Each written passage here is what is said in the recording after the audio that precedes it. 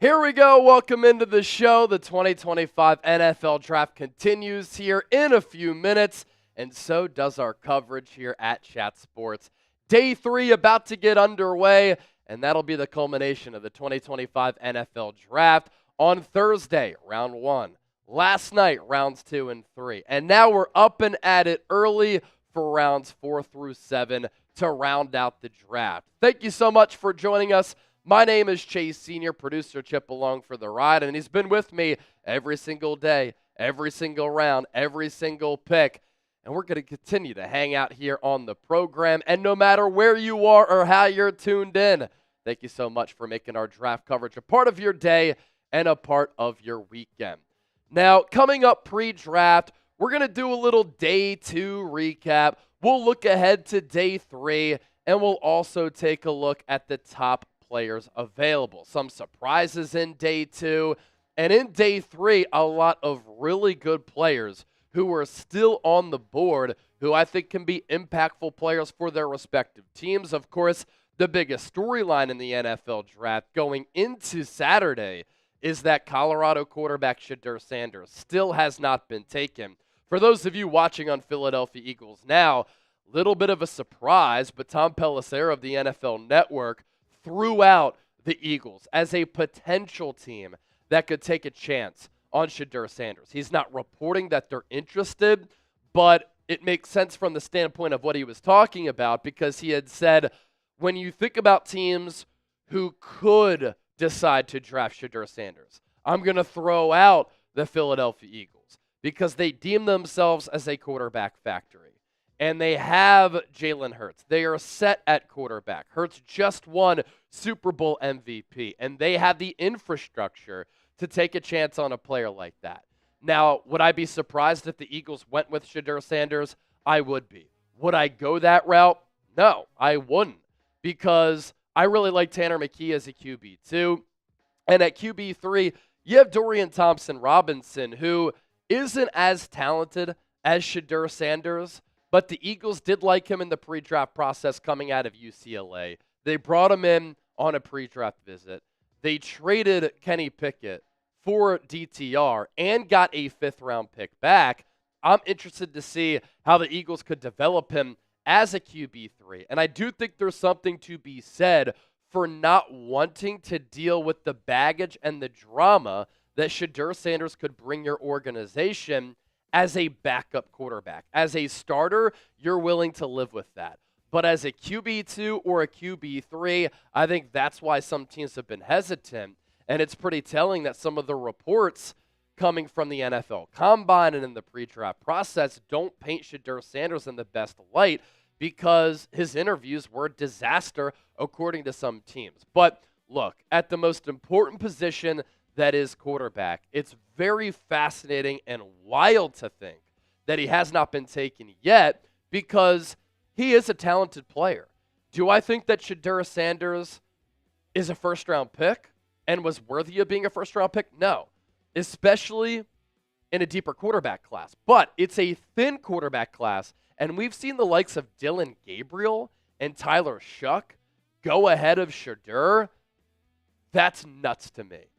So that continues to be a huge storyline as we look ahead to day 3 of the NFL draft, as round 4 is just under 20 minutes away. Let's get the comment section going here. And as you venture into the show, I need everybody to support the show. Hit that thumbs up icon, like the video.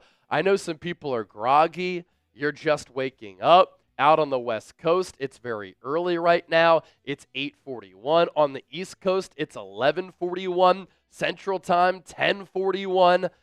But look, myself and producer Chip, we've been live every day, every round, talking about every pick. We had to get up early. We were at work the last couple of nights past 1 a.m., but that's the beauty of the NFL draft. The content doesn't stop, nor does our coverage, and I'm fired up to be here. So let us know where you're watching from. We'll give you some shout-outs. How about this, Chip? Kane Angel, watching from England. It is 4:43 p.m. in England. But for instance, last night, Kane Angel was with us, and that time change is crazy, but Kane Angel ain't making excuses. Still hanging out here for the NFL draft. I see Butthead is in the chat. Beavis and Butthead. Good show growing up. Chip probably doesn't know about that, do you? I actually did watch it. You do know about that. So I didn't watch it like when it came out, obviously, but when I was like a little bit older. Okay. Probably like middle school to high school age. I had people like show it to me. Okay. So I go back and watch it. Really good comedic show. Back probably at this point, in the 80s or 90s? But yeah, I was familiar with it when I was growing up. My dad definitely introduced that to me. The best comedic show that I remember watching growing up was The Chappelle Show. I mean, I was watching that at probably 10 years old. Probably too early to watch a show like that, but hilarious. And Dave Chappelle's the GOAT. But Butthead said, I need a beer chase. Look, I need a beer as well. So can somebody please send in a $50 super chat to get the party going? I know it's Saturday, but I love a good morning beer. And so if you send in a $50 super chat, I'm either going to take down a Shambong or I'm going to shotgun, and I will let you choose. The only thing I've eaten today is some pineapple. But that's not going to stop me from taking down a pineapple Happy Dad. It's the same thing, right? So let's go. I see John Freeman is in Phoenix. I see Matthew C. is in Austin, Texas. Cameron Holt, Killeen, Texas, shouting out the Niner gang right there. Ernesto is in Tucson, Arizona. Who else we got? King Rogers is in New Jersey. Gino and Joseph, Mississippi for Clemson. South 30 Jers from Matthew Stevick in the 856. Dennis Designs couldn't make it until the end of the draft last night. That's fine, Dennis, because you're here with us. And hopefully everybody saw our day 2 recap, our grades, talking about Andrew Mukuba. That video went out, I think, around 1 a.m. Eastern, and it still got 10,000 views. So people were rocking and rolling with us very late and early as well, which is awesome. All right, let's give a shout out to our sponsors. The first one, Game Time. Last-minute tickets at the lowest price guaranteed. By saving on last-minute tickets, you can save up to 60% off.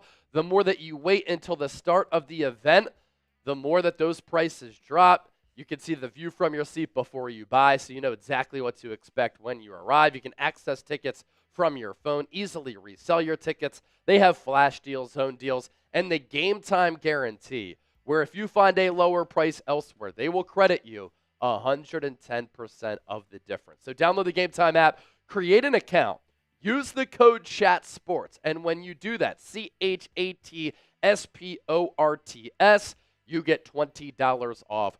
Terms apply, first purchase only. So Game Time, powering our NFL draft coverage over the last couple of days. So too have our friends at Chubby's. You can get 20% off your purchase at chubbyshorts.com/chat. Sky's out, sun's out, thighs out. If you want to enhance your spring and summer wardrobe, do so with Chubby's. I love their shorts. You can get a couple of different styles, a couple of different lengths, depending on if you want to show off some quads and calves like myself and Chip like to do, because we're two fellas who have some good legs. But if you want to hide those legs a little bit because you missed leg day, you're not built like us, hey, you can get some longer shorts as well. They also have shirts and vibrant shirts if you want to do that too.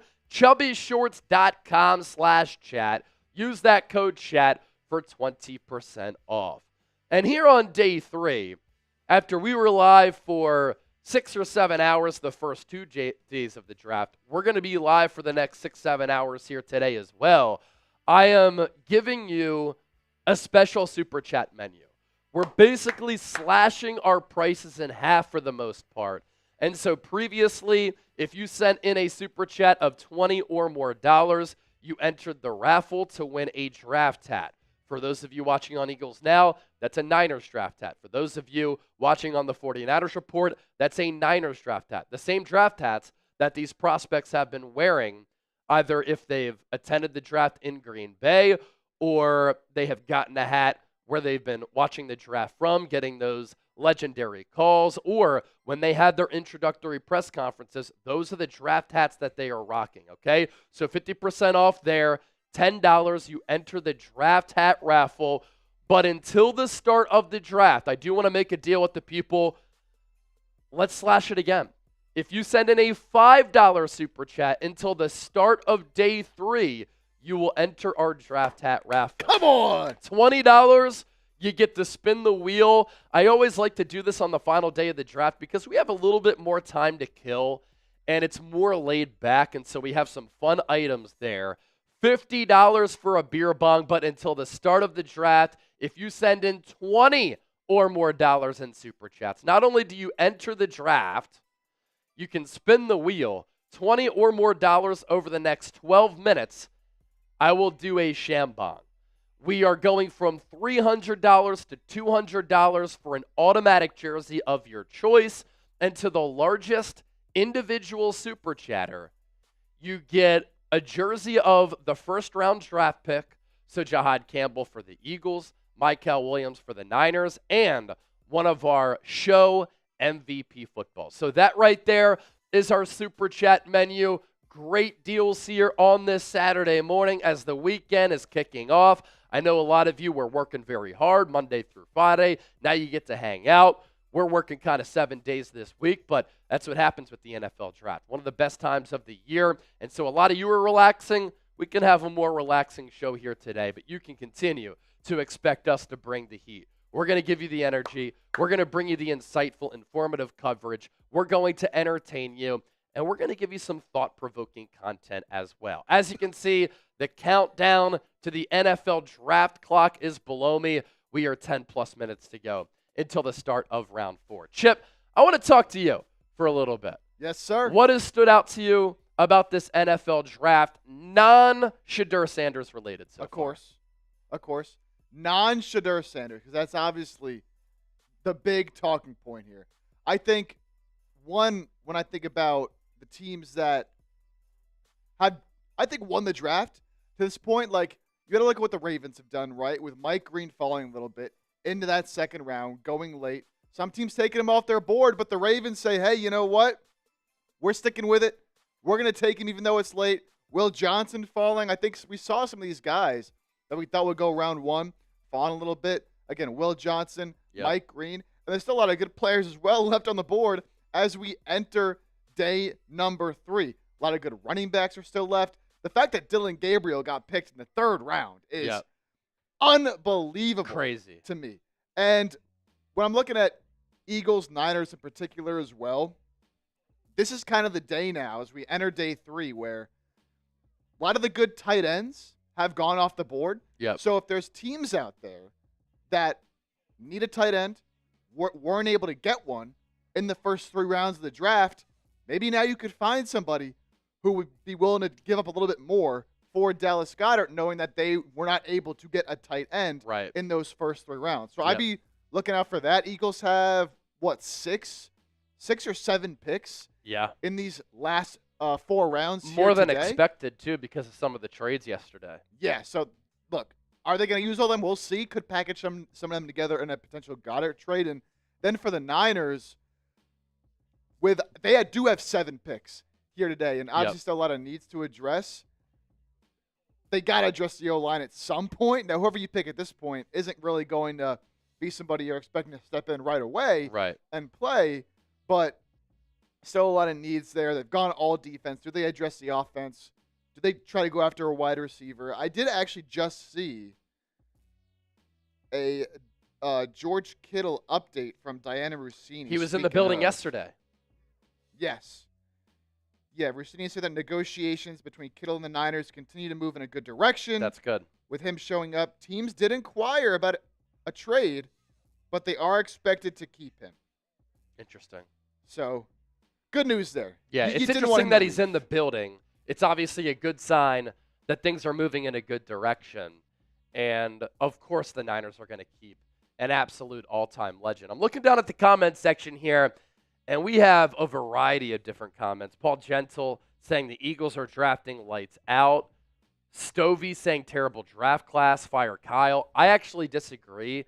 Now, there's something to be said for the Niners reaching on some players, but you do have to give them credit because they stick to their board and they draft their types of guys. There's been a theme. They've gone all defense so far, obviously. All of the players who they have taken are good against the run. They have reached a little bit, but again, these are the types of players that they like. And it's very reminiscent of last year's draft class. For instance, I thought Renardo Green was a little bit of a reach. It's going to be the starting outside corner for this team, and he played really well last year. I thought Ricky Pearsall was a little bit of a reach. I thought he was more of a round 2 guy, but he clearly has some ability. So the Niners stay true to their evaluations. And another thing that I said last night on my social media pages, and I put it up as a YouTube short, Robert Saleh's fingerprints are all over this draft. A lot of the players who the Niners have taken, everyone really, is a Robert Saleh type of guy. Jedi said, I'll donate $5,000 if you snort a kilo of cocaine in one go before the dollar clogs. Drinking beer doesn't impress me. Well, I have never done cocaine. I will never do cocaine. We are down to have some drinks, though, here on the show. So if you send in a $20 super chat, that's like 60% off. I will do a shambong right now. Hey, we do also have a special deal alert right now coming from the bosses at Chat Sports. Oh, wow. What do we got? Our boss, Brett, deal alert. He's got 2 beer bats. 2 beer bats. You ever been to a baseball game? You know you can order the beer bats. It's like, I think it's 2 or 3 beers in one bat. Yep. He's got Kinda 2 like a beer ready to boot. go. Yeah, just like a beer boot. He's got 2 ready to go. $100 super chat. He'll come in here and do that. But it's only the first 2 channels across Chat Sports to get a $100 super chat. So it's already been going on for a couple minutes. He's still got some available, though. So $100 super chat. He'll come in here and do a beer bet. But again, only the first 2 Chat Sports channels. So why not Eagles and Niners? He has to come in here and do 2 on the stream. That'd be kind of electric. Yeah, no doubt about it. I saw Leon Sandcastle saying, oh, poor rich kid is upset. I don't care. You know, I think this Shedeur Sanders situation, it's a good lesson for everybody, right? And I give Shedeur some credit.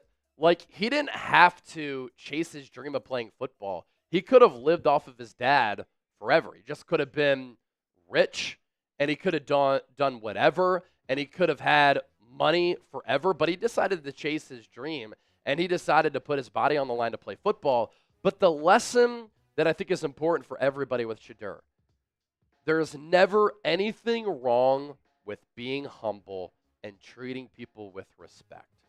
And so remember that as we move forward here. I saw some people say Chase Lunt is a good offensive tackle out of UConn. You know, it's funny. I think Leon said that too. He reminds me of Mike McGlinchey. The issue is Mike McGlinchey was a top 10 pick. I would like Chase Lunt on day 3 for San Francisco. Highly experienced, leaner, thinner body. But I think he's certainly athletic enough to be an offensive tackle in this league. Some people think that he should play guard. I actually think he might be a little bit too thin to play guard. That's a type of offensive lineman I would love for the Niners. San Francisco missed out on Ariante Ursary. They drafted Alfred Collins instead, and they couldn't draft Charles Grant out of William & Mary. I really like him, but Chase Lunt is one of those day 3 guys that I'm intrigued by. Mike Anthony, what an honor. You said, Chase, you're my idol, bro. I appreciate that, man. I've come a long way, having a lot of success right now. I'm certainly blessed. I'm thankful. I don't take it for granted, and unlike Shedeur, yeah, I am humble. Now, outside of sending in a super chat, here's how you can really support the show at any moment, especially right now, as we try to bring some more people in here. 330 people watching live on the 49ers Report, and we have 250 people hanging out here with us on Philadelphia Eagles. Now, do me a favor, all right? With that many people watching, we should be able to get both streams to 100 likes in the next minute. The more likes that we get, the more people who find the stream, the more people who come in here, the more fun that we have, and the more people discover that what we do here is very special. So hit that thumbs up icon and like the video right now. Last night, too, we surpassed 160,000 subscribers here on the San Francisco 49ers Report. So thanks to everybody for supporting the program, and we're already up to 160,198 subs. And then on Philadelphia Eagles Now, we've been able to pick up a lot of subs over the last few days as well, and the Eagles have only made 2 picks. We are less than 200 people away from 119,000 subscribers. So lock us in. Hit that sub button right now. Additionally, in supporting the show, you can comment and share your thoughts. I mean, I was just giving shout-outs to some people in the comment section. We will always show all of your super chats. Who's going to be the first one to send in a super chat? We haven't gotten a super on either stream yet. I know it's early. You're dusting off the cobwebs, and you're probably saying, Chase, can I get my cup of coffee down already? I took down my cup of coffee. Now it's time for you to do your work, support the show, and also share the video on social media.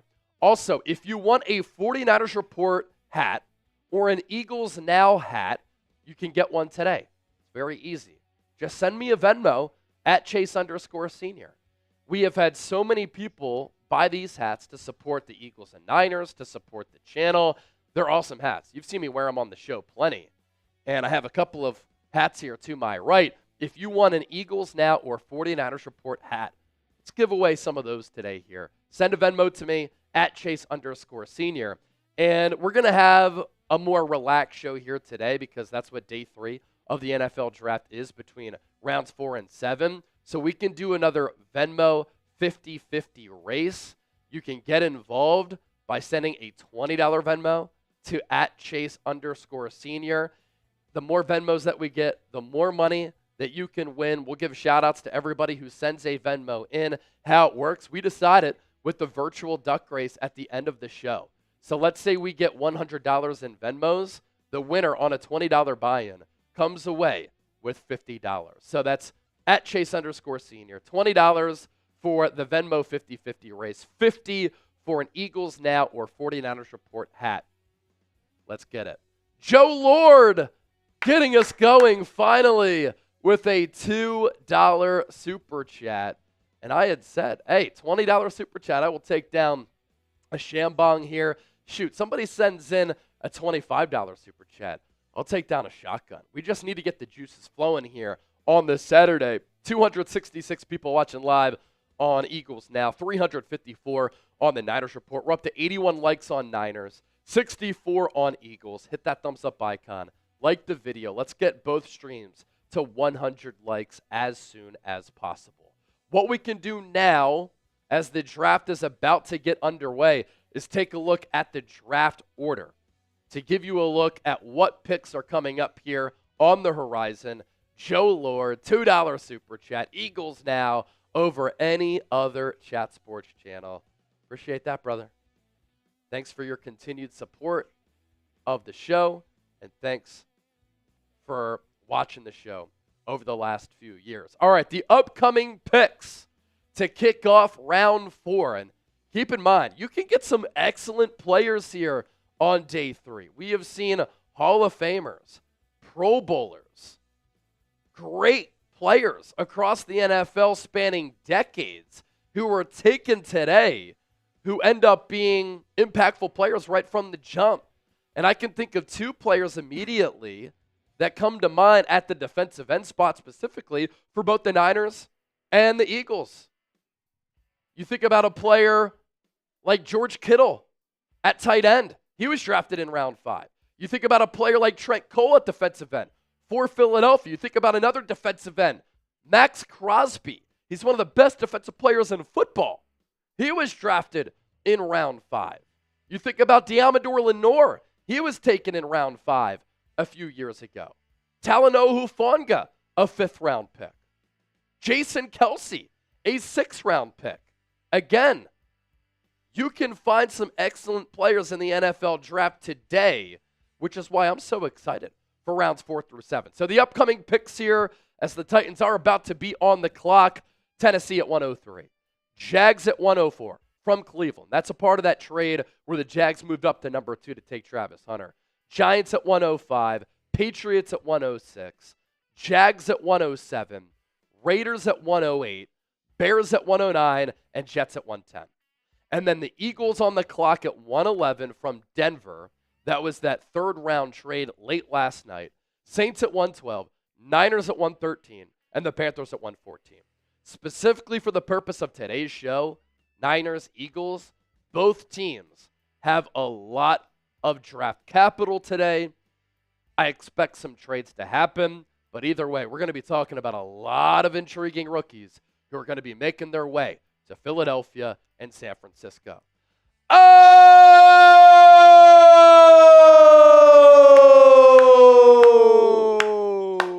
Dennis Designs gets us going, and the momentum is on. $50 super chat. He said, let's get this party started. Go Birds, Dennis. Thank you for that. I'm also looking at my Venmo. Candy sending in a $50 Venmo. Candy, can you let me know, is this for a hat, or are you just sending in a $50 Venmo? Please let me know. Also, our boss man, Brett, making a deal with the people. And what did he say there, Chip? Deal alert. I've got 2 beer bats available. Whoever gets $100 in supers, I'll come in there. So we have 1 beer bat going to our Bears channel. Seems like we have 1 left. And there's 1 beer bat available for our boss here if somebody sends him a $100 super chat. Okay. That sounds good to me. Boo, Roger Goodell. Boo this man. It's timeless. Every time he takes center stage at the NFL draft, day 1, day 2, day 3, he always gets booed. He always gets booed. 437 people watching live on the 49ers Report. 321 people watching live on Philadelphia Eagles now. We are 2 likes away from 100 on Niners. We are 24 likes away from 100 on Eagles. How's your internet, Chip? It still says perfect streaming. Now my computer is frozen. Yeah, but my computer is frozen. The stream still says perfect streaming, so I think we're still live. Are we still live? Let's see here. Let me try to reconnect. My stream still does say perfect streaming. Okay. Because my internet my internet's tweaking too. is down right now. But if you can still hear us, that's obviously great.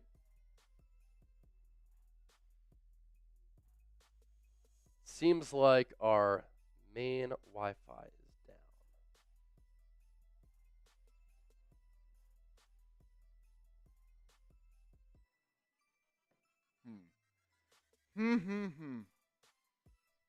Well, at least, took until day 3.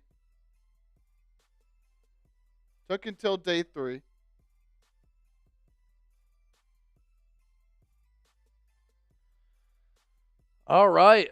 So the NFL draft about to get underway. Again, Tennessee Titans about to be on the clock at 1:03, followed by the Jags, Giants, Patriots, Jags again, Las Vegas, Chicago, Jets, Philadelphia, New Orleans, San Francisco. If I could pinpoint a player that I like for the Eagles, Marcus Bow is intriguing to me.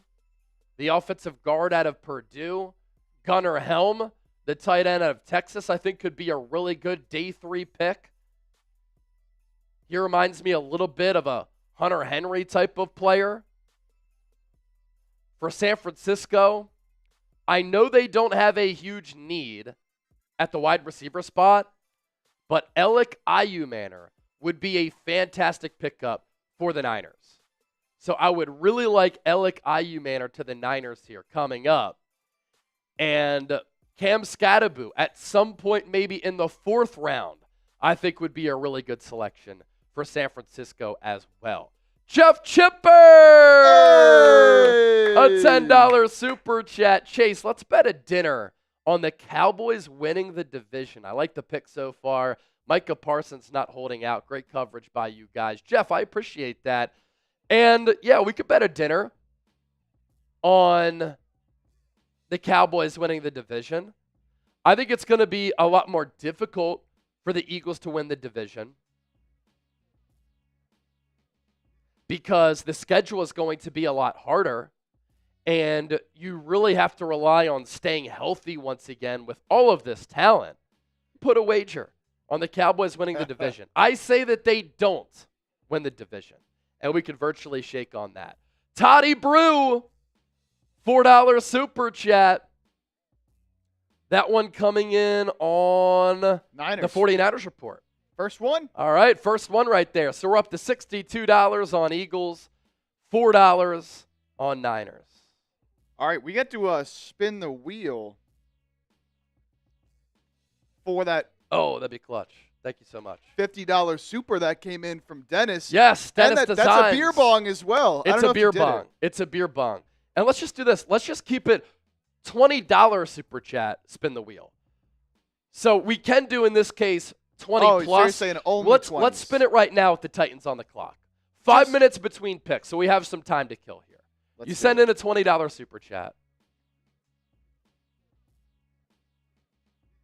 And you can spin the wheel. We also have a lot of people who are offering to come in to take down some beer bongs. Allie Barefoot, Joey Peterson. So if you want to get somebody else, a non-familiar face, to come on the show to do a beer bong, you can do that as well with the 50. All right, let's spin that wheel for Dennis Designs' $50 super chat. And yes, I didn't forget about doing that shotgun. Let's spin that wheel. Let's see what we land on. And it's going to be a dog bark. Hungry dogs run faster. Woo, woo, woo, woo. Let's go. Woo, woo, woo, woo, woo, woo. My dog bark and Chip's dog bark. Woo, woo. Come on. And we're hoping that these squads bring in some dogs.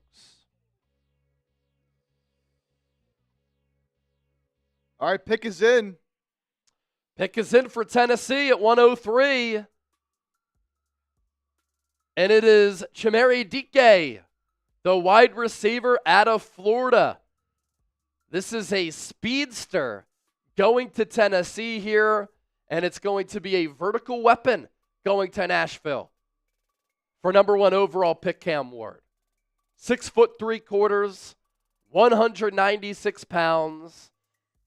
He is a burner who offers vertical ability. He does not fear getting hit either. He's not the sum of his traits as a player just yet, so there is some developmental room here for him. Limited after the catch, and he certainly dealt with some drop issues. But this is a player that when you put him on the field, you have to account for him because he can certainly take the top off of the defense, and he is very, very explosive. So, according to our draft expert, Tom Downey, also the host of the Cowboys Report, this is his 20th ranked wide receiver. So, according to his rankings, he has him going a little bit later compared to where we are right now, and his 191st player. He's going here at 103. Grade the pick. It is officially in. 4.3 40-yard dash in the pre-draft. And the proper pronunciation here, Chimere Dike. Chimere Dike going to the Tennessee Titans here to kick off day 3, round 4 at 103. And guess what? We have another flash deal from the bosses. Oh, what do we got? Our boss, James, for a $100 super chat. Before the Jags make this pick, they are on the clock. Before the Jags make this pick, $100 super chat. He's coming in, chugging a full beer right here on the show. Our boss. $100. This is the CEO and founder of Chat Sports. You want to bring him on? $100 super chat. He'll chug a beer before the Jags pick is in. Now, the NFL Network has not announced the Titans pick just yet. So you do have some time before that Jags pick is in. John Galt said bong rips coming up. All right. Carol Hosey, I like that shirt chase. Awesome. Thank you. Trying to bring some color to the show. Kind of takes away from my sleepy eyes a little bit, you know? Everything's calculated. Look good. Feel good. So on the clock now, the Jacksonville Jaguars. They are led by their young general manager, James Gladstone, who is by far the youngest GM in all of football. He replaced Trent Baalke. Niner fans know him well. Gladstone previously worked for the Los Angeles Rams as their director of scouting strategy. And Shad Khan, the Jags owner who hired Gladstone, cited his class, exceptional vision, new ideas, communication, chemistry, and he keeps understanding the new trends of the league. As we know, he comes from the Rams. That is a forward-thinking organization, no doubt. And I didn't love the trade up for Travis Hunter because giving up additional picks and a future first, it's a lot. But the Jags clearly think that Travis Hunter can be a very special player. All right, I'm so surprised that the Super Chats are slow to come in today. Where is everybody at? Forest Hill Chug a Yingling, that is my favorite beer. Do we still have the Freedom Funnel? William wants to see the Freedom Funnel get broken out. I'm not sure if we still have the Freedom Funnel or not. Joe Lord saying Chase and Chip are the real CEOs of Chat Sports. Let's be real. Hey, we're high up. We will say that. The pick is in for the Jacksonville Jaguars, and they are bringing in a very intriguing running back. Bashal Tutin headed to Jacksonville to team up with ETN in that backfield. ETN out of Clemson, he was a highly decorated player, generational type of player, and he has not been that just yet. Now, when you think about Travis Etienne's production, he still is 26 years old, but we're talking about a player who was a first-round pick. Last year, 150 carries for 558 yards. His first 2 seasons, though, more than 1,000 yards. And so he has had some ability there, but for whatever reason, hasn't fully fulfilled expectations. As for Tutin, who's going to join him, big play runner with impressive athleticism, solid production after contact, and has the shiftiness to make guys miss as well. He is not great in pass protection, and so he is a little bit limited there. Not great there or catching the ball out of the backfield. He did struggle with some drops and some fumbles, but as far as running the football last year, good player for the Hokies. 183 carries, more than 1,100 yards, 15 touchdowns, 6.3 yards per carry. And he had one of the fastest 40-yard dashes at the combine, a 4.32 40.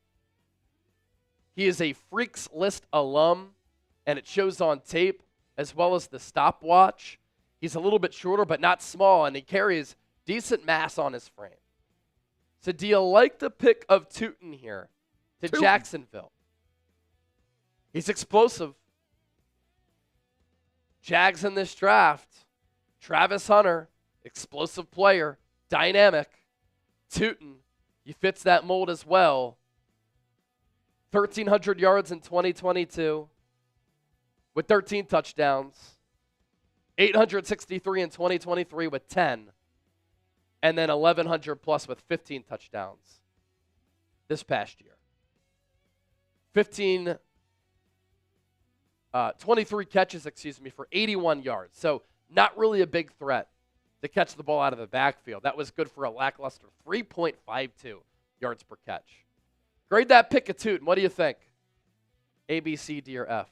I like Tutin, man. He's a player in like NCAA football, like the video game. He's a dog because he can run. No doubt. Now, obviously, very different than real life, but you can see how that applies, right? Like, he's a guy who has some of those traits, but,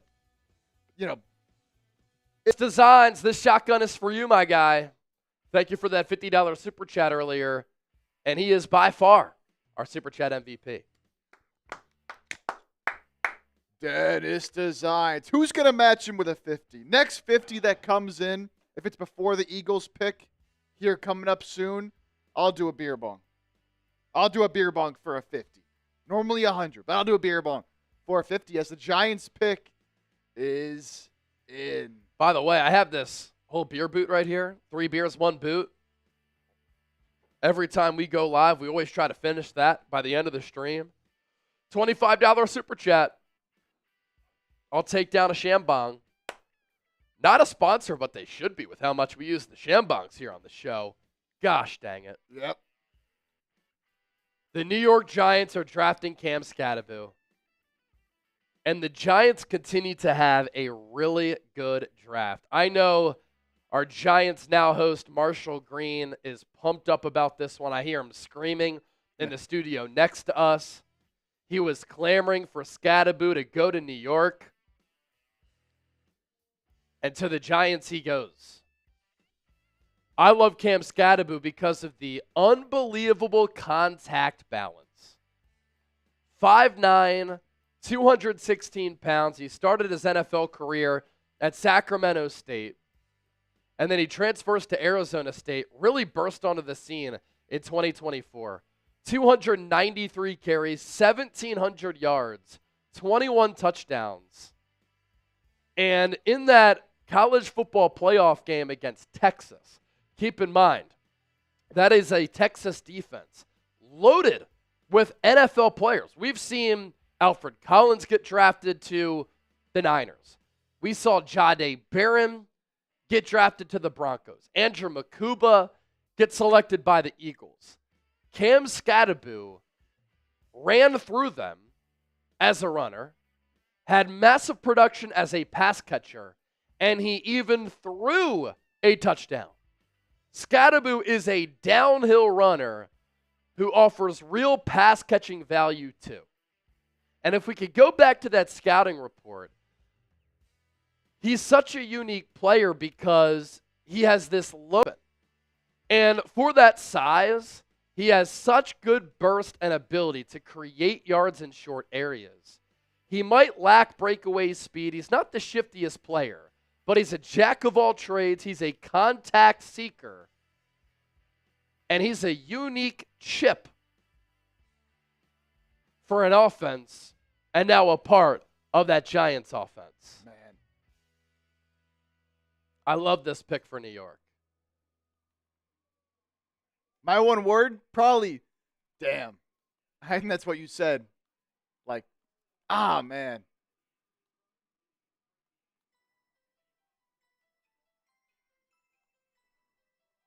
I feel like some of these teams in the NFC East and the NFC West are making some good selections. Gonna be stuff to think about now for the Eagles and for the Niners. I mean, Skattebo in New York. I love that for them. Yeah.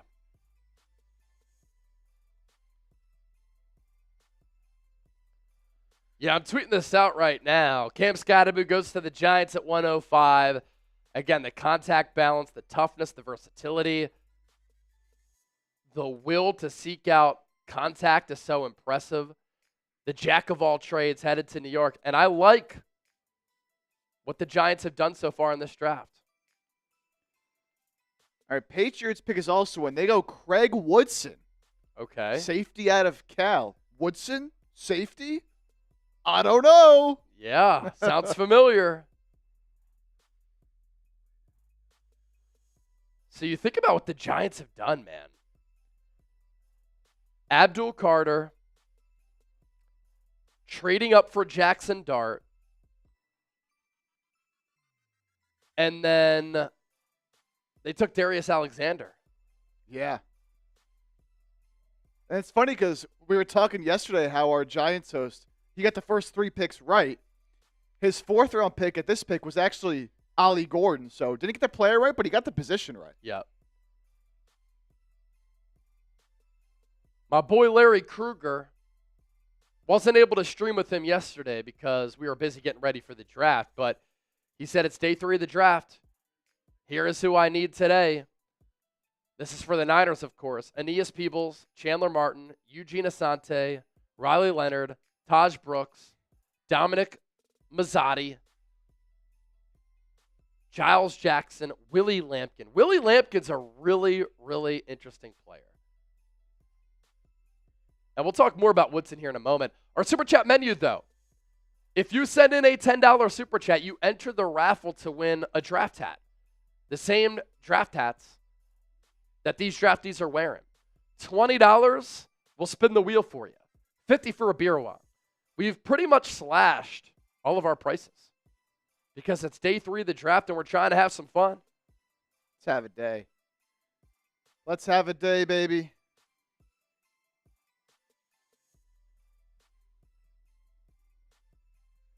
There's that 5 coming in from Chipalogs. $5. Niners going for a DT or wide receiver. Next pick. They go DT again. That'd be kind of crazy. I could see receiver, though. I think Alec Iomanner is still on the board. Alec Iomanner. I would love it for the Niners here. It's Patriots, Jags again. Raiders, Bears, Jets, Eagles, New Orleans, and San Francisco. So Alec Iomanner still within range. Unfortunately, Cam Scatterbu no longer on the board for the Niners here.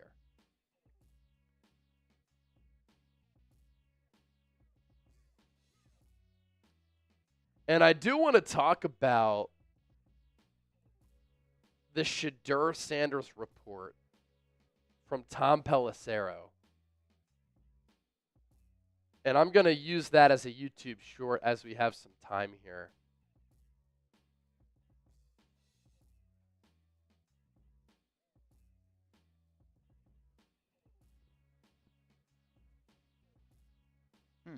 Daniel Jeremiah, very high on Woodson, safety the Patriots just drafted. Really? Okay. We could take a look at Woodson's. We have a scouting report.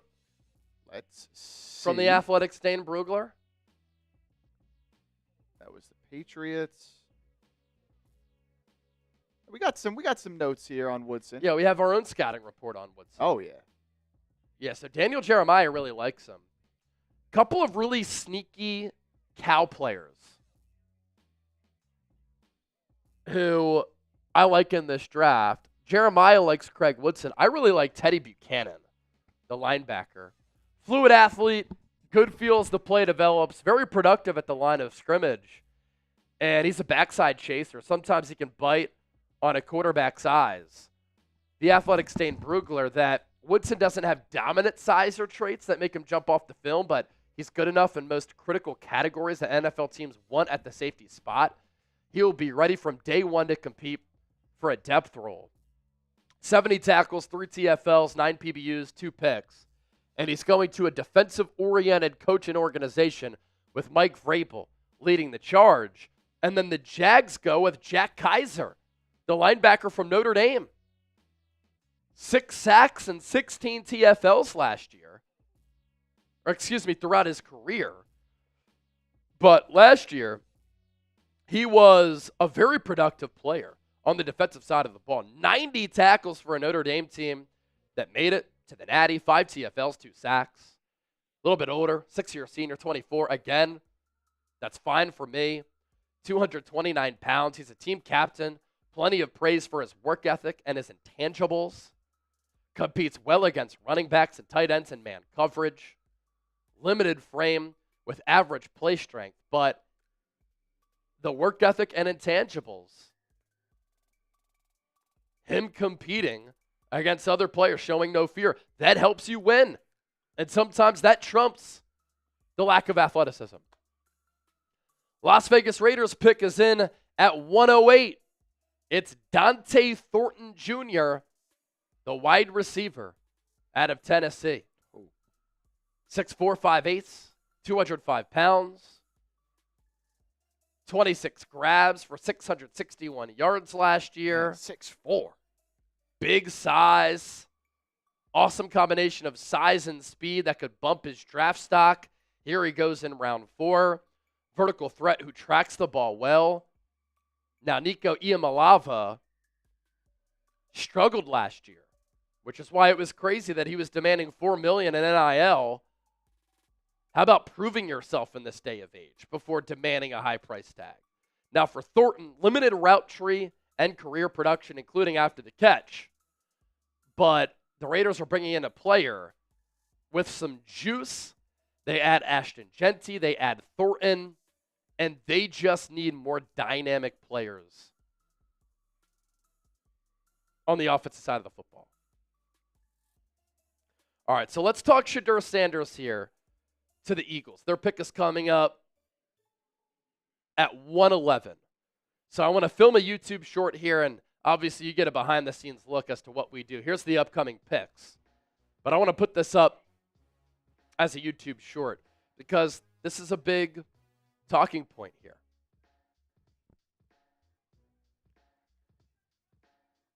So Tom Pelissero of the NFL Network threw out the Philadelphia Eagles as a team that could take a chance on Shedeur Sanders. He's not reporting that the Eagles are interested, but he cited Philadelphia as a team that doesn't need a quarterback. Jalen Hurts obviously just won Super Bowl MVP, but the Eagles as an organization deem themselves as a quarterback factory, and they could draft him because of good value this late in the draft. And obviously, it's especially perplexing that Shedeur Sanders is still on the board going into day 3 in a draft class that's very thin at the quarterback spot. He doesn't have first-round talent.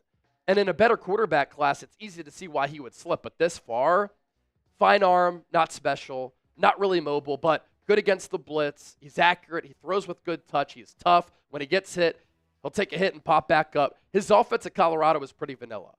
And the offensive line wasn't good. But I do think he's slid because a lot of teams don't want to deal with the baggage and the noise of a backup quarterback.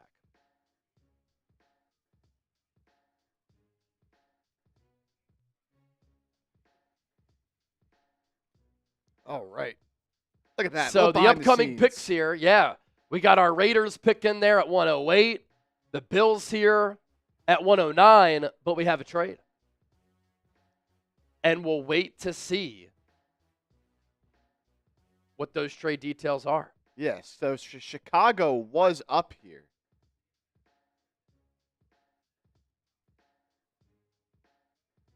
Yeah, we don't have the full details yet, but this was Chicago's pick. This is now the Bills' pick. And the Bills' pick is in, and this is a player who had a lot of buzz coming into the year as a potential first, second-round talent and had a tough year. I think this is now the third. Let me see. Third Notre Dame DB. This is... Well, I was talking about Buffalo's pick here. Oh, sorry. I was looking at the bottom ticker. Yeah. So yeah, that's my This is now the third defensive lineman and the fourth defensive player that Buffalo has taken, but I can't be mad at them for the value here going Deion Walker, the defensive tackle out of Kentucky. So they have now drafted here Maxwell Harrison, round 1, cornerback, also out of Kentucky, so 2 Kentucky teammates. TJ Sanders, the defensive tackle out of South Carolina. Landon Jackson, the edge rusher out of Arkansas. And now Deion Walker, defensive tackle out of Kentucky. Yep. So they're stacking up, just like the Niners. 4 picks, all defense. All defense.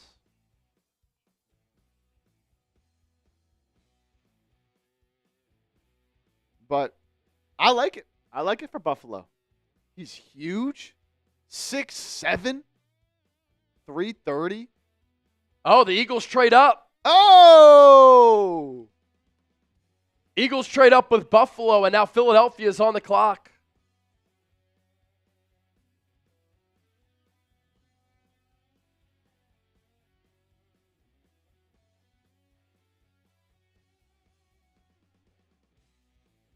So the Bills take Deion Walker at 109. And it looks like, what, the Eagles are trading up with the Jets then? No, the Jets made their pick. Okay. Oh, so they're up right after, or no. Where'd you see they traded up? Or is that just the draft going quickly? Yeah, it's just going. Okay. Yeah. I guess I lost track because I was doing that YouTube short. Yeah, you did the short, and I think they made, 3 picks. At least 2 picks happened. So Deion Walker, and then the Jets pick is in, actually, already. Okay, Jets pick is in. Arian Smith, wide receiver out of Georgia. Tell you what, this guy, talented, no hands. Absolutely no hands. He was supposed to be like one of the next good receivers at Georgia, like top-end guys. Dude, he's a speedster, though. Yeah. he can really, really run. So Arian Smith to the Jets. Factor in who the quarterback is with New York right now. It's Justin Fields. And Justin Fields is such a dynamic athlete. I think the Jets are going to lean on him to run the football a lot. Think about his playing style, though, and how he struggled so far in his NFL career. He does not really throw over the middle of the field. And he struggles to process in between the numbers. But what does Justin Fields have? A very strong arm. And so Arian Smith is a player who's a former track star, played mostly outside, some in the slot, lacks play strength, has real drop issues. A lot of medical concerns as well throughout his NFL career. But if you want to get a weapon for Justin Fields, who can kind of run a go, and Justin Fields doesn't really throw over the middle of the field, but does have a long ball, Arian Smith is a player who ran a 4.36 40-yard dash at the NFL Combine. Rare acceleration, fluid galloping strides, eats up grass vertically. He can decelerate pretty well. Wasn't a return man in college, but made an impact as a gunner on punt coverages. But drops really impacted his confidence. It is very rare that a player has 10 drops in a single season. And Smith had 10 drops in 2024. 48 catches, 817, 17 yards per catch. 10 drops. God. Crazy. That's me in high school, baby. That's unbelievable. Eagles pick is in. It is Ty Robinson, the defensive tackle out of Nebraska. He is going to Philadelphia with pick 111. And this was a defensive tackle target that I had looked at for the Eagles here. Look at the height. 6'5.5", 288 pounds. And in 2024, 13 TFLs, 7 sacks. Thick frame, burst off the line, strong anchor. He's a powerful rusher with aggressive counters and an eye for batting the ball at the line of scrimmage. Sometimes he can be a tight player. He can struggle with contact balance. But I like the burst at the line of scrimmage. And he ran a 4.8 40-yard dash in the pre-draft. This production here for Robinson is impressive. 37 tackles, 13 TFL, 7 sacks, as I had noted. But he added 42 pressures as well.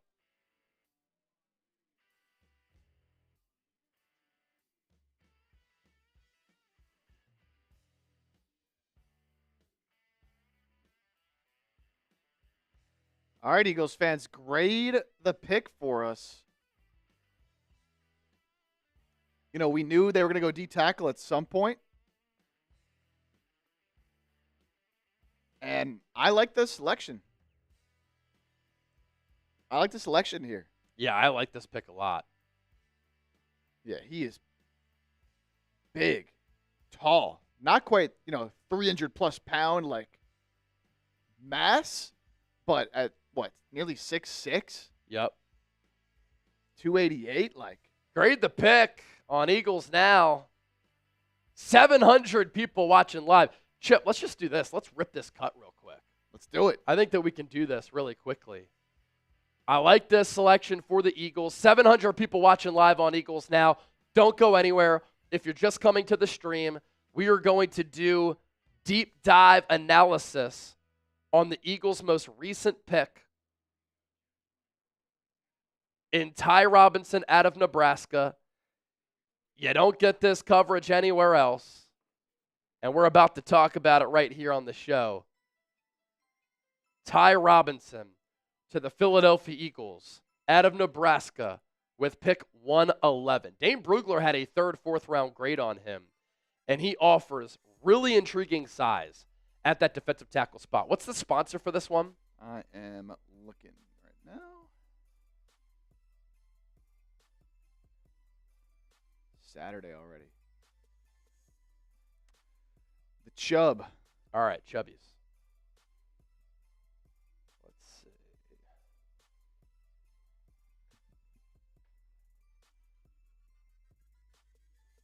All right, Ty Robinson to the Eagles. Hang out here, just getting some things in order.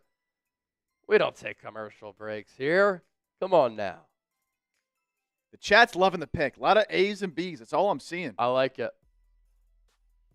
I like it. Gonna make that the new poll question to get everybody's gauge here. Yep. New poll question is up. Let's hear the feedback. 725 people watching. Do us a favor. Hit that subscribe button. Somebody sends in a $50 super chat. I'm shotgunning a beer.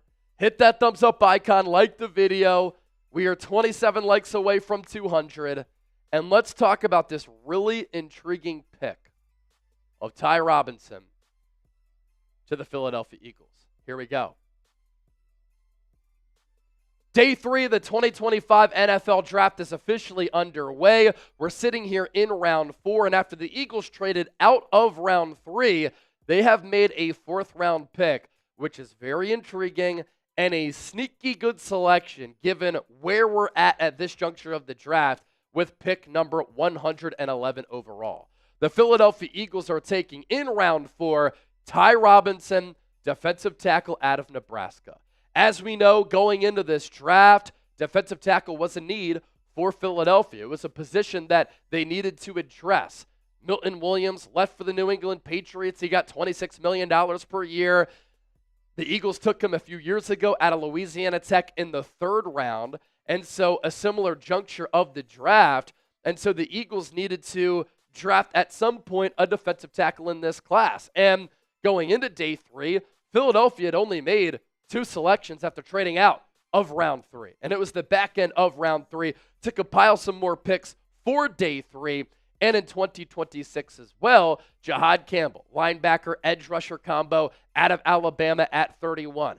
Then Philadelphia thought about trading out of 64, but they didn't want to run the risk of losing out on Andrew Mukuba, the Texas safety with good ball skills. He can play nickel.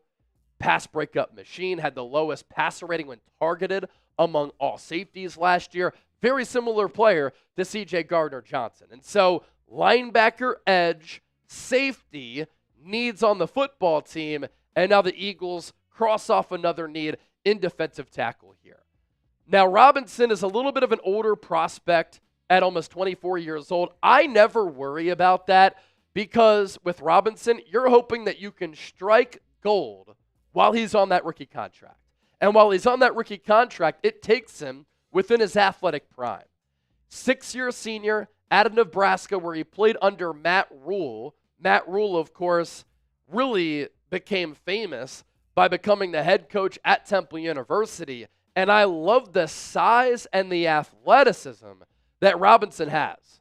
6'5.5", 288 pounds, and the production last year playing at Nebraska in the Big Ten when you're going up against some NFL caliber offensive linemen, really good. 37 tackles, double-digit TFLs with 13, and 7 sacks to go along with that. And he's a unique player with his athleticism, his build, and his size. Thick frame with burst off the line and a really strong anchor. Ty Robinson is a powerful rusher with aggressive counters and an eye for batting the ball at the line of scrimmage. The pass breakup numbers pretty damn good. He had combined for 10 in the last 2 years, and so he can jump up at the line to make impactful plays in that regard. But he's a powerful rusher who can get to the quarterback and come through with some TFLs. And so the measurables at the NFL Combine, something that I imagine caught the attention of this Eagles scouting department and Howie Roseman. 6'5", 288 at the combine, 6'5", 291 at his pro day, 10-inch hands, arm length 32 and a quarter, wingspan 79. Maybe you'd like to see that be a little bit longer as far as his length. How about this, though? At right around 290 pounds. You talk about the burst at the line of scrimmage, the explosion at the blink of the snap. That was what you saw on tape for Ty Robinson. That's why he won in getting to the quarterback with those TFLs. You also saw it with the 40-yard dash. 4.83 40-yard dash at 288 pounds. So Ty Robinson is a player who can really move. He's built like an oak tree. And what I mean by that, Ty Robinson is big, he's thick, and he's strong. Some people might say pause in the comment section, but it's true. And he's strong and stout at the point of attack where he's not easy to move. Some people will say, yeah, he's a little bit of a smaller defensive tackle at 288 pounds. Yeah, but he plays a lot stronger than that. And he's able to kind of shift, alter, and tilt the field with that initial quickness. And that is something that allowed Milton Williams to have success with Philadelphia. It's something that has allowed Moro Ajomo to find success with the Eagles. And I expect Moro Ajomo to have a breakout campaign here in 2025. He was one of the highest graded pass rushing defensive tackles last year alongside Milton Williams with limited snaps. And he's going to get some more snaps. And I like the violence sometimes that Robinson plays with. He has the swipe, swat, rip moves that can move opposing offensive linemen. Matt Rule saying, I can't express how much Ty means to me. I can't express it. And so Matt Rule tried to go to Nebraska to change the culture. Ty Robinson was a part of that. And I can remember time and time again when you were watching Nebraska games, because I was very interested in Dylan Raiola, their quarterback who can make plays out of structure. I was trying to scout him and look at what he could bring to Nebraska. There were so many times on defense. Who is number 9? Number 9 was flying around, and he was making a lot of plays.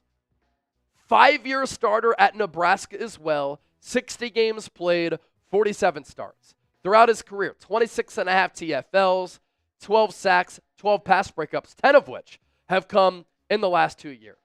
Here's what the Athletic's Dane Brugler had to say about him.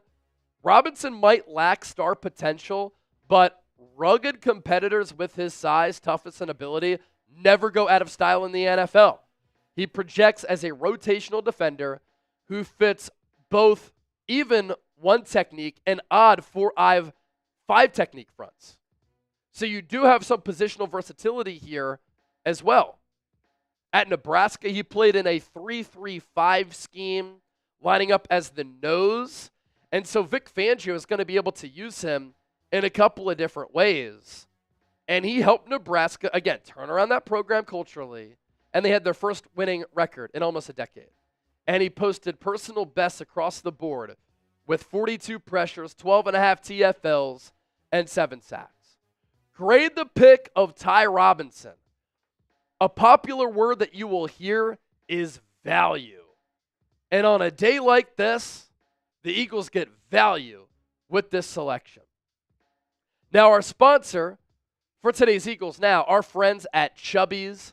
Spring is here. Summer is coming up around the corner. And at the end of the day, your wardrobe deserves a springtime upgrade. So, to sweeten this deal for our audience, for a limited time, Chubby's is giving our listeners 20% off your order when you use the exclusive code CHAT at chubbyshorts.com. This ain't the time for fooling. You want to look good when the weather is good. That's when the ladies are out. Or if you're trying to find your significant other. So it's time to let those thighs breathe, whether you're playing a round of golf, you're hitting up a beer garden, you're visiting an actual garden, you're hanging out outside. Chubby's has you covered for all the good vibes that warm weather brings. If you also, in addition to their great shorts, want bright polos that demand attention, check. Killer shorts that show off those beautiful thighs, double check. If you're going to the pool, Chubby's swimwear collection is absolutely awesome. And come on, it wouldn't be a true ad read if we didn't mention Chubby's classic lined swim collection. Without hyperbole, it's the absolute top of the men's swimwear game. Whether you're squeezing out as many beach days as possible before winter or swimming laps at the gym, the ultra vibrant trunks built with a quick-drying four-way stretch fabric, the best damn swim trunks that humankind has ever created. So one more time, 20% off your purchase, great shirts and polos, awesome shorts and swim trunks, chubbyshorts.com/chat. Use that code chat. As far as some weaknesses for Ty Robinson, I don't see a lot of them. I really don't. And I'm looking at some of the scouting notes here. Sometimes he's more average than above average as an athlete. But hold on. NFL scouts say that. He ran a 4.8 40-yard dash. One issue I do have is that because he's 6'5", sometimes he's a little bit upright. And so that allows offensive linemen to get underneath him. Sometimes he can counter that with his quickness to beat guys and with his strength. But he does have some tightness in his hips and his ankles. Sometimes he can have that initial pop, which will catch an offensive lineman off guard. But with offensive linemen who can quickly recover and catch themselves, sometimes Robinson can be slow after that initial burst. And sometimes he can over-pursue or arrive a little bit too hot. And so that leads to him missing tackles or taking bad angles because he does over-pursue to take himself out of the play. And so here we are in round 4. The Eagles have made 3 picks so far, and all of them are on the defensive side of the football. They go Jihaad Campbell in round 1, 31st overall pick. And I'm fascinated to see what the Eagles' plans are for Jihaad Campbell.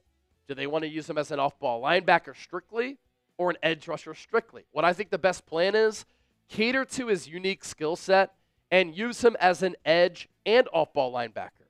He's athletic enough and can cover well enough to play off-ball. And you have concerns about Nakobe Dean, but he was recruited as an edge rusher out of IMG.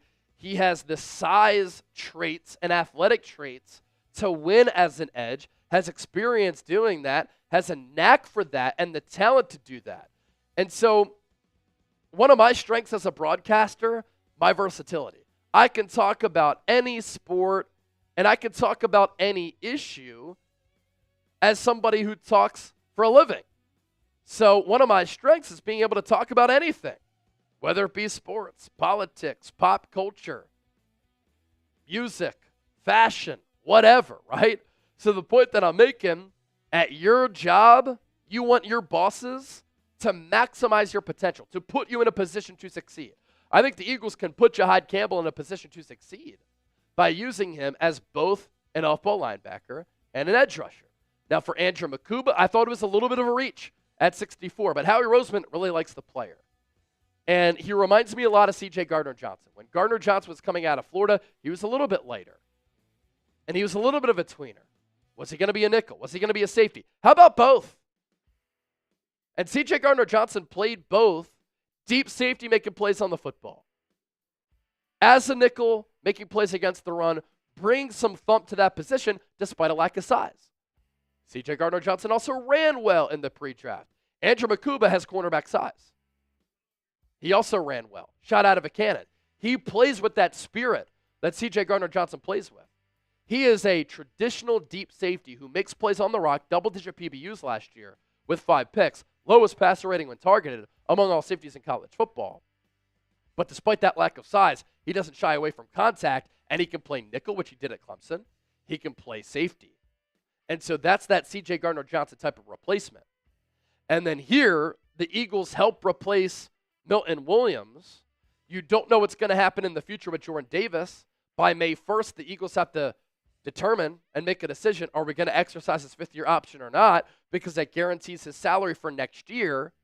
If he walks and you're not sure what he is still, 2-down player, 3-down player, I think he's more of a 2-down guy.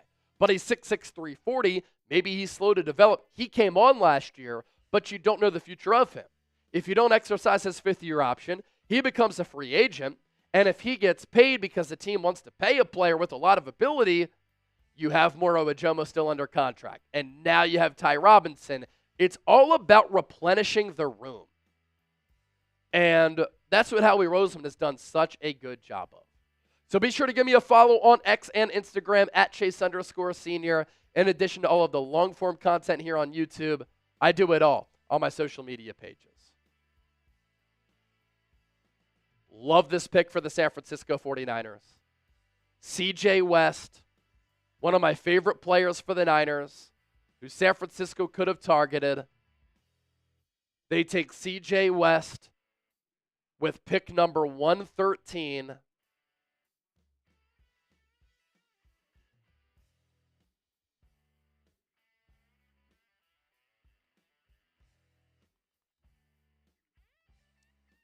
The defensive tackle out of Indiana.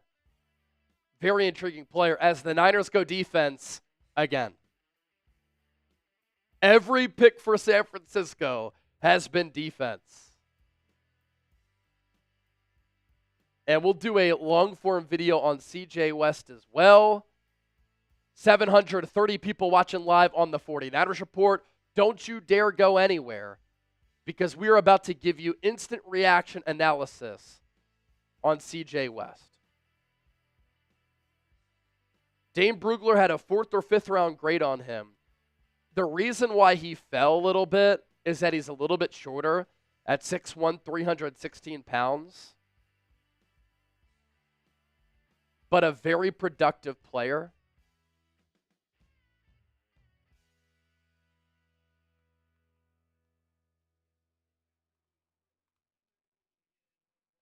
And just be patient with us. Let's gather ourselves here before we talk about CJ West, and then we have some room to really talk about West for a little while. Grade the pick for us down in the comment section, Niner fans.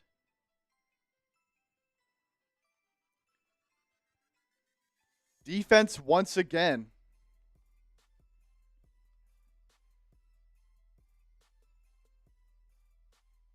Ran a 4.95 at Dude, unbelievable. 317 pounds.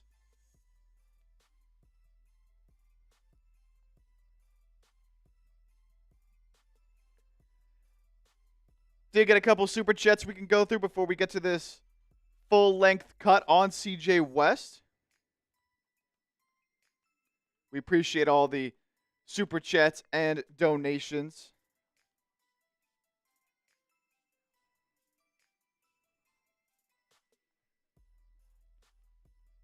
So we had this $2 coming from Stephen C. Any of Gunnar Helm, Dylan Sampson, Marcus Bowd, Frazier, Farmer, or Royals. Well, I didn't pick any of those guys, but I think you'll like this pick regardless. Legend Gabriel. Eagles lame. Talk Niners. Bang, bang, Niner gang. Love the pick. O-line safety for the next pick, please. Go Niners. Yeah, look, I get, wanting to adjust the O-line, and again, they really do have to, but I don't think you can be too mad about this pick here. No. If they don't see the value in an offensive lineman prospect here, there's no reason to reach just to take somebody. Like, you have plenty of more picks the rest of this draft, including, let's see, so we're at, pick are we at here? Texans pick is in at 116, so we're up to pick 117 with the Rams on the clock. Niners are up again at 138 and 147 and 160. So you still have a bunch more picks coming up shortly. You can address O-line there. You don't like the value, you don't got to reach. I like CJ West here.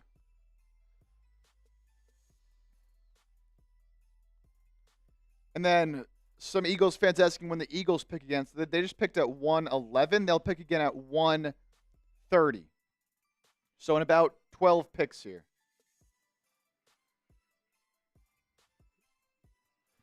Yeah, So. CJ West, I got some some interesting info on him.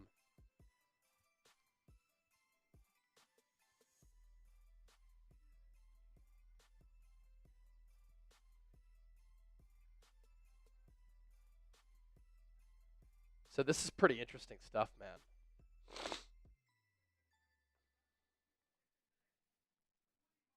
CJ West. I'm always fascinated by players who are this size and they can move this quickly. I just tweeted this out on X at Chase_senior. Niners go defense again, taking defensive tackle CJ West, 113 overall. He fell because he's shorter at 6'1", but at 316 pounds, he ran a 4.95 40-yard dash. He's a big boy who can really move. And get this, his 1.73 10-yard split, the fastest for players of 315 pounds or heavier at the NFL Combine. TFL numbers by year at Kent State and Indiana the last 4 years, 8, 4.5, 7, and 7.5. Plays violent, has really good instincts. 47% going with an A grade in the pick of CJ West. Let me put this on my Instagram here.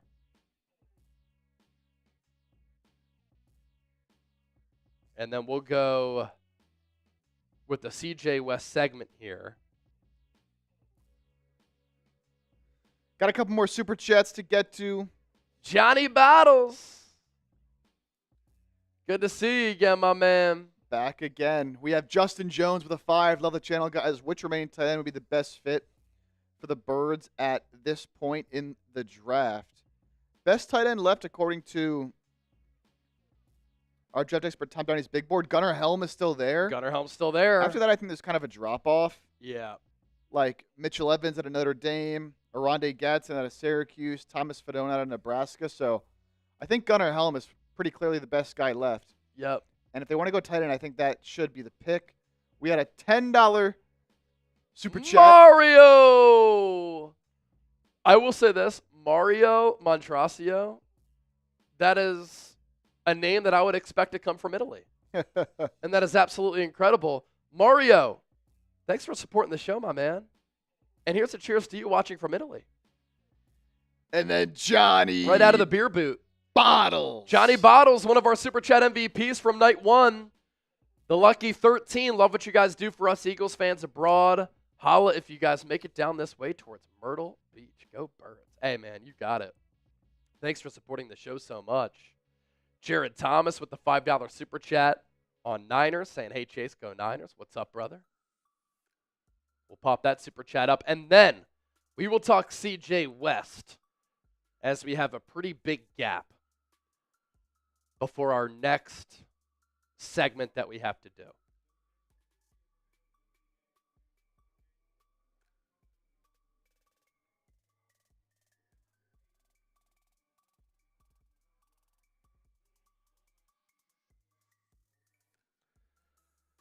Niners go physicality again. There's that 5 from Jared Thomas. Hey, cheers to you too, man.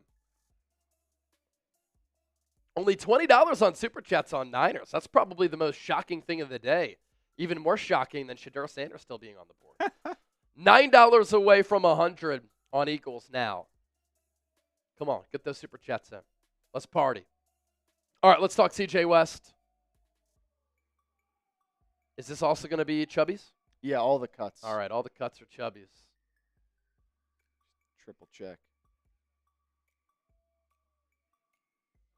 Yeah. All right.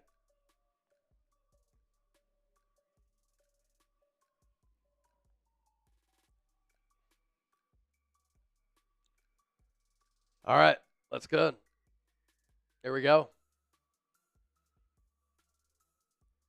Here we are in day 3 of the 2025 NFL Draft, and the 49ers have gone defense once again here in round 4 with pick number 113. And new Niners defensive coordinator Robert Saleh, the reunion, coming back to the Niners, continues to have his fingerprints all over this draft. Every single pick that the Niners have made so far has been on the defensive side of the football. Clearly, that is a huge point of emphasis for the Niners. Organizationally, they felt this, though, after a bad 2024 when they didn't have a lot of talent. They didn't have a lot of depth. They were poorly coached, and their defense was bad against the run, poor tackling unit, struggled to generate a pass rush, and they were just a broken unit. They felt this year and in this draft, they had to remake the defensive side of the football.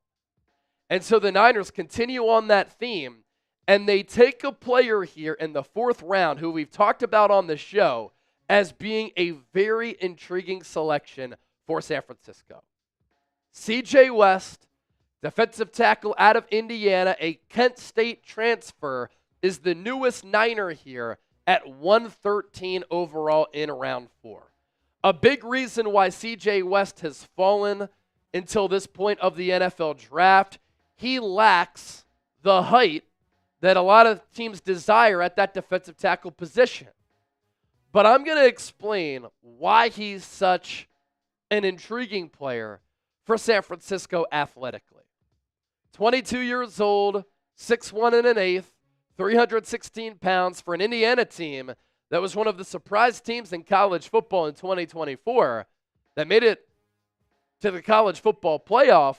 He had 40 tackles, 8 TFLs, 2 sacks, 1 forced fumble, playing in the Big Ten. I always think the level of competition is important, especially in the Big Ten when you're going up against a lot of NFL caliber offensive linemen. And when you watched Indiana games, he popped on tape because of the sudden explosiveness, the speed, agility, and athleticism at that size. And with every single pick that the Niners have made in this draft, every single player has a background of being a good run defender. And in particular, along the defensive line, sometimes it can be very hard to find defensive ends and defensive tackles who can stop the run because of the wide nine that the Niners use. So C.J. West is a great run defender with active hands to fight and shed blockers, transferred to Indiana, and in 2024, you know what? He was even better against a higher level of competition. As far as pass rushing goes, he's a little bit limited there, and you'd like to see him improve a little bit there.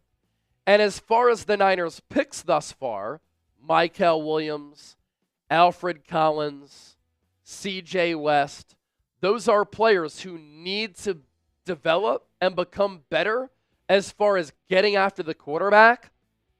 But this Niners defense was a gaping hole and a revolving door against the run. And they were getting gashed time and time again. The Niners are fed up with that.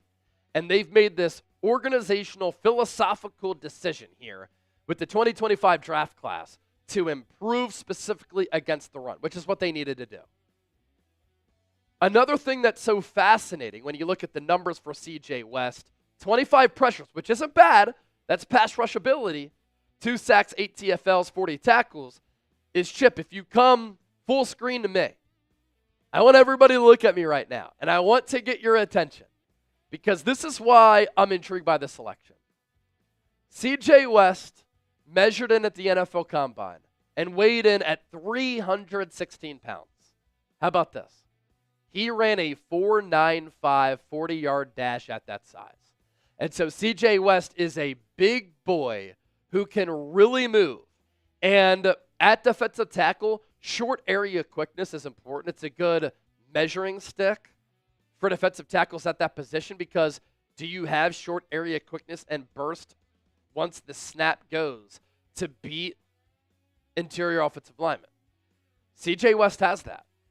1.73 10-yard split was the fastest for players 315 pounds or heavier at the NFL Combine. And the play against the run was shown in the numbers when you look at his TFL digits. 2021, 8 TFLs. 2022, 4.5. 2023, 7. 2024, 7.5. What I also like about C.J. West, he plays violent and he has good instincts. Here's what the Athletic's Dane Brugler had to say in his scouting report of C.J. West. Doesn't have the size measurables to fit every scheme. He needs to continue connecting the dots as a pass rusher. but his natural leverage, play violence, and ascending instincts are of NFL quality. And I will say this, like sometimes when you're shorter as a defensive tackle and you have short area burst and explosion, if you're shorter, you can get leverage on some of those offensive linemen. So your one-word reaction to this pick for the Niners here at 113, let me know down in the comment section. For me, I'm going to say explosive because CJ West is an explosive player. More to come here on the show, but let's give a shout out to our sponsor, our friends at Chubby's. Whether you're getting dressed for your workday, a workout, or a weekend getaway, Chubby's has you covered. For a limited time, Chubby's is giving our viewers, our listeners, 20% off your order with our exclusive code CHAT at chubbyshorts.com/chat. That's code CHAT at chubbyshorts.com/chat. You can support our show, and you can tell them that Chase Sr., Chat Sports, the 49ers Report sent you. Don't blend in with the crowd. Stand out with Chubby's. If you want some awesome shorts, I recommend getting the original stretch shorts. Depending on how much thigh you're looking to show, they make them in 4-inch, 5.5-inch, and 7-inch inseams. These shorts have the stretchiest fabric for ultimate movability and flexibility while maintaining a perfectly tailored fit, featuring an elastic waistband with button fly. Enjoy the classic men's khaki style with the added comfort of elastic. And if you want to spice up your wardrobe too by wearing vibrant polos, Chubby's has that as well. And I really like them because they demand attention and they look good. The killer shorts that show off your legs if you've been hitting workday. And Chubby's is a line of clothing items that you can wear out to the bar, beach, lake, on a date, hanging out with some friends, or if you're just hanging out with some homies or by yourself at the crib. You want to wear some bright clothes on the golf course like Tom Downey, our draft expert? Check. You want to wear a simpler polo with this gray shirt that we're about to show you? You can go with something that is not as loud. So again, 20% off Chubby's using the promo code CHAT, chubbyshorts.com/chat. Get hooked up today. With CJ West, a lot of the weaknesses, things that I alluded to a little bit earlier, he's lacking that ideal height and the length. As far as the length, arms of 31.5 inches, wingspan under 80 inches, and so sometimes he can get locked up by some offensive linemen, and he can fall off some of those tackle attempts too in trying to reach for ball carriers, especially when things get muddy in that tackle box. He did have single-digit sacks over 52 games in college. The sack numbers by year, 4, 1, 2, and then 2. But I was very impressed with how CJ West performed with an uptick and a jump in competition going from Kent State, MAC, to Indiana, Big Ten. So let's recap what the Niners have done so far in the NFL draft. They have gone full defense. And I said this last night. We might look back at this 2025 class and say, this was the Robert Saleh draft. And the Niners certainly have a type with some of their players. And with this draft class in particular, all of these players have very unique and explosive athletic traits. Mykel Williams is 6'5", 270, 4'7", 40, who's very violent, can set the edge, and he's really good against the run. He's only 20 years old, and he definitely needs to develop as a pass rusher. But that NFL body, the wingspan, the arm length, the physicality, the force that he plays with, he can play right away. Alfred Collins has an NFL body too, and like Mykel Williams, he's elite at stopping the run. He's 6'5", 330, and he's been extremely durable. He's pretty quick for his size, and he has insane length, and I think that he can be a part of this defensive tackle rotation immediately as well. there was a clip I saw of Nick Martin chasing down Travis Hunter. He's a linebacker from Oklahoma State who will remind a lot of people of Dre Greenlaw with the aggression and the speed in which he plays with. In 2023, he had 140 tackles with 16 TFLs and 6 sacks. You can use Nick Martin as a blitzer, and he's pretty good in coverage. He has 4.5 speed, and he plays with swagger and a nastiness. What's also of note with him and Upton Stout is that Nick Martin, 221 pounds. He put up 26 reps of 225 on the bench press. That's more than his weight that he was putting up with ease. And he is a very twitchy player. Coming off a knee injury, but I feel confident about that because he worked out at the NFL Combine. He was one of 6 FBS players with 140 tackles or more in 2023, and he was on pace to average double-digit tackles again in 2024 before a right knee injury sidelined him. With Upton Stout, he too is good against the run. He plays bigger than his size. He'll remind people of Deommodore Lenoir. Again, the Niners have a type here. And Upton Stout was the fastest DB for the gauntlet, 4.4 speed. He's not afraid to hit you either. He will come up to the line and he will smack you. He has recovery speed as well. He has pretty good ball skills. And he put up the most reps of the bench press, 225, well over his weight among all DBs at the NFL Combine as well. And so defense, all for San Francisco so far in the NFL draft. Yes, you know me. I want them to improve this offensive line. They need to certainly do that. But they also needed to improve the defense, and they have addressed multiple positions of need. You're home for all things NFL draft right here on the show. Don't forget to hit that sub button. Thanks for your support of the show, and I hope that every time you watch us, you learn a little bit of something, because that's what I want to accomplish. All right, Chip, I got to use the bathroom. How about you recap kind of the picks in round 4, because we've missed some of them. Chip's going to pop himself up. I'll be right back. Coming up next, Chargers, Cleveland, Colts, Washington, Baltimore, Philadelphia, and we'll see you in a sec. All right, so we got round 4 kicked off. Titans, Chimeri DK, wide receiver out of Florida, followed by the Jags going Bashaw Tootin, speedy running back out of Virginia Tech. We then saw, and it's who do we have on the clock here? Green Bay on the clock at 1:24. Cam Scottaboo going to the Giants at number 105. Like that pick a lot for them. Obviously put up a lot of production at Arizona State.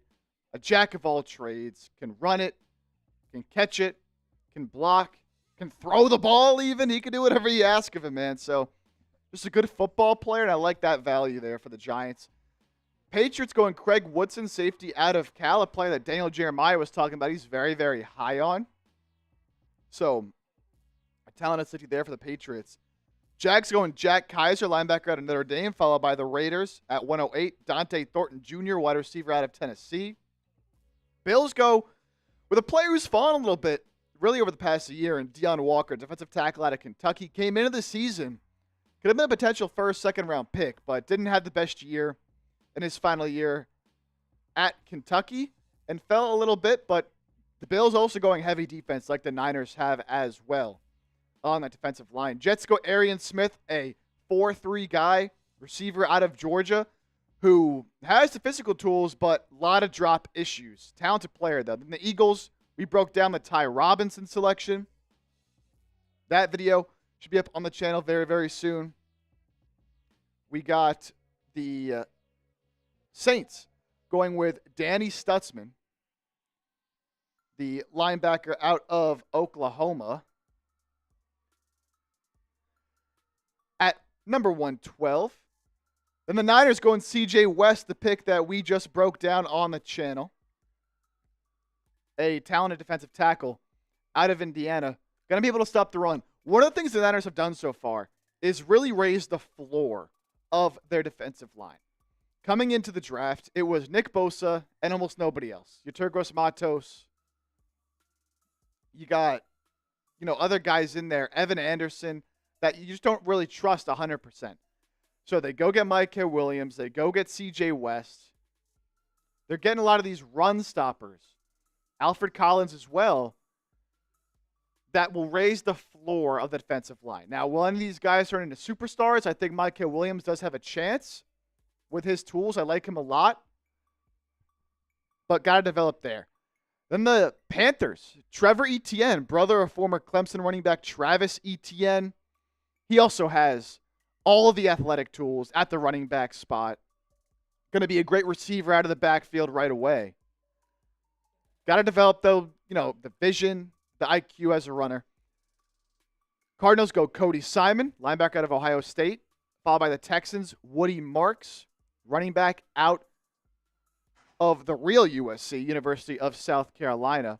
Rams go running back as well. Jarquez Hunter, running back out of Auburn. Falcons, Billy Bowman, safety out of Oklahoma. Then the Bengals go with my guy, Barrett Carter, linebacker out of Clemson. Like that pick there. Was really good in 2023. Good again in 2024. Not quite the same production. Dealt with a little bit of injuries as well, but a talented player. Better stopping the run than against the pass for sure. Then the Titans. This is a player that we talked about for the Eagles possibly going in the tight end spot. Gunnar Helm going to Tennessee. So a player off the board there for the Eagles could have taken there. You got the Bucks going David Walker, edge out of Central Arkansas. I know Chase talked about him a little bit as well on the channels as a potential edge option. Good player for the Bucks. Mm-hmm. Jack Sawyer, finally. He's a classic Pittsburgh Steeler. Yeah. That's, again, want to talk about Shedeur Sanders. Could have gone there to the Steelers, but he'll continue to fall. We see another edge rusher going to Green Bay. Baron Sorrell, edge rusher out of Texas. So we've seen a good amount of Texas defensive linemen get drafted so far. Kyle Kennard, another edge rusher going here. So edge rushers are flying off the board to the Chargers at 125. And the Browns go Dylan Sampson. So the Browns, very interesting here. They take Quinshon Judkins in the second round. And now Dylan Sampson in the fourth. So doubling up on the running back spot. Obviously no more Nick Chubb there. So going to take two young running backs and hope that they can utilize both of them to get that run game back going again.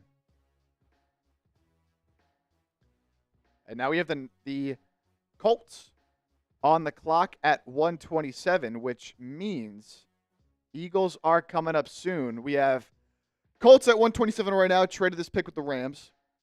Then we got Commanders at 128, Ravens at 129, and the Eagles are up again at 130. All right, let me do a YouTube short on C.J. West. And as part of this, Jed York has been pretty hilarious on Twitter during the draft, and I'll explain here in a moment.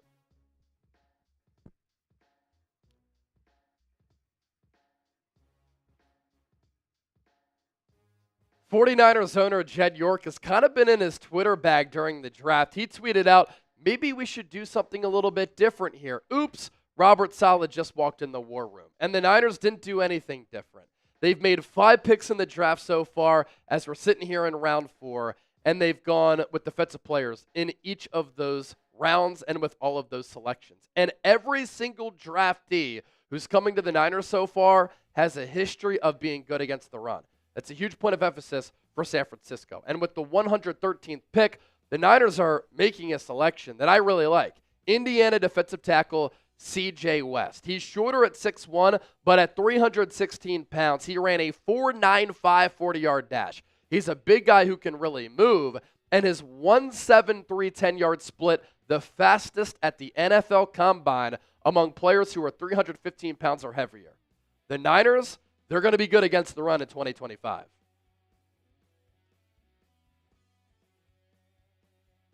All right.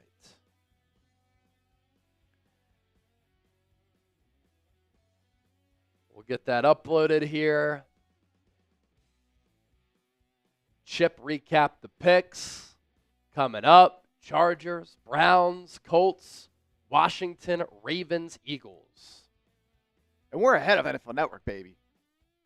We already got the Colts on the clock. Bunch of super chats flying in. Want to get to these. Again, if you want to send a super chat, donate to the show. Your super chats, go a long way for us and supporting what we do, but you also can get some value out of it for yourself.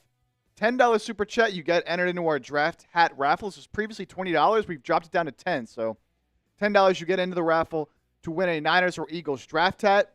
Every 20 that comes in, we just got 2 20s. Our first 20s of the day. We're going to spin a wheel, and there's plenty of stuff on there. We could have to drink a little bit. Chase might have to show you his offensive lineman pass set. I'll tell you what, I've seen it. It's pretty good. It's pretty good. Maybe not to level some of these guys that are being drafted here, but still pretty good. $50 super chat. If someone sends in a $50 super chat before the Eagles are on the clock at 1:30, I will do a beer bong out of my Mirbonga, which I got right over here. That's one beer. Right into the Mirbonga. Let me show you all here. One beer out of here. I'll take that down. You can also send in, if you send in a $200 super chat, you can get any Niners or Eagles jersey of your choice. And then our super chat MVPs will be getting a jersey of each of the team's first round draft picks. Plus, we have some special MVP footballs. As look at the super chats flying in. Let's get it going, baby. It's day 3. Been a little slow so far, but now we're starting to get it going here. A 5 from Josh Marin. Rocking the beanie. Appreciate that. Over on Niners. Then Tony DeWeese. Tony DeWeese. $20 super chat. Hashtag 49ers. Let's go. Welcome back, Tony. So that'll get you 2 raffle tickets. The first raffle ticket entry we have on Niners. The Jets have traded up to 130 with the Eagles. Oh. So the Eagles trade out of 130, which is coming up here in a few picks. So, Tony, we'll spin that wheel for you in a second after we go through all these super chats. Harry Matthews, $5, saying, let's go Niners. And then we got a 5 from Presidente Tio Combi. Chase, the Niners ranked 24th in some metrics in 2024. You get an O-line in that last pick, not an undersized D tackle. Trash. I don't think I'd call the CJ West pick trash. I wouldn't say he's undersized either. He's 316 pounds. That's a big boy. Yeah, that's a big boy, man. Let's see. 26 reps on the no, hold on. Let me see. How many reps for CJ West on the bench? Let's see. Did he test there? We also got this 28 reps on the bench. Oh, 28. At his pro day. DeAdrian Hawthorne, what's up, my brother? Tuned in from Arkansas. Always enjoy seeing the Instagram posts, my guy. That's 2 raffle tickets and a wheel spin for DeAdrian. So we got 2 wheel spins to do. And then... Oh!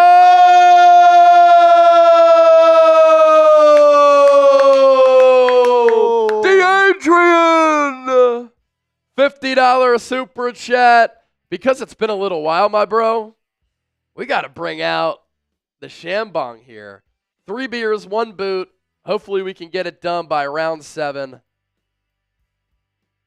And for DeAdrian, who's been watching the show, supporting the show for a long time, cheers to you and your family there in Arkansas.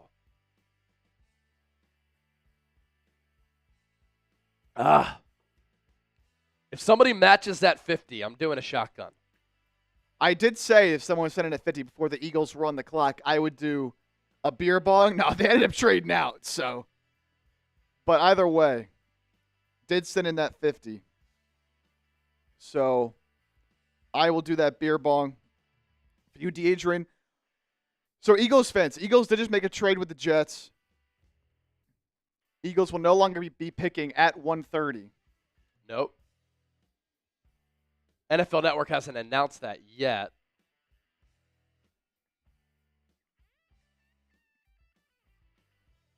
All right, so DeAdrian, that 50 is 5 more raffle tickets.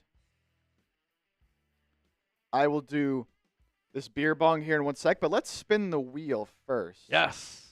So this first wheel spins for Tony DeWeese.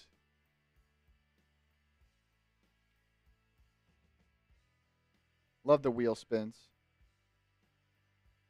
All right, let's spin that wheel.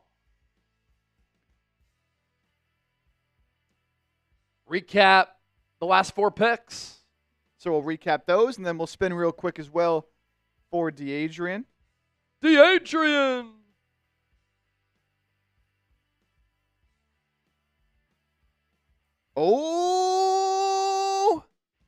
Oh, wear the split hoodie. I like this. I like this one. So this is pretty awesome. A viewer sent this to me a while ago, knowing that I'm the host of Eagles Now and the 49ers Report. Check this out. This thing is sweet.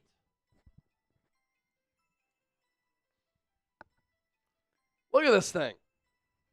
Eagles and Niners hoodie that split since I'm the host of Eagles Now and the 49ers Report.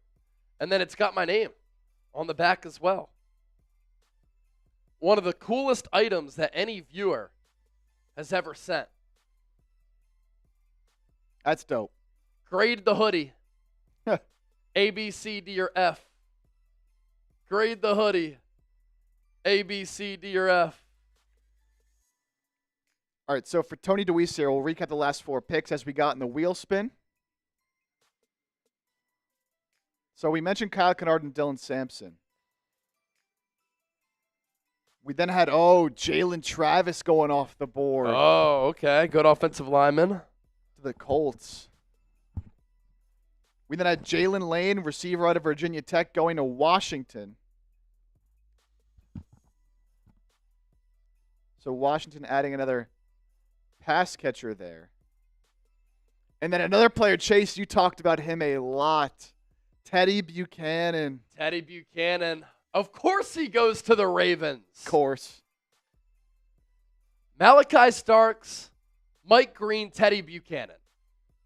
That defense is going to be a lot of fun. And then Malachi Moore goes round 4. 130 to the Jets.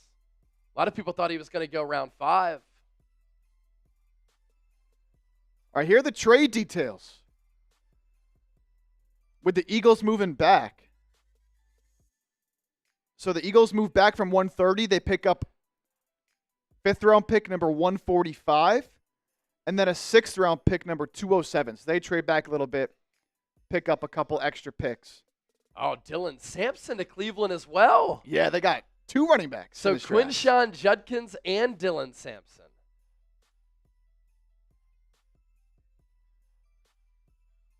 Wow. All right, so let's see. Coming up, we have Saints, Bears, Chiefs, Broncos. Then we have Raiders, Ravens, Seahawks, and then Niners up at 138. So that'll be the next pick for the Niners at 138. Yep. Then Vikings, Panthers, Titans. Vikings again. Then Dolphins, Patriots. Now the Eagles up at 145 after trading back with the Jets. Then we'll have the Niners again at 147. So we have the Eagles at 145, then the Niners at 147. Yep. And then that will cover us for a little bit. Niners will be up again at 160 as well. Yep. Yeah, so Jets, Saints, Bears, Chiefs, Broncos, Raiders, Ravens, Seattle, Niners. Then we go to round 5.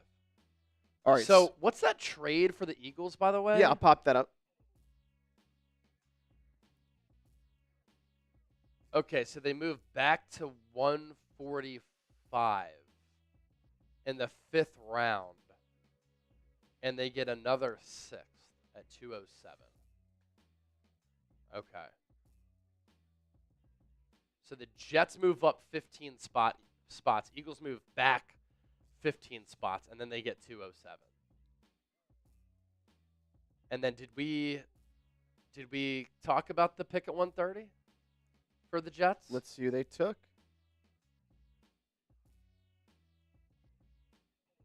Oh, that was Malachi Moore. Malachi Moore, that's right. Yeah. That's right.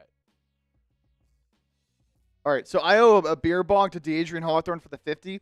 Let me hit the bathroom real quick so I don't piss myself as soon as I do it. And then I'll come back. I'll do that.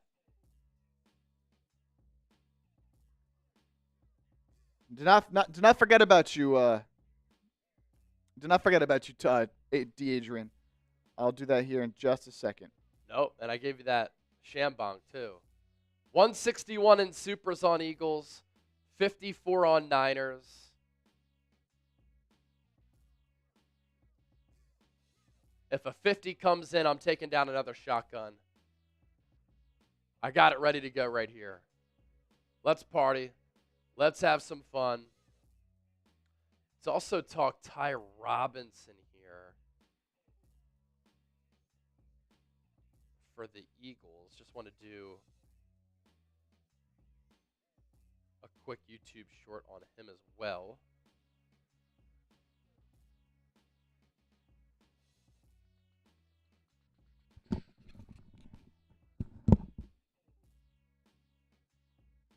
What was that? That was...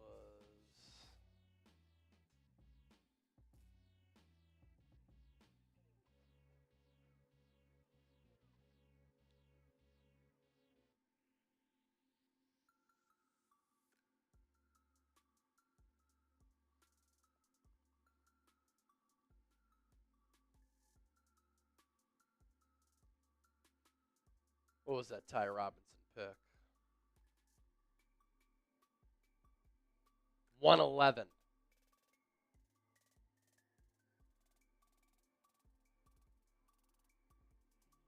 Ty Robinson at 111.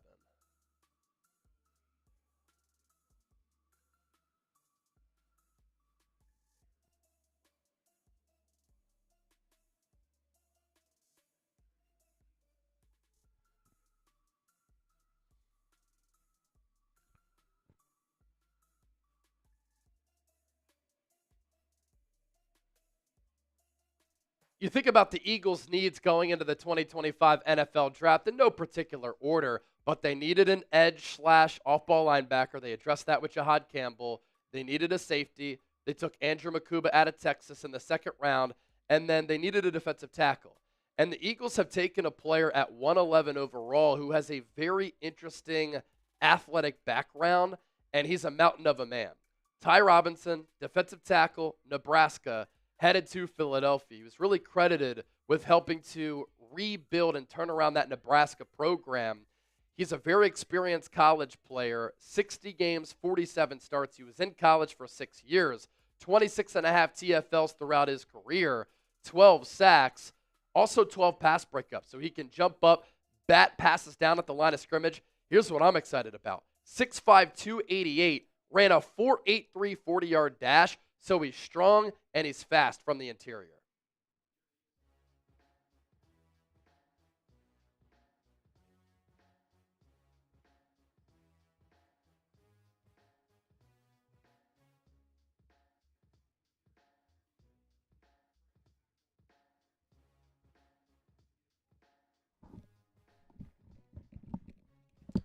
So Ty Robinson.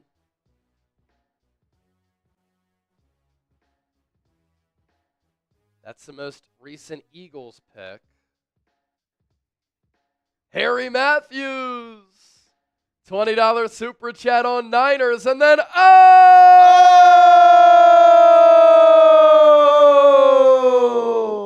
Elijah. He makes it rain with a $50 super chat. Here's the one from Harry Matthews. If those are Australian dollars, Aussie, Aussie, Aussie, oi, oi, oi. We love our Aussie audience. If it's from Austria. It's like the scene in Dumb and Dumber. It's a wonderful accent you have. New Jersey? Austria. Oh, Austria. Well then, good day, mate. Let's put another shrimp on the barbie. Classic Jim Carrey. Niners need to get more Georgia boys. Look, they needed to improve the defense, and they've certainly been able to do that. And then Elijah with the 50. Go Birds. If you were Howie, would you take 7 picks in the first 5 rounds that you can trade, or 4 picks in the first 2 rounds that can't be traded? I would go 4 picks in the first 2 rounds. I would like 4 picks inside the first 2 rounds because at your disposal, you have the best players. Bang. All right, Elijah. You have the best players and multiple picks for those players.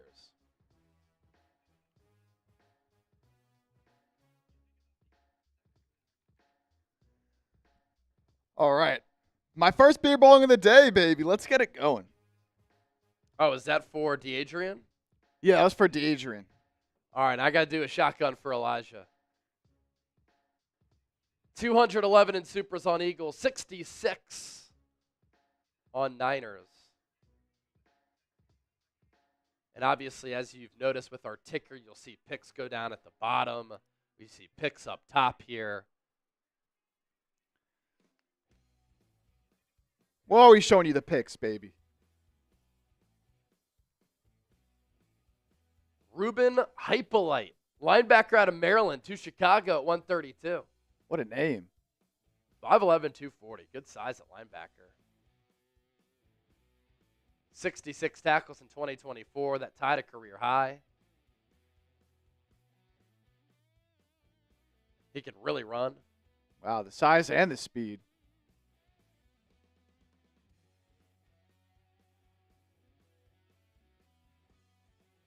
.442 at the NFL Combine at 240.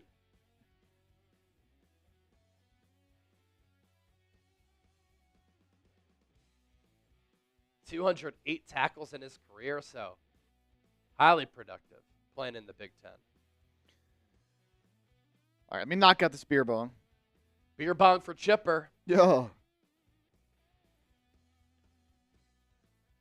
First one of the day. We also have to do a wheel spin for Harry Matthews. We'll get to that here in a sec.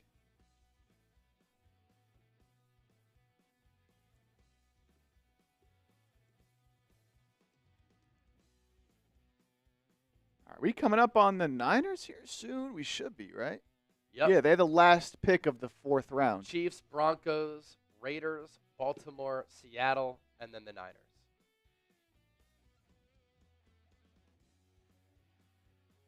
Man, the Eagles have traded back 3 times. Yep.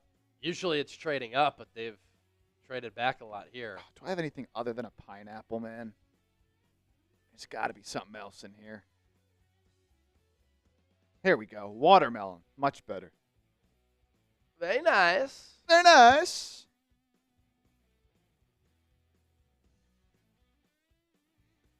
All right, beer bong for DeAdrian. DeAdrian.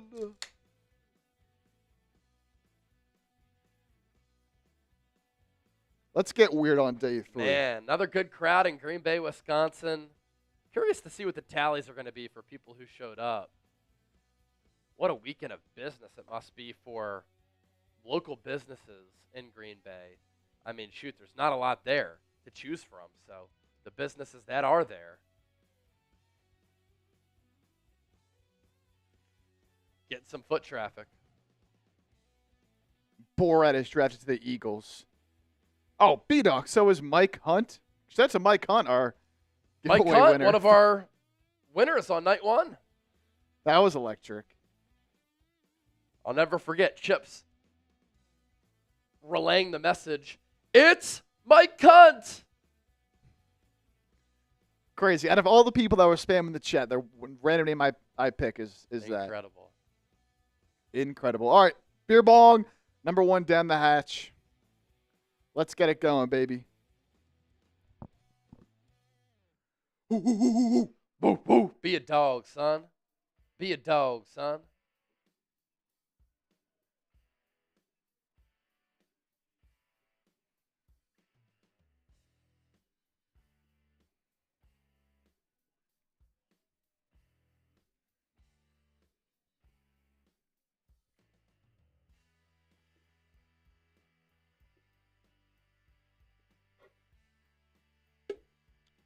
Down the hatch. Could the Chiefs go tight end? Trip Ace is pathetic. Are you talking to me? What are you talking about, man? You talking to me, Trip Ace? I thought that was pretty solid. You can only drink so fast out of the Merbonga, the way it's It's got a small spout. small spout. All right, Elijah. Oh, he said no. Elijah. The shotgun's for you.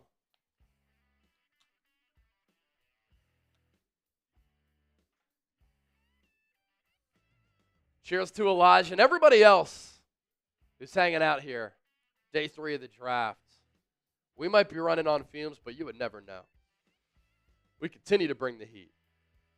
All right, here we go. Chug, chug, chug, chug, chug, chug, chug, chug, chug, chug, chug, chug, chug, chug. Come on now. You won't find a faster shotgunner than Chase, man. So usually I can do them faster, but I don't have my pocket knife. I just have this little shotgun tool, so the hole's a little bit smaller. Zach Berman did say this, that the Eagles were 3 picks away, but then Jalen Travis, who's visited the Eagles, is going to the Colts at number 127. Obviously, that was a little while ago at this point. But he said that pretty much affected. Oh, he said that affected the mock drafts of Eagles reporters. Got it. Eagles currently scheduled to make 9 picks in the 2025 draft before having 12 picks in the 2026 draft. Just some context there. The Niners and Ravens were tied for the most picks this year with 11. So I would imagine 12 has to be the most in the NFL for next year. It's Carol Hosey's 2-year anniversary with us. How cool is that?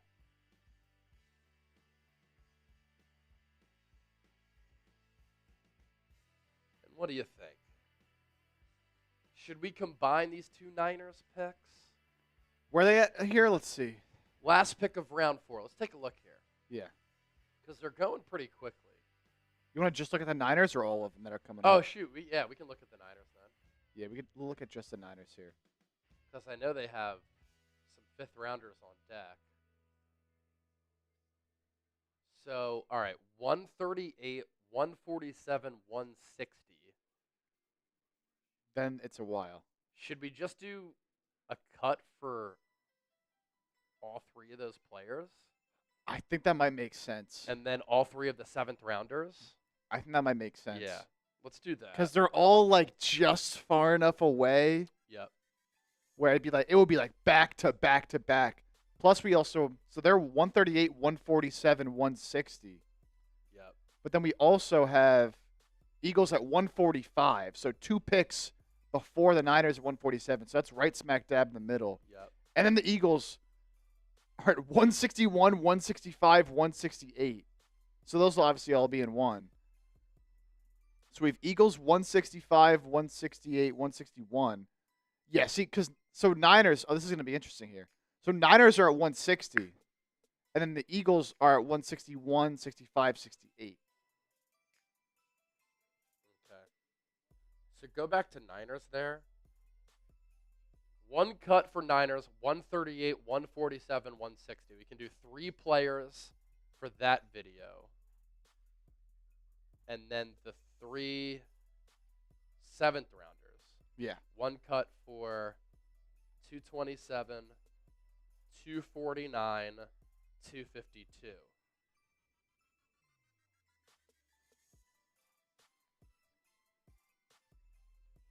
And then give me Eagles.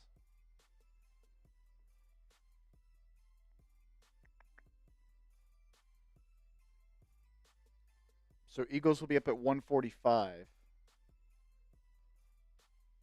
Should we do 145 and then combine 161, 165, 168? I think that makes sense. And they're at 191. They also have 207. Okay. So we could do. Sorry, go back To their previous picks. Yeah.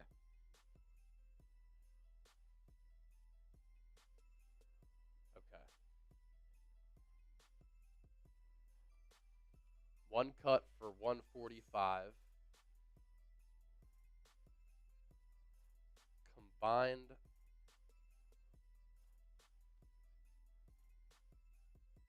We could do 161, 165, 168.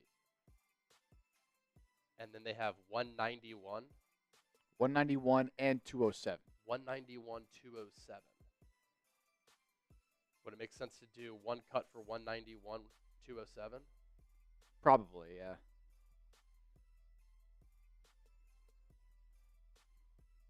Okay.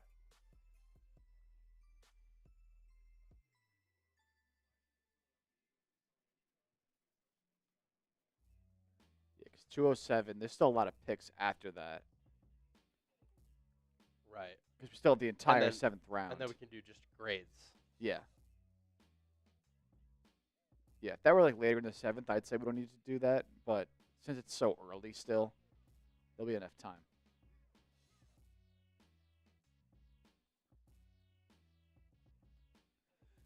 Uh-oh. We got, I want to say one of the new guys, but Durham's been here for a decent amount at this point. So we have Niners fans. We have a Rams fan in the office.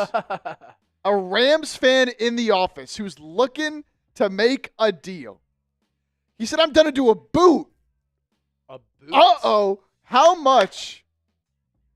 Let me see. Let me see how much for a boot.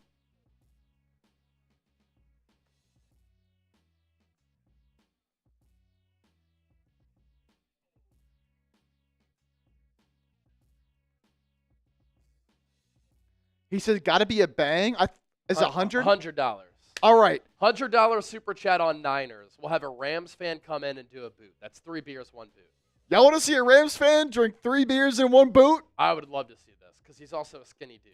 Yeah, he is. Yeah, he's a twig. He's a twig. He's all skin and bones. Knows ball, but he's all skin and bones. So 3 beers, 1 boot for a Rams fan. FLA, beat LA. Oh, Alec Ayumanner to the Titans. Oh. Damn. Alec Ayumanner to the Titans. Round 4, 136.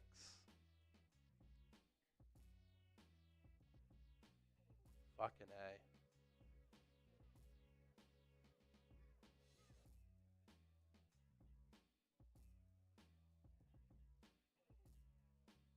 A. Man, that's a bummer.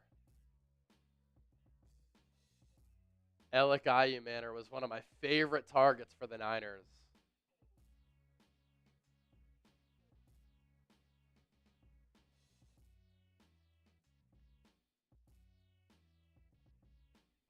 Shadur is Shoot. still there. Shadur Sanders. Surprised Marcus Bow is still there. Marcus Bow, Will Howard. Yep.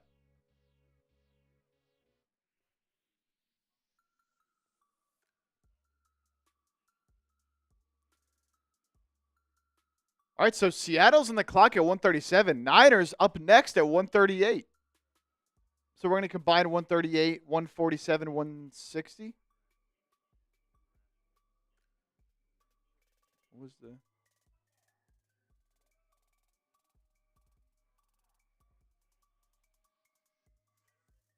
Okay, yeah.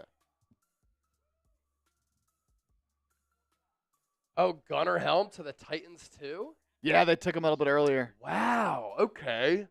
Man, I like the late round picks for Tennessee. Alec Ayumanner and Gunnar Helm, both in round 4.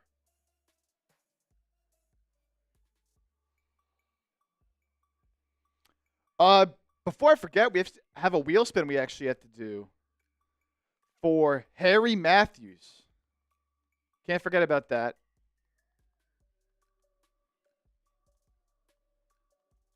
Let's see what we get.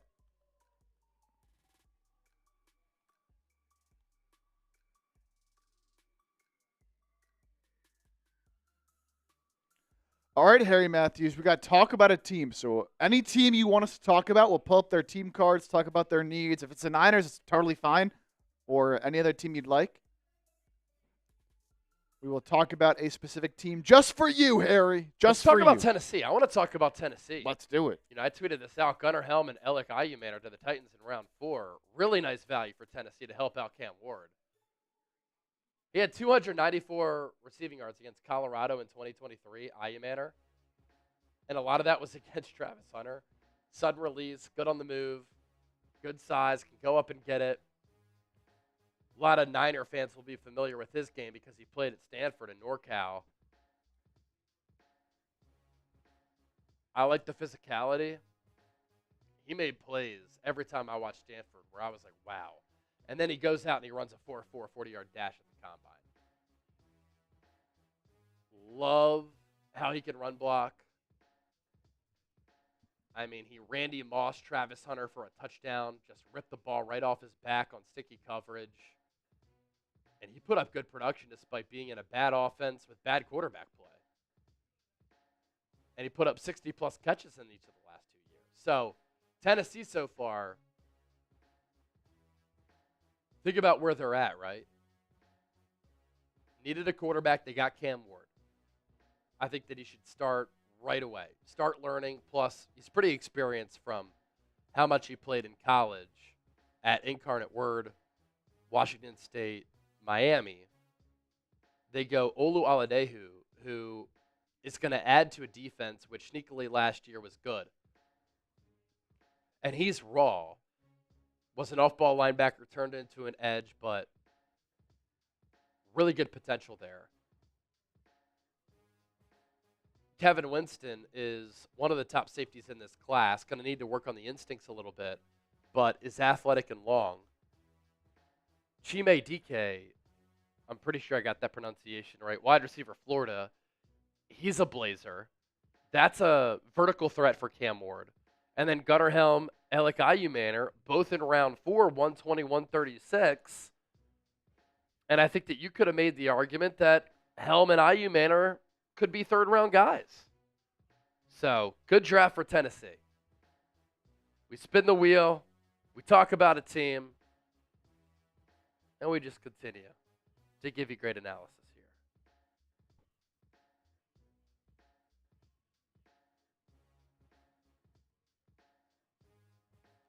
So the Eagles now have 4 fifth-round picks, 2 sixth-round picks. And Zach Berman making some good points here, saying, I'm not sure the Eagles love this draft class. Will they use picks to try to add a player on a rookie deal elsewhere?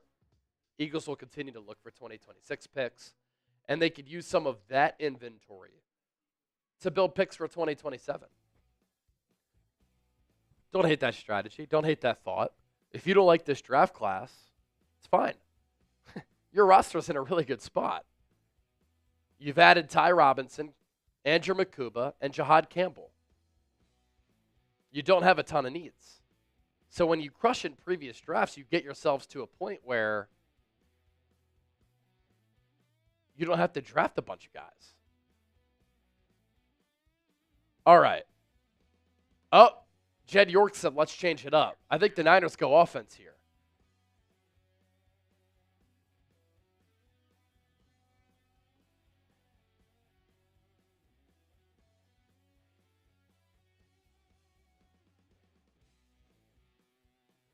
Niners on the clock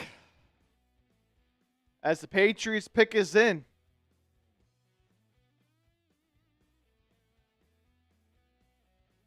Just a reminder here, Chase, we'll be doing a Venmo 50-50 race. We wanted to get crazy here today. Yes. So here's the deal. And Jed York just said, let's change it up. So I'm thinking the Niners are going to go offense. And they are. Wide receiver Jordan Watkins out of Ole Miss. So real quick, Venmo 50-50 raffle. Let's see if we've gotten any Venmos in, because I'll give you a shout out if you sent one in outside of Candy, who sent the 50. So Candy sent in the 50 for a hat.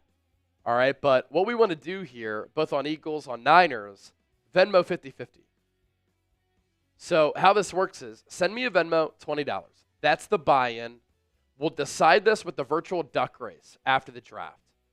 It's some of the most exciting 60 seconds that you'll ever see.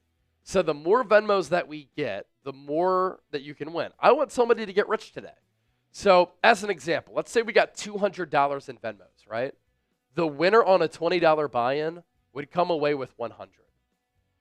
So get those Venmos in now, $20 to enter the 50-50 raffle. Scan the QR code, username at Chase_senior. Jose Delgado Mata, just send in 20. That's our first 20 on the Venmo 50-50. I'm talking to everybody watching this show. You want to be a part of the Venmo 50-50 race? $20 Venmo gets you in the running. Isaac Santee, $20 super chat on Niners. What is up, my guy? It's been a little while.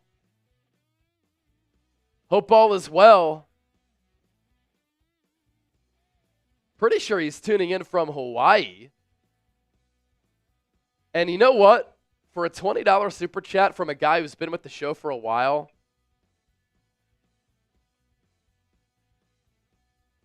let's go Shambong here. Shambong for Isaac Santee. He's been a legendary super chatter here on the show. Cheers, brother.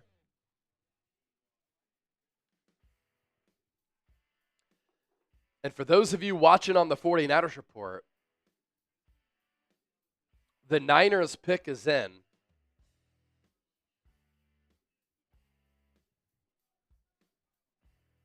And they're going to go wide receiver here, as we mentioned.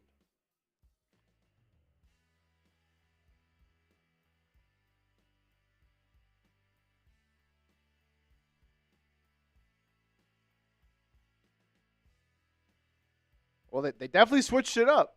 They definitely switched it up. So we're going to combine the deep dive analysis on Jordan Watkins with the next Niners pick, which is at 147, and then we'll run it back at 160. So let's talk Jordan Watkins here for our Niners audience. San Francisco taking the Ole Miss wide receiver who last year, catching the pill from Jackson Dart under Lane Kiffin, caught 49 passes for 906 yards, 9 touchdowns, 5'11 and a quarter, a $196, likely a slot wideout in the NFL who plays really tough for his size. Shocker. He's a Niner. Only FBS player with 5 catches of 60 yards or more in 2024. Little bit undersized, whose route tree needs some work. But Chip, I want you to stay on that because I got to fire off a tweet here. Because that explosion is pretty intriguing for Niner fans out there, especially those of you who want to see an offensive pick, or those of you who like offensive football. He's fast. He's fast. 4.37. So let me find a picture of him to tweet out here.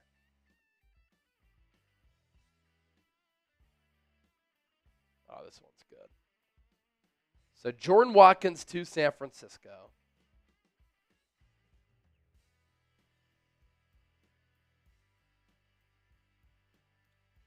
Can't complain about a 4.37, man. Yeah, and we'll continue to obviously talk about Jordan Watkins too. I just want to fire off a tweet real quick with some of the notes that we have because I'm intrigued by the big playability, and I'm intrigued by the play style.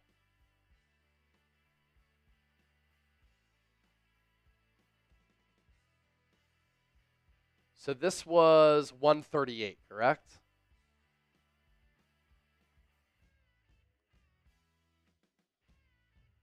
$138 there, Chip. This was pick number 138. 138. He was number 238 on our draft expert Tom Downey's big board. But once you get into these late rounds, you can have a lot of variance. A lot of variance in these prospects.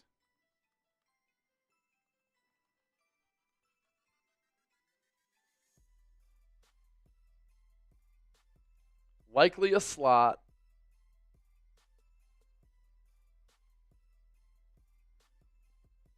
Oh, wow. We just had an actual trade going down. The Vikings are trading for Sam Howell. Wow. Didn't he just re-sign with Seattle this offseason? And they trade him immediately to Minnesota as they swap picks. So Seattle moves down from 142 to 172. Or Seattle moves up, excuse me, from 172 to 142, and they'll send Sam Howell to the Vikings. Interesting. Well, I guess he was with Seattle, so they drafted Jalen Milroe. Yeah. Yeah, they did. Yeah, I forgot about that. And Jordan Watkins here. Yeah, 4.37.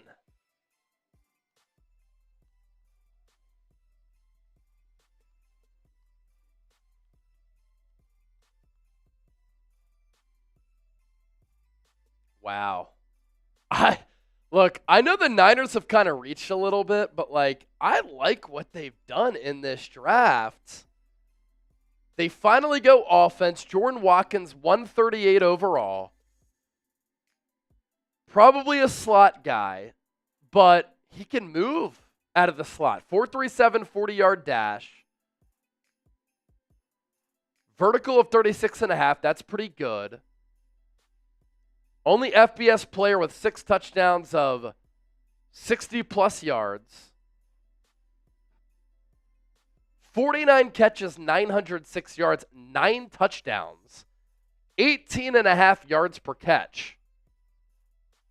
He's short, but he's not small. Catches well into contact. Tracks the ball well, which is very important. Averaged 7.9 yards as a punt returner. Tied the SEC lead in touchdown catches. He had a touchdown every 9.4 catches. Now, this is interesting. His 4.3 second 40-yard dash doesn't always show up in vertical routes. Didn't run a full route tree at Ole Miss. That's the lack of route running that we talked about that he needs to work on. Doesn't have a huge frame, but 3-year starter at Ole Miss. 68.4% of the snaps wide, 29.3 in the slot. After Trey Harris had an injury in October, it was Watkins who was the go-to guy for Jackson Dart. Set single-game records for receiving yards, 254, and had 5 touchdowns against Arkansas. Doesn't always play up to his time speed, which is interesting. But athletic, smooth, can track it. And that's the first offensive pick for the Niners here. You said he had 5 touchdowns? 5 catches. Oh. Of 60-plus yards. I thought you said he had 5 touchdowns against Arkansas. Oh, sorry. 5 catches of 60-plus yards. I was like, hold on. Yeah. 18 touchdowns in his career. Only 6 drops. You like that? In his career. You like to see that? on 185 catches. Oh, yeah. Yeah. You'll take that all But day. 18.5 yards per catch in 2024.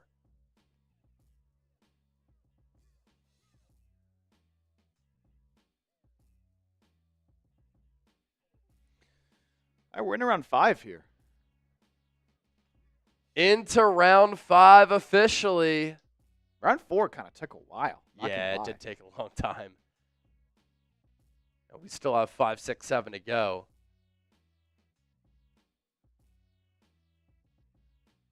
Eagles coming up here soon. Ravens at 141, followed by Minnesota, Miami, Seattle, and then the Eagles.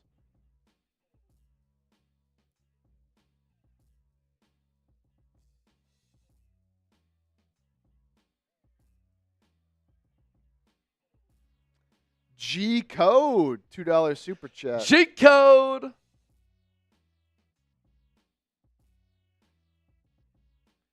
Cheat code travels. Another one of our super chat legends. Replacement for Jauan Jennings in a contract year. Yeah, that's pretty interesting. He is entering the final year of his deal. And we'll see what happens with Brandon Ayuk. But Jauan Jennings could play another huge role this year like he did last year. And you can use him out wide. You can use him in the slot. Jordan Watkins is a much different player than Jauan Jennings. Much faster, smaller. They both crave physicality, but Jauan Jennings plays more physical ball because he's bigger. Watkins is a little bit smaller. But always good to plan ahead with these draft picks. Big hurt. I am still in mourning not getting Scattaboo, but I effing love that pick. Big hurt. Big hurt. Good stuff, brother. That gets you in the running for our Niners draft hat. $2 away from 100 in supers on Niners. We're up to 211. Oh, wait. On Eagles. Chase, you were right, actually. Watkins did score 5 touchdowns in a game against Arkansas. Yeah. Oh, yeah, no. Yeah, 5 touchdowns in a game. I heard that, and I was like, excuse but me? If go back to his scouting notes. Because he led FBS with 6 catches. Right. Okay. Or 5 catches of 60-plus yards or more. Right. In 2024. Yeah. So if we ask Trace about Jordan Watkins scoring those 5 touchdowns against Arkansas. Trizzy Trace is an Arkansas guy. Avery, Arkansas gal. They'll say Jordan Watkins absolutely fried us.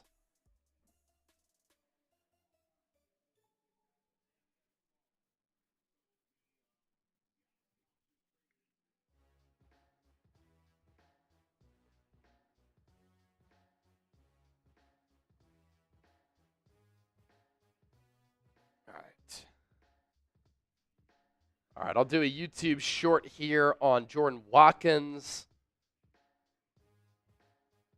But then we're going to combine that with 2 other picks for San Francisco to do a full video for the Niners Report.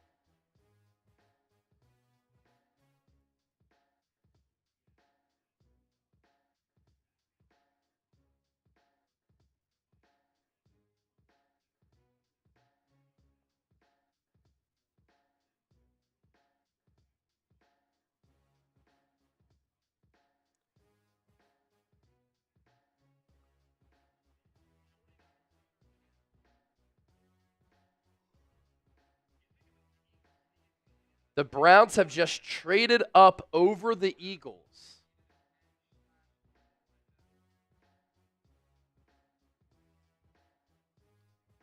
Interesting. For Shador. Man, no, they took drafted Gabriel. Dylan Gabriel. Yeah, they took Gabriel. And they've doubled up on running backs.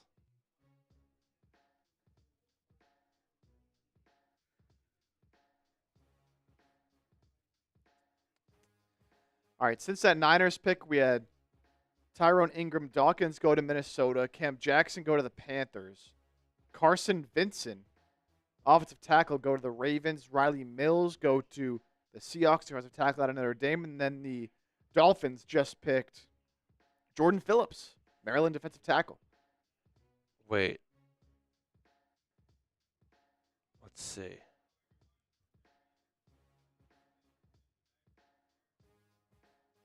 Okay, yeah. So Browns trade up over the Eagles at 144. So the Seahawks pick's going to go to Cleveland. Oh, wait, no. Now I'm seeing the Browns have traded to the Eagles pick. Oh?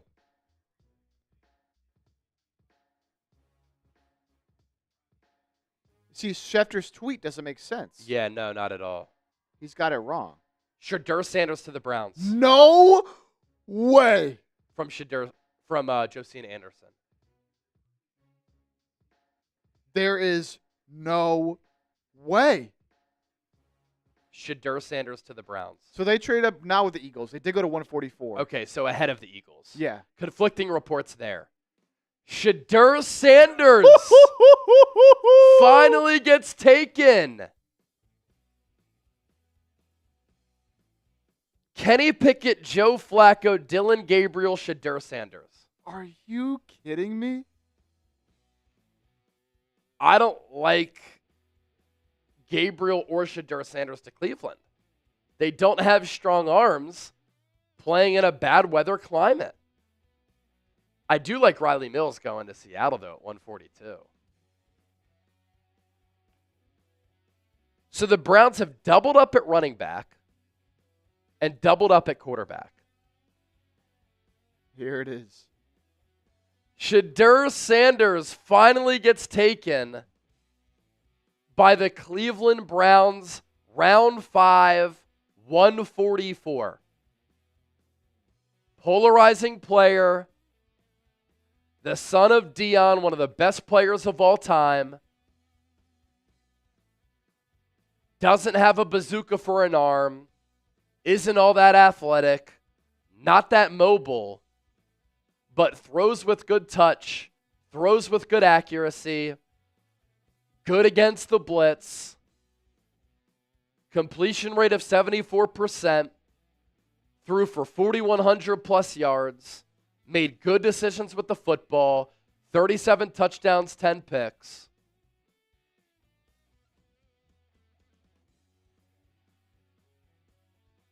Can make good, quick decisions, get the ball out fast. The accuracy obviously backed up by the completion rate. Good mechanics, strong football IQ, willing and able to buy some time, make plays out of structure. Not great, though, as far as making plays happen with his feet. He does have pretty average arm strength and physical traits. To his credit, helped to turn around that Colorado program his final 2 years there after being at Jackson State. And Sanders finally gets picked. Wow.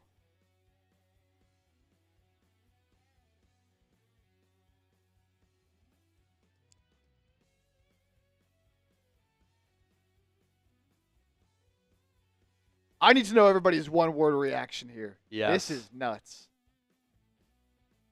Eagles are on the clock, by the way, now at 145, but oh my.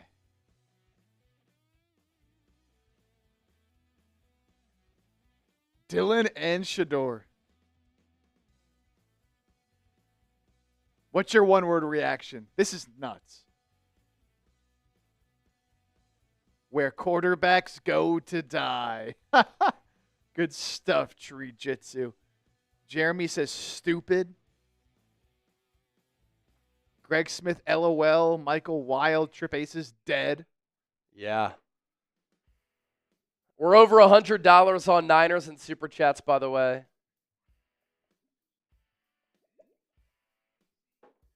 So that calls for a Shambong.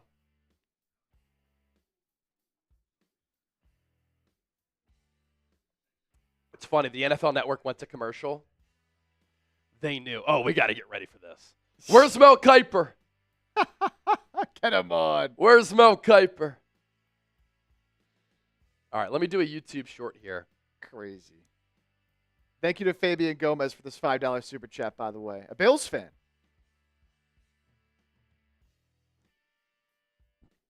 Roy likes the Niners pick of Jordan Watkins here.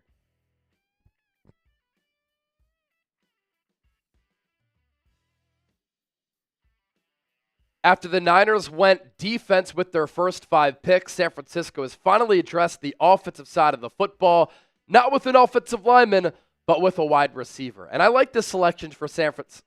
Uh-oh. All right. I'm a little sick, so battling through that. Here we go. After the 49ers went defense with their first 5 picks in the draft, they finally have gone offense with the final pick in the 4th round. And this selection for the Niners is interesting. With 138, they are picking Ole Miss wide receiver Jordan Watkins. He's an explosive player who's probably going to be best suited in the slot at the NFL level, but he's fast. Only FBS player with 5 catches of 60-plus yards in 2024. Needs to work on his route running a little bit, but he's nasty and likes to block. Classic Niners pick at the wide receiver spot.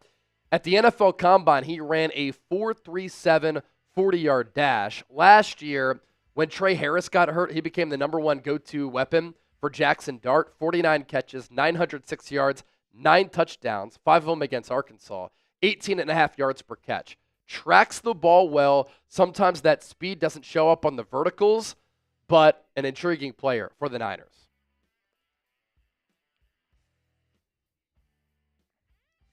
Shedeur Sanders. What is... Eagles have drafted a corner.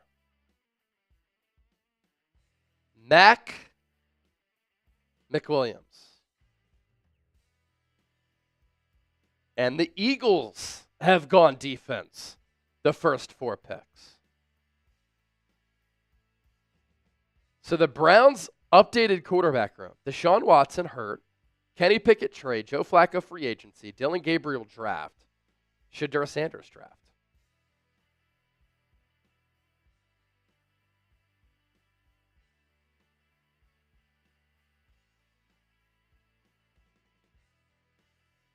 And the Browns end up passing on Shedeur 6 times.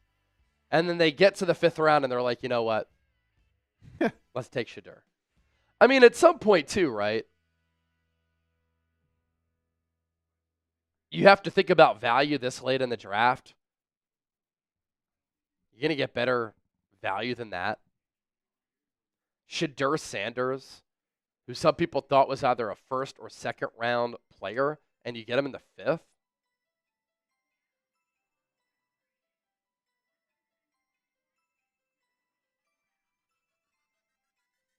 Let's hear this reaction. Yeah.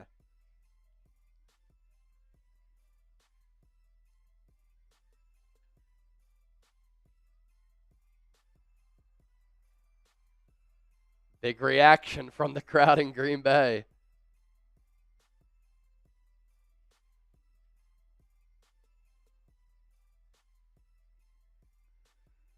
Man. Everybody's been waiting for it. I need a cut into the Sanders house. Did they just end up not letting any cameras in?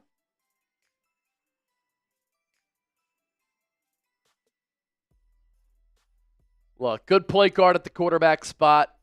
He can distribute the rock. Has accuracy, has toughness, good against the blitz. Made some clutch plays.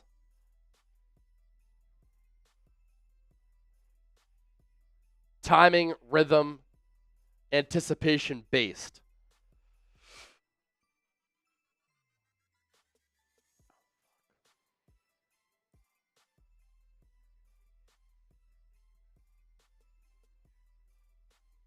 He's accurate for sure. Yeah.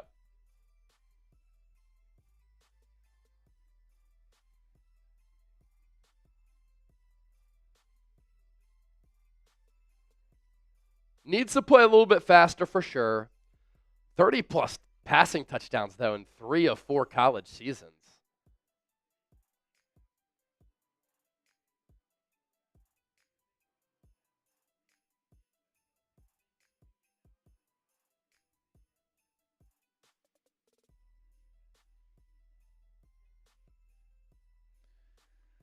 All right, so Eagles take Mac McWilliams, cornerback out of Central Florida here. So they do address the corner room with Mac McWilliams. And it looks like the Niners might go with a running back with their pick. That's some of the chatter that I'm seeing here.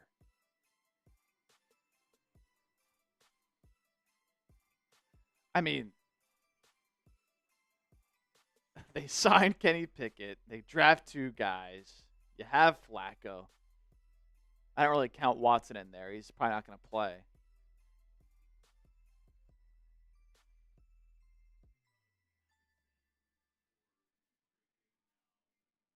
Did you still... So Niners are up soon, right? Yep. Did you still want to do this Eagles cut or... Yeah. No, we can do this Eagles cut for sure. Okay.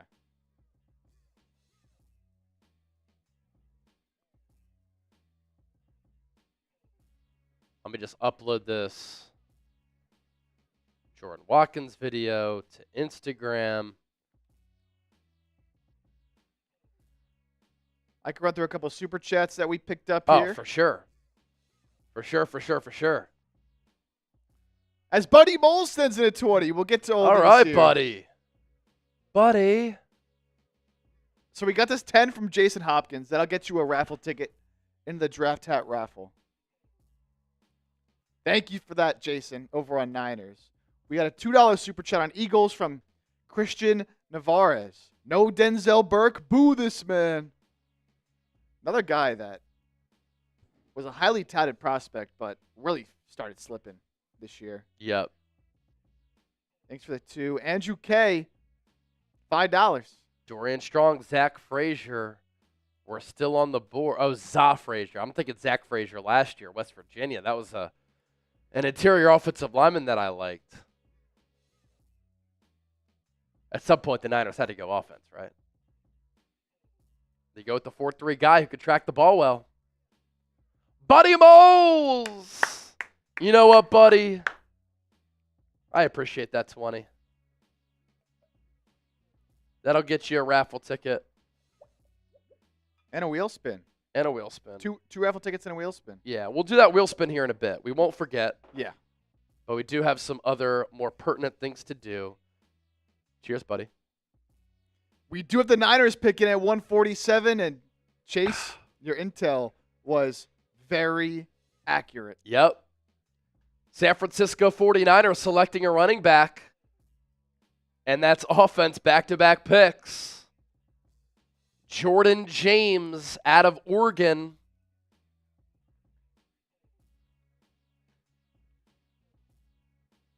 $147 in the 5th round.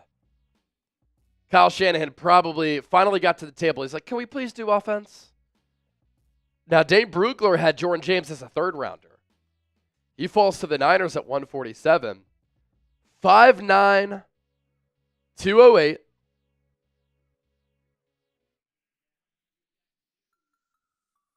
Really broke out this past year with 1,267 yards and 15 touchdowns.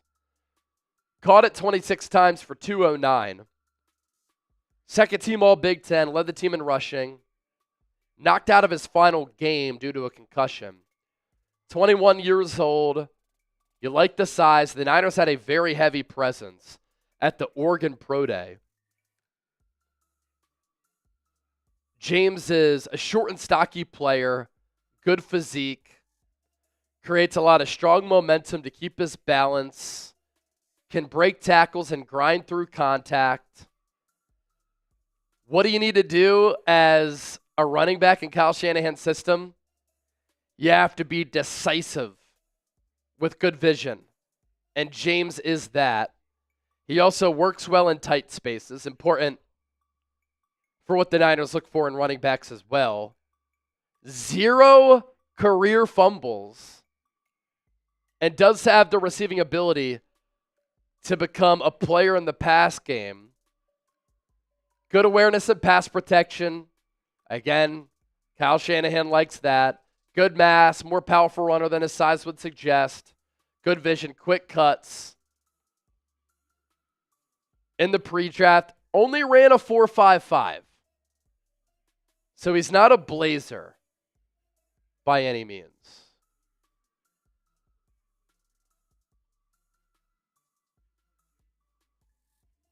We'll talk Mac McWilliams here on Eagles coming up in a second.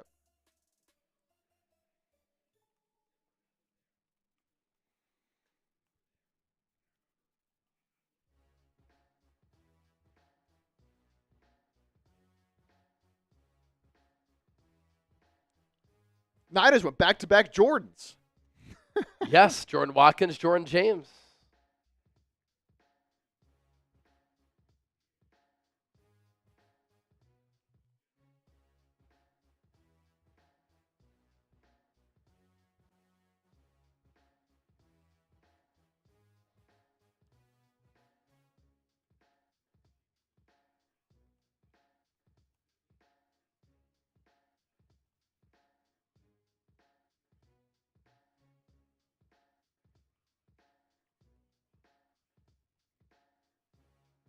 Wow, Patriots just took Braden Swinson.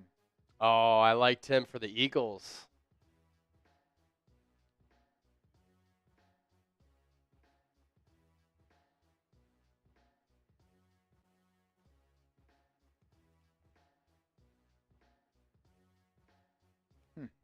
We knew the Niners were going to take a running back at some point.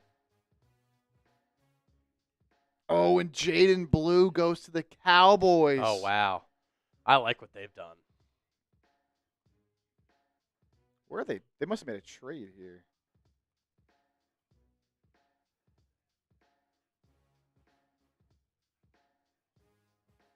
Oh, yeah, they were up at 149, so.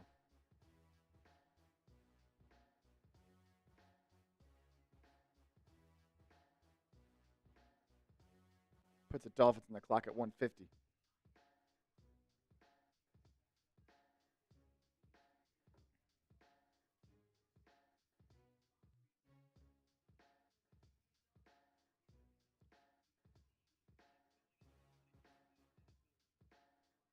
All right, we're going to talk Mac McWilliams here.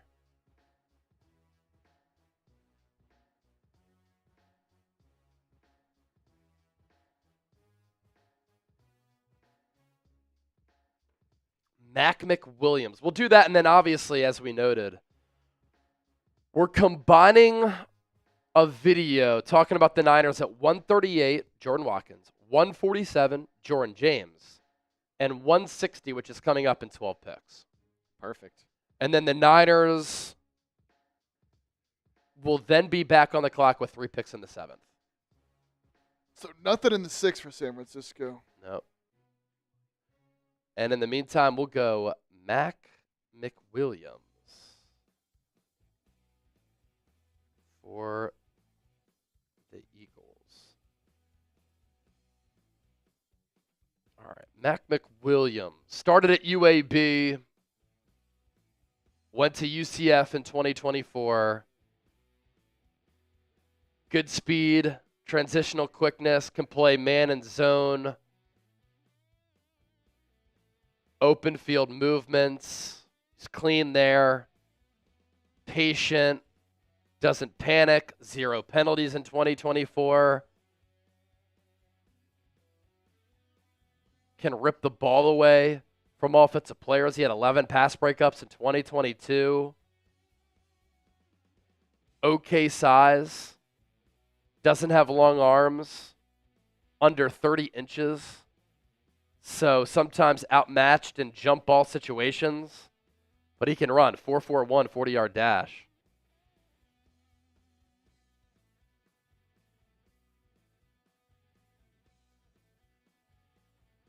Could fit well in the slot with the stop-start quickness. Eagles also trying to replace Avonte Maddox. Shout out Dennis Designs. But could compete for a role right away with the Eagles. Deion Sanders and Browns quarterbacks coach Bill Musgrave, were teammates and friends during their time with the 49ers. They've remained friends since then. Shadur Sanders tweeting out, "Thank you, God."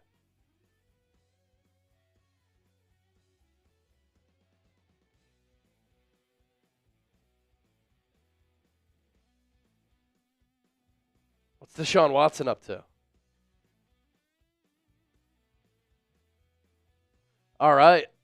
Let's talk McWilliams to San Francisco here in just a moment.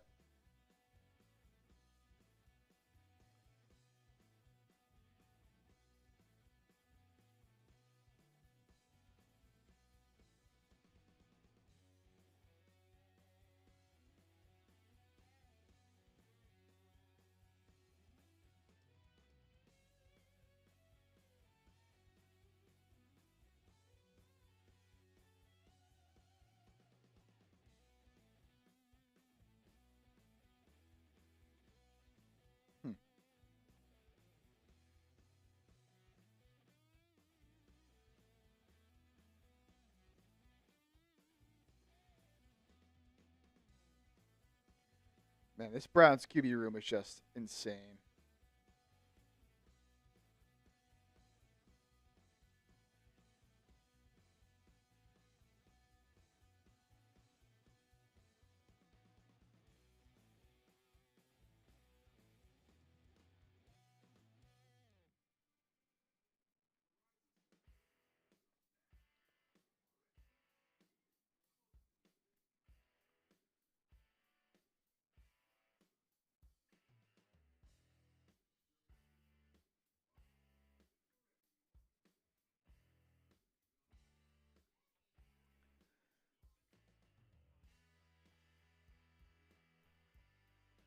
Moving along here in the 5th round.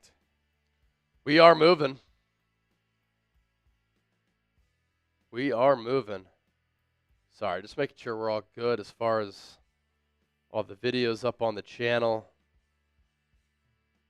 Day 3, NFL Draft. Here we are in round 5.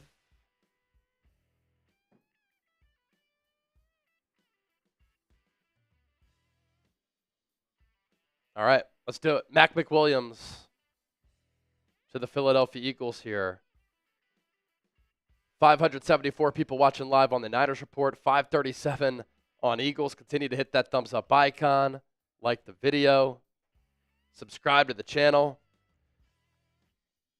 And we'll talk about the most recent Eagles draftee here on the show.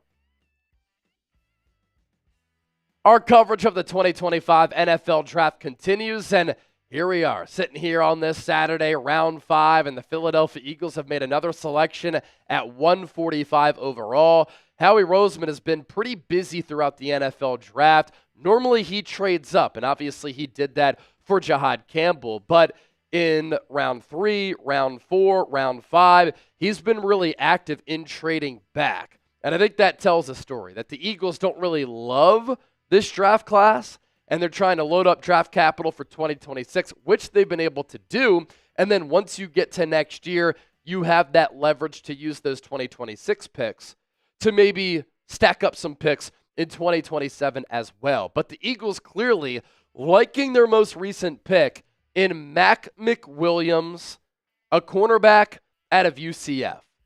And he is a really good athlete with a lot of quickness who ran very well in the pre-draft process. He clocked a 4.41 40-yard dash at the NFL Combine. He is a little bit smaller, 5'10", 191 pounds, and so he might be better suited to play in the slot inside at the NFL level.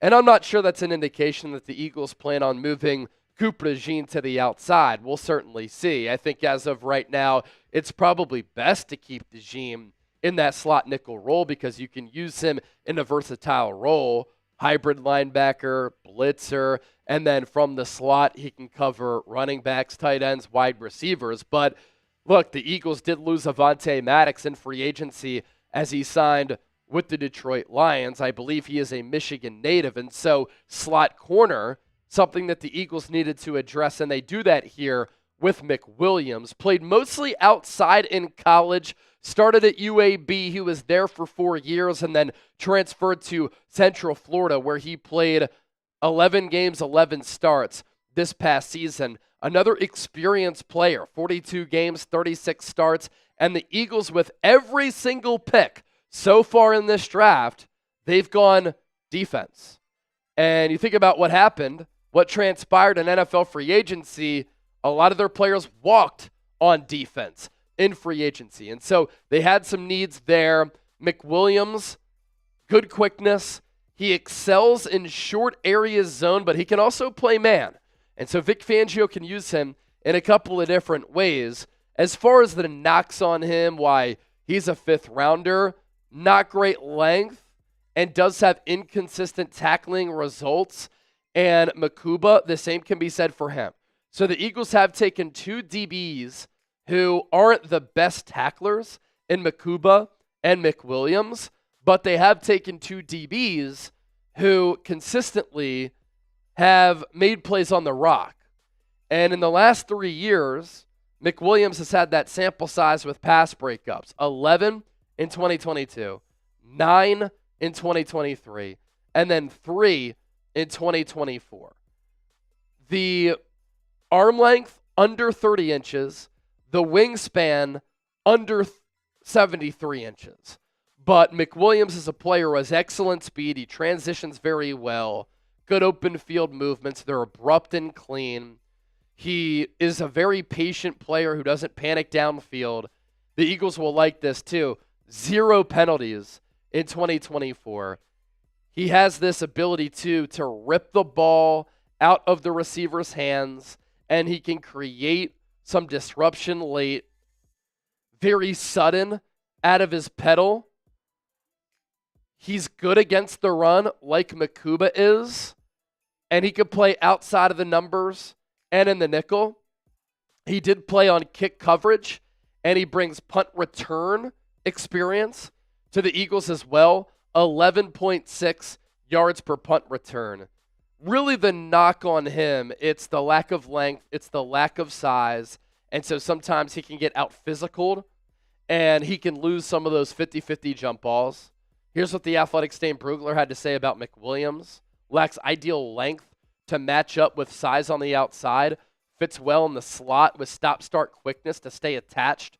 Play through his hands. He is ready to compete for an immediate role as an NFL rookie. And it wouldn't surprise me if McWilliams can compete for backup slot role snaps. And that's kind of what I look at him as. And I do believe that the Eagles see some upside here with just having the ability to sniff out plays. The speed is something that can translate. If he gets beat, he can catch up. He doesn't panic. And then he's just so clean with the footwork and the pedal. And that short area burst, always important at that cornerback position. And so, again, the theme here for the Eagles, all defense so far, trying to replace a lot of the players who they lost in NFL free agency. Do you like this pick by Howie Roseman and company? He's traded back a lot here the last 2 days. Why for yes and for no? Share your opinions with me. We'll recap this Eagles draft class coming up just around the corner. But I do want to tell you about this great deal. Thanks to our friends at Chubby's. I love their polos. I love their shorts. And we're going to sweeten up your day. Because if you use the code CHAT at chubbyshorts.com/chat, we're giving you, and Chubby's is giving you, 20% off your order.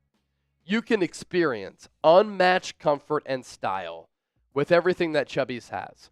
From the original stretch shorts to their vibrant, colorful polos. If you like something that's a little bit more standard as far as the color, they have regular colors as well, as you're seeing here on your screen. But think about what time of year we're in, right? It's April 26th as of this recording. Spring is here. Summer is coming up. If you want to spice up your wardrobe, you want to go outside to the beach, lake, on a boat, shoreside, beachside. You want to play some golf. You want to take down some outdoor beers. You want to hang with the ladies, a significant other, your boys. Chubby's has everything that fits all of those needs. Great swimsuits, great shorts with different inseams, 4-inch, 5.5, 7. And then I really like their polos, especially some of the color schemes that they have. They can get loud for sure. But again, if you want something a little bit more less loud, you can do that too. like this kind of water-looking gray polo that we're showing you here on your screen. And I always like their logo. I'm somebody who loves to hit the golf course from time to time. Yeah, catch me on the links. Bombing drives 300-plus yards. When I'm rocking Chubbies, sometimes those drives go 350. So whether you're getting dressed for your workday, a workout, or a weekend getaway, Chubbies has you covered. Again, limited time only, 20% off when you use the code CHAT. We always love an American flag on a clothing item as well. At chubbyshorts.com/chat. Check out everything that they have to offer. chubbyshorts.com/chat. Now, with McWilliams, as far as the injury concerns go, sometimes he can also find himself stuck on perimeter blocks because of the lack of size. Did miss 5 games as a freshman because of a thumb injury. Missed the final 6 games as a sophomore with a leg injury, and then missed the BYU game as a senior because of injury as well. And so with Mukuba and with McWilliams, the Eagles are taking 2 DBs here at corner and at safety, and Howie Roseman said specifically, definitively, Mukuba is a safety who can also play nickel. They're taking 2 DBs here who are a little bit slighter, a little bit on the smaller side, who do have some injury concerns. Now, the Eagles in that defensive backfield, I think they're in a good spot. You know, you have Quinyon Mitchell going into year 2, great as a rookie, as the first-round pick this time a year ago.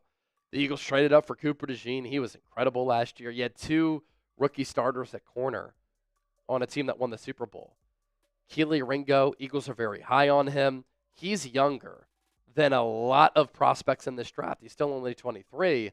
Great speed, good length, good physicality. He's played well when he's been given those opportunities.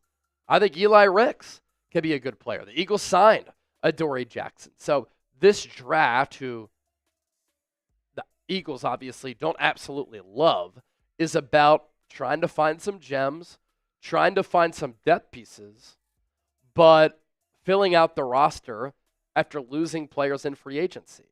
And you think about the Eagles' needs going into draft time, right? Linebacker, edge.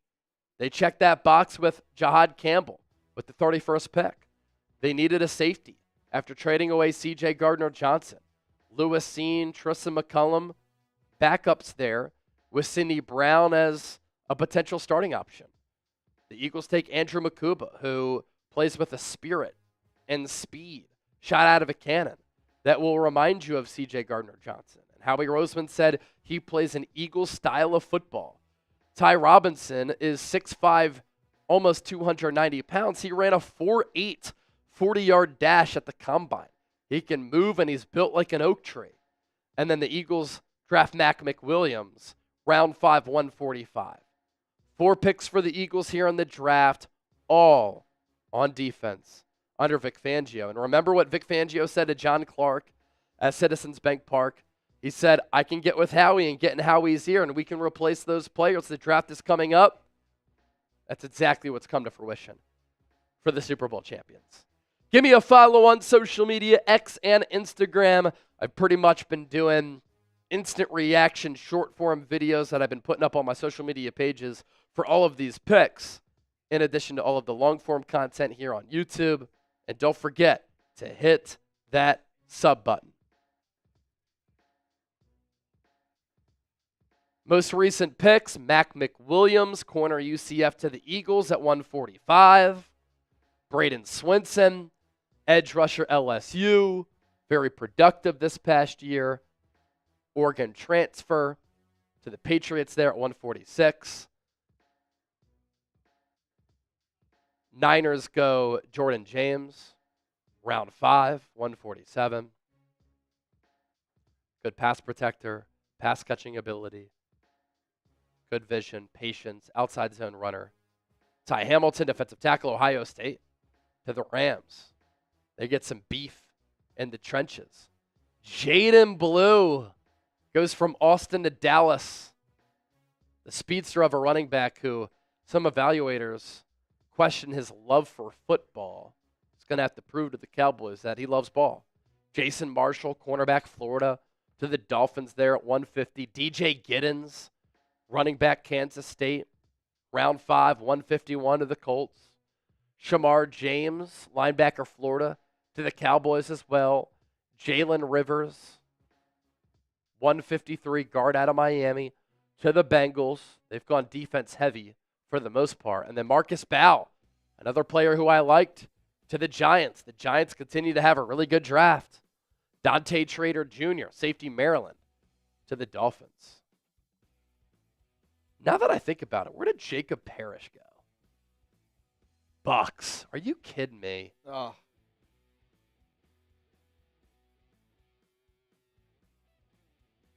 He went in the 3rd round last night. That Bucks team. Jason Light doing a really good job of late. All right, we got Chiefs coming up, 156, Bucks 157, Chargers 158, Packers 159, and then the 49ers 160. 160, followed immediately by the Eagles at 161. Yep. And that Niners pick at 160 is a part of the Jordan Mason trade. FYI.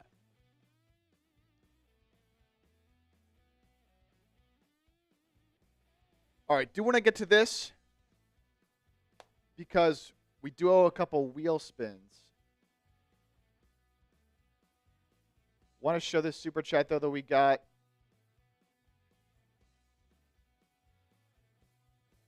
From Chassis Fontenot, $20. I really wish we would pick a lineman. Well, still got some more picks coming up, so will they address the O-line? Who knows at this point. But thank you for that 20. So let's spin that wheel, baby. Let's spin that wheel. Yeah, we have that one and then I think another one as well, right? Yeah, so this first wheel spin is going to be for Buddy Moles. Okay. Buddy Moles. Got the 20 from Buddy. Yeah, Jesse, Giants have had a good draft. Uh-oh, Chase. Oh, offensive tackle pass set. See, I like this because I have to use the bathroom as well. So I'll use the bathroom. I'll do my pass set on my way out the door.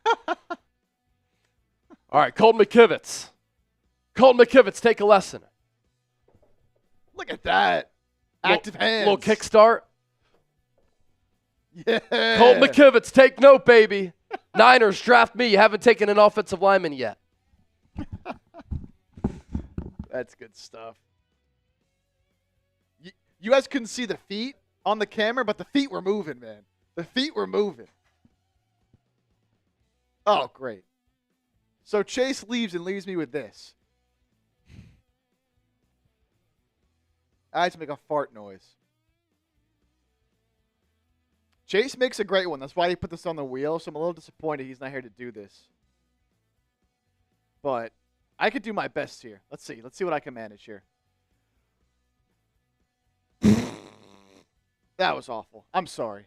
I'm sorry. That was embarrassing. I'm going to make Chase do his. That was embarrassing. Let me try that again here. Let me try that again on the elbow. There we go. There we go. Unbelievable. Here's a beer cheers to all of our recent super chatters. $153 on the 49ers report, $220 on Eagles now, so we're in a good battle.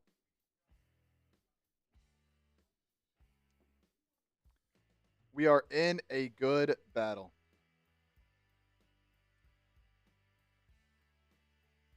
All right, the Chiefs are on the clock at 1:56. We haven't looked this in a little bit. Let's see who the best players left on the board are. With the Niners coming up soon. So we got Edge, Antoine Powell-Ryland out of Virginia Tech. Cameron Williams is still there. So if the Niners want to go offensive line at 160, I think Cameron Williams would be a steal of a pick. He can play tackle. I think he can flex inside a guard as well. Torrey Horton, wide receiver, Colorado State.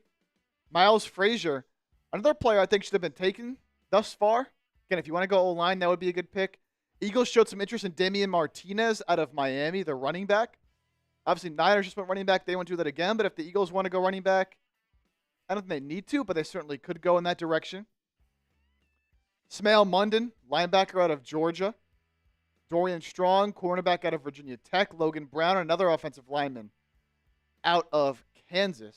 who I think could be a good pick at this point. Tess Johnson, the very small receiver out of Oregon, clocked in at, what, $160, $165? And with that weight, you'd think he would ran a blazing fast 40. He did not. He ran pretty slow. Now, his game speed looks faster than the 40 time he ran, but certainly some concerns there. Kobe Bryant, cornerback out of Kansas. Rashard Smith, running back out of SMU.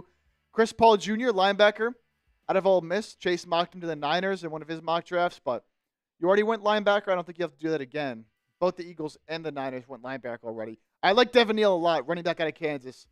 Not the greatest athlete, but everything outside of that, he does at a tremendous level. If Devin Neal was even like a slightly above average athlete, he probably would have been like a second round pick. He is a stud. Just doesn't really have that breakaway speed. But he does everything else at the running back spot so well. I think he's going to be a really good player. At the goal line, you can use him. So I would really like that pick if the Eagles went that route. Ainias Peebles, another player that chases him out to the Niners a bit, but you've already gone defensive tackle heavy, so I don't think they go that route. Top tight end on the board, Mitchell Evans, if the Eagles are still thinking of moving on from Dallas Goedert. And then Jalen Reed, the safety out of Penn State. No, Eagles did take Andrew Mukuba, so I doubt they go safety again. But a player we've talked about a lot as well on the show. So those are the top guys there. I want to make a deal. I don't know when Chase is going to be back. Until Chase gets back, any super chat, any amount, producer special, I'm drinking. I'll take a sip for every super chat that comes in. Any amount. Any amount until Chase gets back. I got to drink.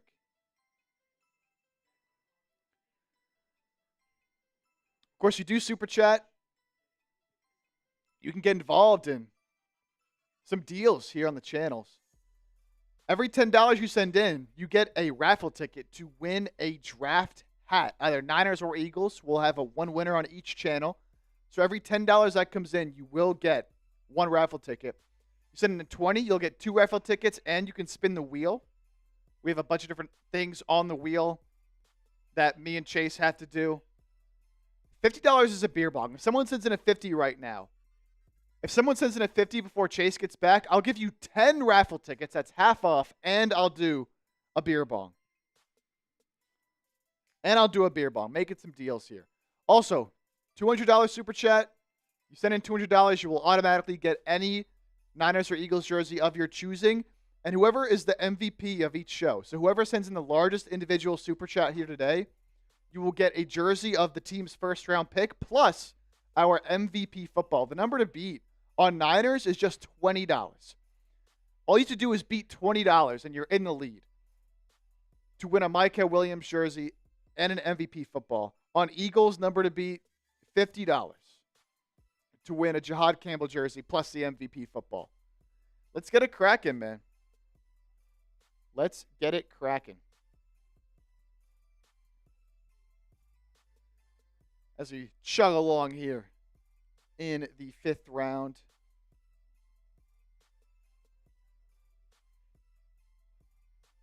Who's going to make it happen? As the Patriots have made their pick at the Packers actually made their pick at 159. Niners are on the clock at 160. Niners are on the clock at 160. So following this Niners pick, we do have a couple Eagles picks, but we will cover the last 3 Niners selections in a video. Niners are on the clock. What direction will San Francisco go here? They took Jordan Watkins, round 4, number 138, and they took Jordan James, round 5, number 147. So after going defense heavy the first 4 rounds with Micah Williams, Alfred Collins, Upton Stout, Nick Martin, and CJ West. So they went defense first 5 picks. They've gone offense with their previous 2 with Jordan Watkins and Jordan James. I'd go O-line. I'd go Cameron Williams.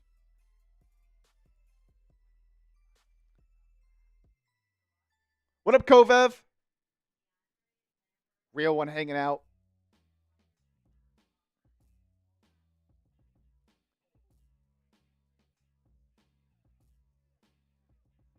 these past couple picks that we just had.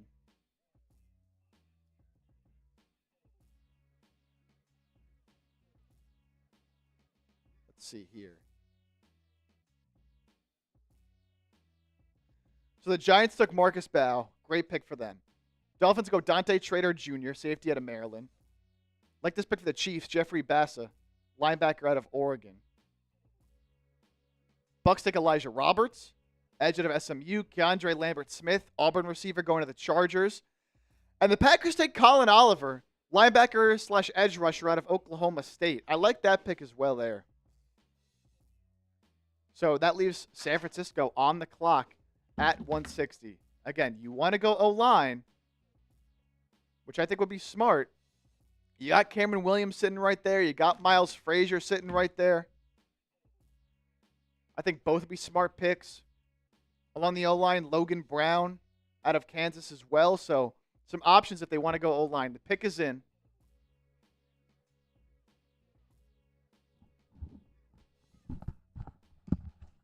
As we'll see who the Niners take.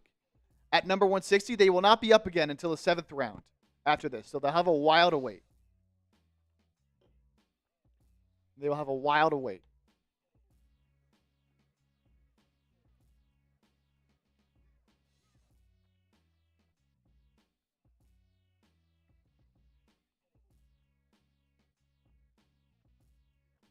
Where is San Francisco going to go? What direction will they go in? Please go O-line.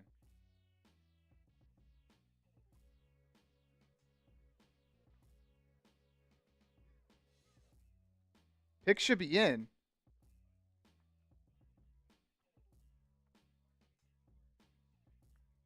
As the Eagles pick is actually already in as well at 161. Okay.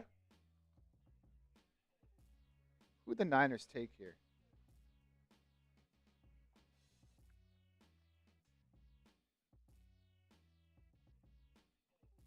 Niners go safety.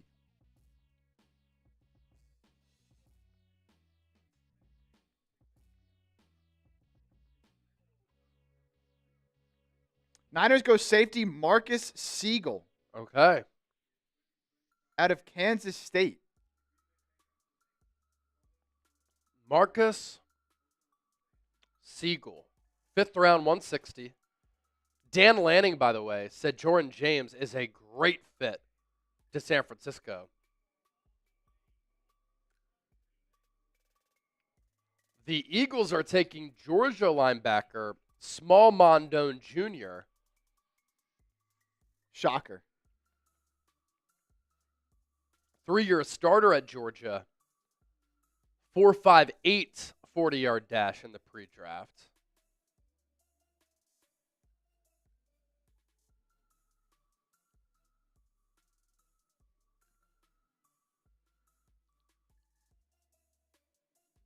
Okay.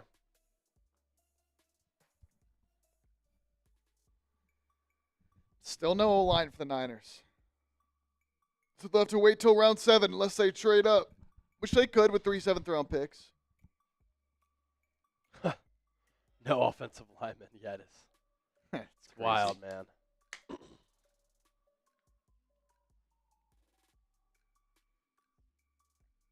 Here it is.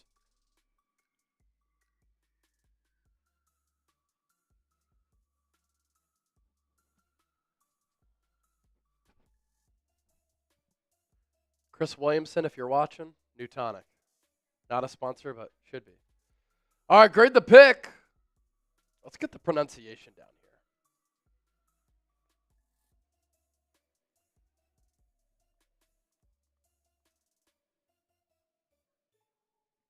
Marquise Siegel. Marquise Siegel.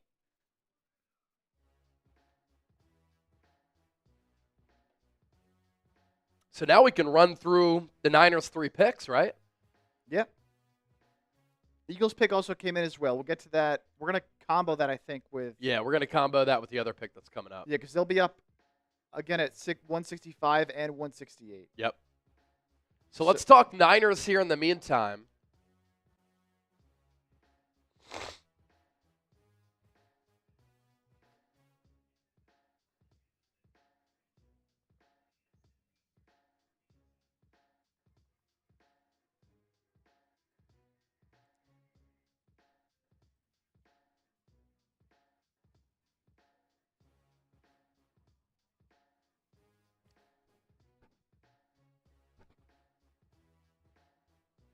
We'll start off with Jordan Watkins.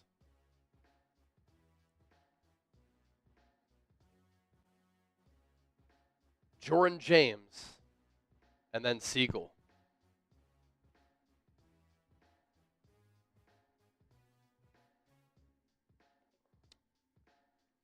Ready to rock? Yep, so we'll go through those three guys. Yep.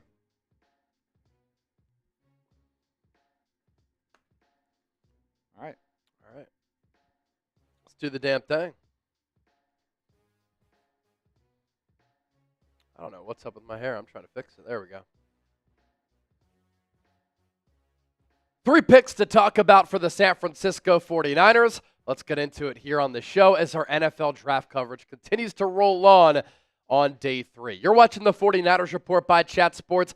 My name is Chase Sr., and if you like what you're seeing, if you like what you've been seeing here on the show over the last few days, be sure to hit that subscribe button here. We just surpassed 160,000 subscribers.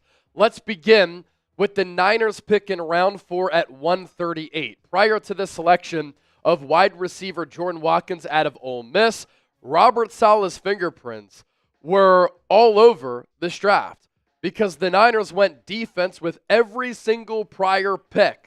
And then the Niners finally go offense here with back-to-back selections in Jordan Watkins and the running back out of Oregon, Jordan James. As for Jordan Watkins, 5'11", 196 pounds, and once Trey Harris got injured for Ole Miss last year, it was Watkins who became the go-to weapon for Jackson Dart in Lane Kiffin's offense. This is a player who, during the 40-yard dash at the NFL Combine, flew, and he can run really fast. But sometimes that doesn't always show on tape when he's running his vertical routes. Can the Niners unlock that? I hope so. Because if they do, Jordan Watkins is a very talented player who, at the Combine, ran a 4.37 40-yard dash. He's likely going to be a slot wide receiver at the NFL level who does play tough for his size. And the Niners always are fans of wide receivers who are tough, play tough, and are willing to block. And that's partially what Watkins is going to bring to the table. What he also brings this Niners offense is explosiveness. He was electric at Ole Miss.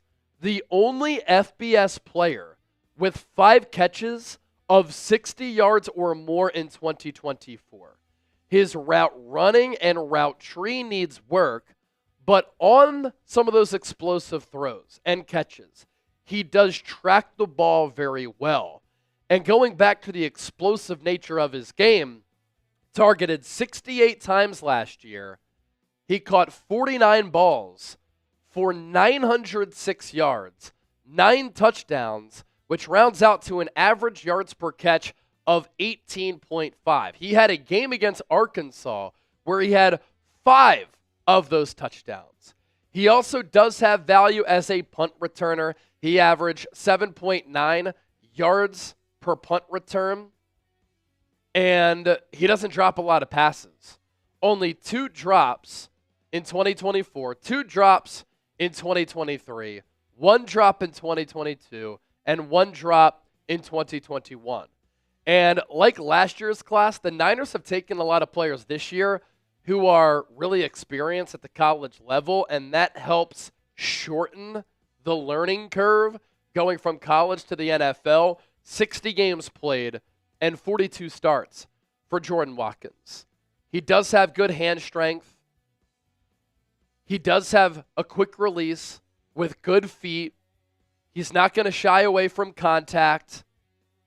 The averages of how often he scored touchdowns was pretty impressive. And I'm trying to find those numbers here. But in Charlie Weiss Jr.'s spread scheme, he did line up outside 68.4% of the time, 29.3% in the slot. But I think lining up in the slot is going to suit him best just because of the lack of size. And here are the numbers that I was looking for. Tied the SEC lead in touchdown catches in 2024, and he caught a touchdown every 5.4 catches. And I like how he really tracks the ball over his shoulder.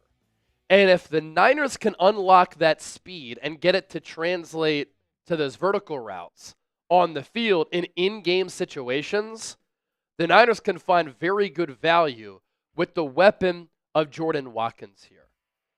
Here's what the athletic Stain Brugler had to say about the Ole Miss product. Watkins doesn't always play up to his time speed, but he is athletic and smooth, catching on the move, and can be as good as his target volume. He projects best in the slot where he can use the entire field. What's something there that probably has the minds working for a lot of you watching the show? He can catch the ball on the move and in space. That's what Kyle Shanahan wants his wide receivers to be able to do, especially after losing that type of skill set by trading away Deebo Samuel to the Washington Commanders. And trading Deebo led to somewhat of a need, not a pressing one, at the wide receiver spot for San Francisco. And I had thought the Niners were going to go wide out in the draft. You knew Kyle Shanahan couldn't help himself, going running back too. And so with back-to-back picks after going the first, 5 selections all defense, the Niners go with back-to-back offensive players and back-to-back Jordans. Jordan James, running back out of Oregon, going to the Niners in round 5 at 147. His head coach, Dan Lanning, said this is a great fit for Jordan because the Niners do great work with running backs. And Jordan James, I couldn't agree more. Good fit for what the Niners do offensively and what they look for and prioritize in the running back position. James is 5'9.5", 208, but he's pretty built, and he plays bigger than that size. He has good vision, good patience, best used in an outside zone scheme. He does have the ability to catch the ball out of the backfield. He has 0 fumbles throughout his entire college career, and he is also a good pass blocker. So I like the solid mass, more powerful runner than his size would suggest, good vision, good quick cuts. Again, in this Shanahan offense as a running back, you need to see hole and hit hole. He did only run a 4.55 40-yard dash, but I think the decisiveness to his running and the vision will help him out a little bit. At his pro day, he did trim that speed down a little bit to a 4.51 40-yard dash, and the 10-yard split went down from 1.63 to 1.55. Decent tread on the tires, 428 career touches. Sometimes he is inconsistent with making defenders miss at the second level. Needs to focus on his drops as a pass catcher. But I find that to be interesting because he didn't cough the ball up at all as a ball carrier at the college level. And he looked comfortable when he did catch the ball from time to time coming out of the backfield. 26 catches for 209 yards receiving in 2024. The production by year wasn't a starter until 2024. And so as a freshman, 189 rushing yards, 5 touchdowns though, 6 yards per carry. As a sophomore, 759 yards rushing, 7 yards per carry, and 11 touchdowns. And then this past year, the breakout campaign, which caught the eyes of scouts, almost 1,300 yards rushing, 5.4 yards per tote with 15 touchdowns. And so those are 2 of the 3 picks who we're about to talk about here on the show. So stay tuned for the most recent Niners draftee. But before we get to that, because the Niners won't pick until the 7th round, 2 7th-round selections, let's get to our sponsor, Chubby's. Sky's out, thighs out, spring is here, summer is coming up. If you want to add some swagger, some good-looking apparel, and just add something new to your wardrobe, Chubby's is your answer. Like the versatility of what they have to offer with all of their lines, whether it be polos or shorts, because whether you're getting dressed for your workday, a workout, or a weekend getaway, Chubby's has you covered. For a limited time, Chubby's is giving our viewers 20% off your order with our code CHAT at chubbyshorts.com/chat. That's code CHAT at chubbyshorts.com/chat. And be sure to support our show and tell them that we sent you. Don't blend in with the crowd. Stand out with Chubbies. Experience unmatched comfort and style with their original stretch shorts, their polos, but I also really like their swim trunks. You can go with different inseams, 4 inches, 5.5 inches, 7 inches as well. And the lineup of performance polos, it's nice. And you'll be cooking with gas with that. Soft, stretchy, breathable fabric. The polos are built to kick back, turn up, chill out, party down, and just get after it here this summer. So go to chubbyshorts.com/chat.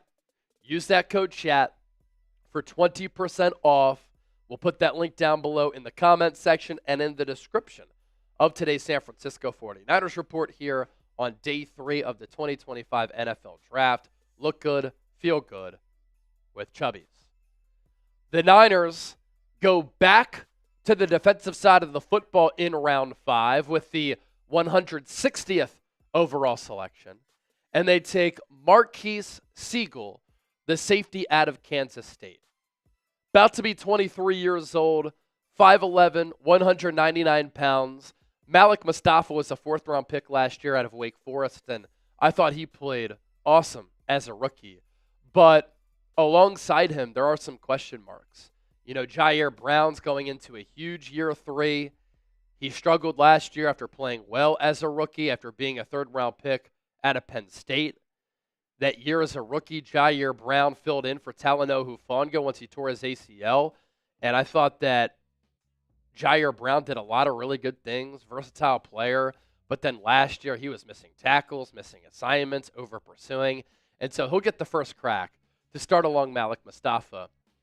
But Marcus Siegel is a young player who we'll see if he can get some snaps here for Robert Saleh's defense. He's definitely a fluid athlete.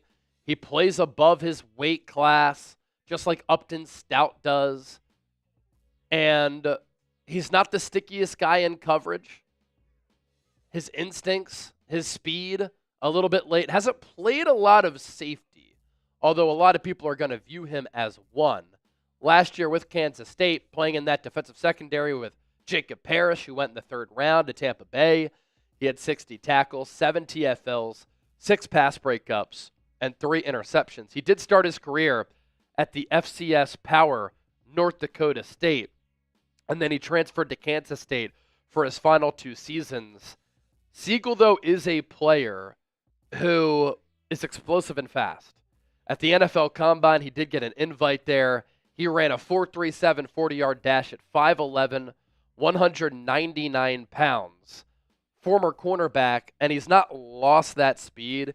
He hit 15.13 miles per hour at 5 yards during his 40. That was the fastest at the NFL Combine. The Niners have brought in a lot of players who are either physically menacing or who are very fast. And I like Siegel's smooth pedal. He did not commit a coverage penalty in 2024. He's definitely a rangy run defender with the speed to kind of make plays all across the yard. He was voted a senior captain, NFL scout, speaking highly of his standing within that Kansas State program. The Niners certainly value cultural fits. He's a pretty good tackler. Didn't have a huge special teams role at Kansas State, but he was a core special teams player at North Dakota State. And low-key, the Niners with some of these draft picks, a lot of them who have been picked, they do have special teams ability here. So overall, Siegel is a player who you see how raw he is at the safety spot with some of the missteps, and that can lead to explosive plays. He's going to need some pretty solid coaching, but he does have a solid feel. He's scheme versatile, and boy, oh boy, he can run. So outside of 2 selections so far, the Niners have gone defensive heavy in this draft. Mykel Williams, 1st round, 11 overall, edge rusher out of Georgia. Alfred Collins, round 2, defensive tackle out of Texas, number 43. Nick Martin, linebacker, Oklahoma State, 75th in round 3. Upton Stout had a great draft call with John Lynch, Kyle Shanahan, and Jed York. All he kept saying was, "Coach, let's do it then." And John Lynch is like, I'm not your coach. And Jed York is like, I'm not your coach, but we love how fired up you are. So the Niners go with a smaller corner who plays with a lot of speed and violence out of Western Kentucky. C.J. West, very quick and explosive defensive tackle. Jordan Watkins, speedster wide receiver. Big playability. Jordan James, the running back, good scheme fit. And then Marcus Siegel, a converted corner to safety who clocked a sub-4.4 40-yard dash. So up to this point, how would you grade the Niners draft? They don't have another pick as of right now until 3 7th-rounders. Let me know down in the comment section. Don't forget to subscribe. And as always, thanks for rocking with us.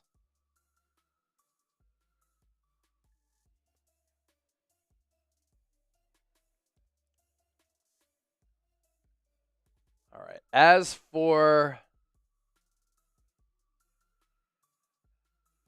Smile Mondone, he's going to the Eagles in round 5 at 161.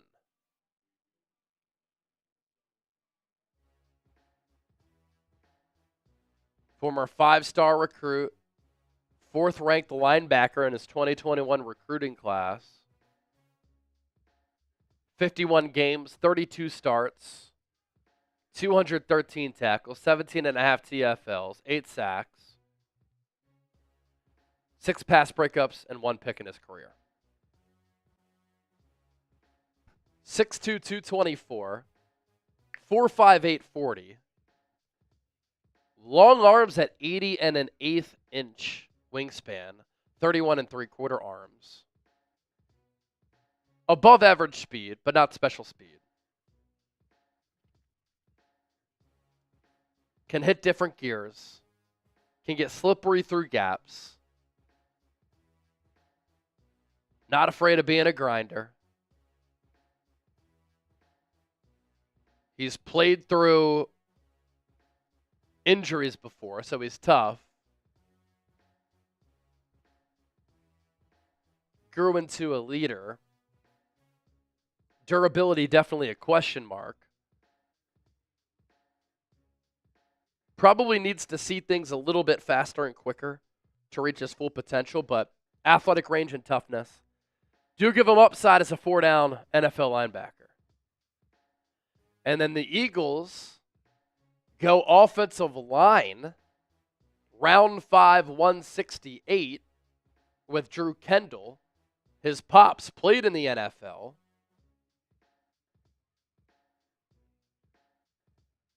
Eagles did need a backup center. Nick Gates was the backup last year. He stinks. And so the Eagles take Drew Kendall here out of Boston College. Dane Brugler had a 4th-round grade on him. 1 sack allowed on 350 pass blocking snaps in 2024. 4-star recruit coming out of high school. 37 starts, 6'4", 308, 505 40-yard dash, fluid athlete, good lateral agility, doesn't panic if he gets beat, he can gather himself. Team captain in 2024, 31 straight starts to round out his career. He was a center-only player in college. But I do think the Eagles are bringing him in to be a backup center. And maybe Jeff Stoutland will work with him to play guard. Doesn't have great length. He's not really a wide body.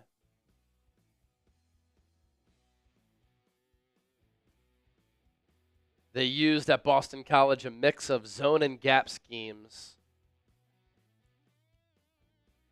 Wouldn't consider him like a road grader or a mauler. But good body control, instinctive technique, has NFL starting upside. So the Eagles had back-to-back picks going linebacker, center here. And the Eagles made a trade, show? Yeah, so Eagles were originally picking at 161, 165, and 168. They picked Smail Mondon at 161.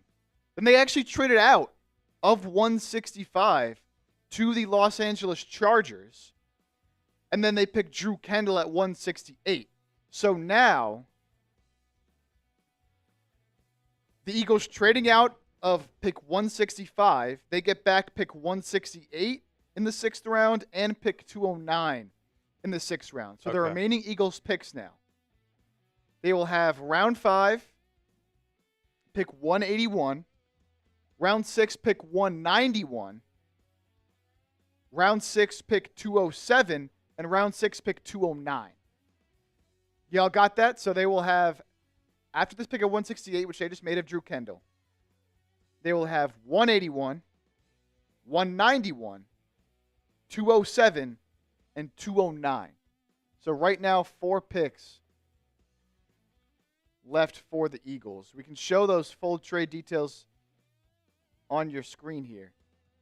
So you can see, traded back from 165 to 181, picked up 209.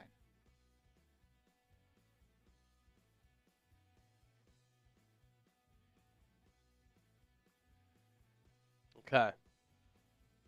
So, yeah, that's going to change things for us a little bit.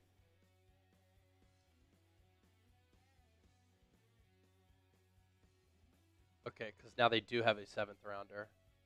Yeah, so now they have 4 picks left.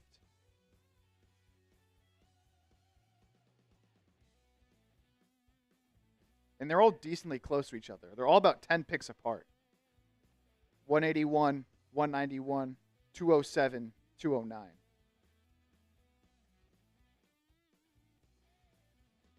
So Eagles go linebacker and O-line.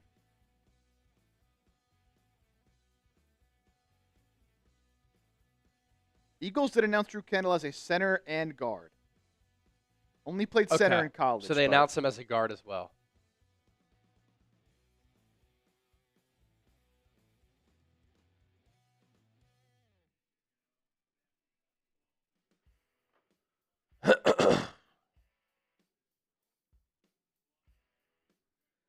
We have an update here from Ian Rappaport, too. This is pretty big. Says that the Eagles would like to keep Dallas Goedert. It's because all those tight ends went off the board. Yeah, I mean, they don't really have much of a choice now, honestly. Oh, here we go. It's probably talking about Goddard right now.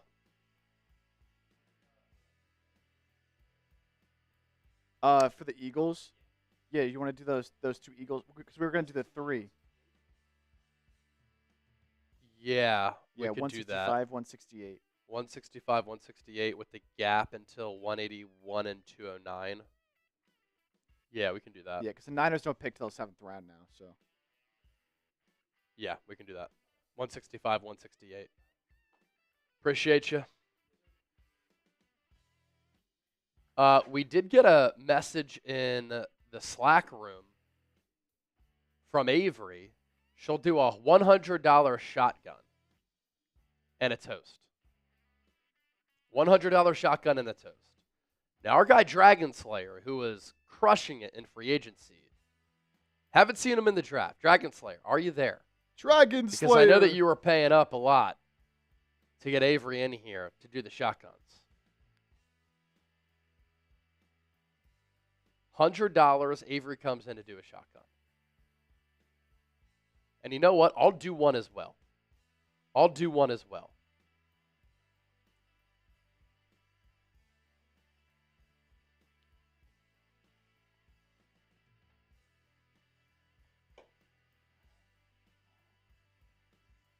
What action have we had as we prepare to do this Eagles cut? Yeah, so we had Smail Mondon, we had Francisco Moiga, linebacker out of Miami, Mitchell Evans, Tennessee, out of Notre Dame to the Panthers, Yaya Black, defensive tackle, Iowa to the Steelers. Oronde Gadsden, so a little run on tight ends here, going to the Chargers. Torrey Horton going to the Seahawks, receiver, Colorado State. Titans take Jackson Slater, center out of Sacramento State. Then the Eagles, as we mentioned, took Drew Kendall. Bears take Zaw Frazier, who I saw Harrison tweet about this. Zaw Frazier is a very interesting corner. Just under 6'3", and blazing speed. So a lot of traits at that corner spot. And the Bills take Jordan Hancock at 170. So this is actually the Patriots now on the clock, as they made a trade here with the Lions. Or did the Lions trade the Patriots?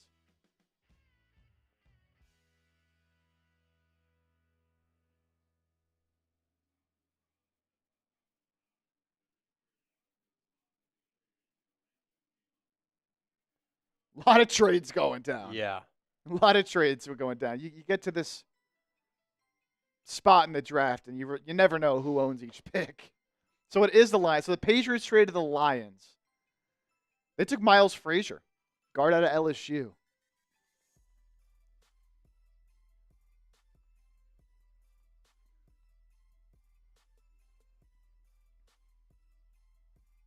So coming up, just a reset here.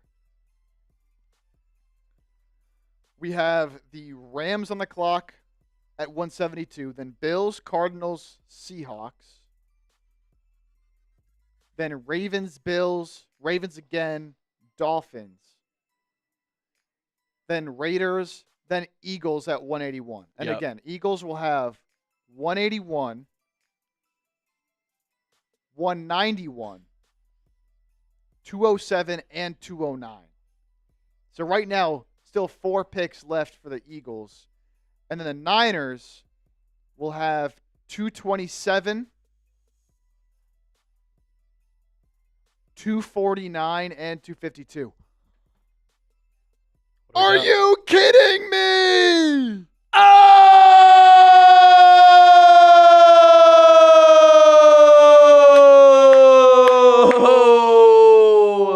Scott Birtle, a $200 super chat. New T-shirt idea. See hole, hit hole. See, that's a legend right there. We were talking about Jordan James, and I knew somebody was going to catch up to that and catch on to that. I said he's a good running back for this outside zone scheme for Kyle Shanahan. You got to be able to see hole, hit hole. That's exactly what Jordan James does. Wow. Scott Pirtle. Insane. Biggest super chat of the day.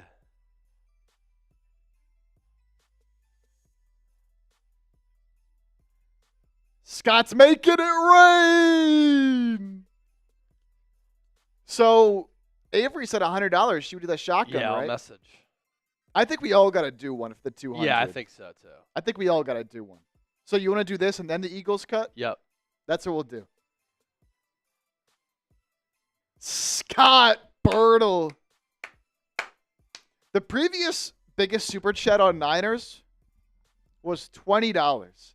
And Scott blew that out of the water and gives the 49ers report the lead over Eagles now in super chats, 353 to 220.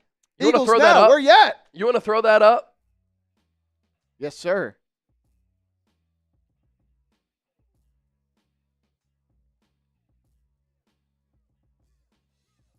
That is the stuff of legends. Scott Birtle.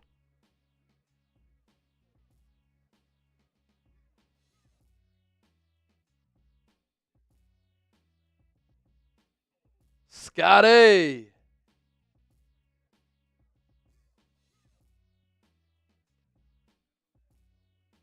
Scotty. So look, you can see here, Niners report taking the lead. We need someone on Eagles now to get it cracking, to get it going.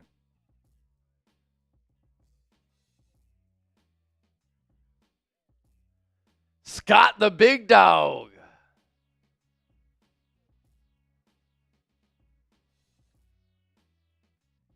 Putting So, on. all right. So that was a tweet from Rappaport that you saw on Goddard? Yeah, I saw a tweet from. It wasn't from Rappaport. It was somebody saying that Rappaport had said it. Oh, okay.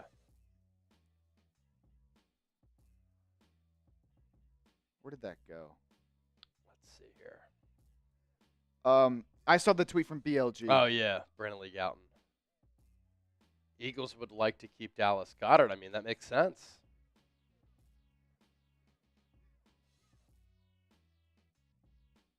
I guess Thomas Fadone is one of the tight ends who, let's see, hasn't gotten taken yet.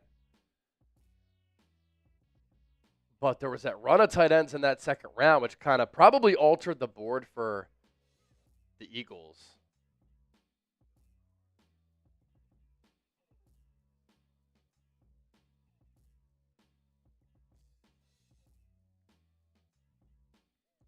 Well, should we do those two Eagles picks now, and then we'll do the shotgun? Or you want a shotgun now? We'll just knock it out. And then if Avery comes in. Yeah, we can just do it now. Yeah, we'll just do it now.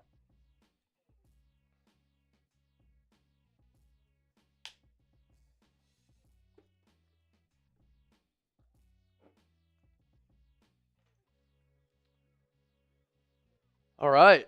Scott Birtle making it rain. See-hole, hit-hole. Thank you so much for that donation and super. Appreciate you, brother.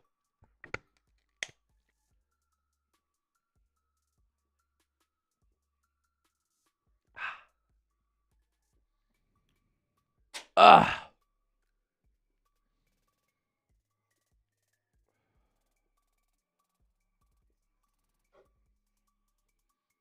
Oh, that pineapple is so bad.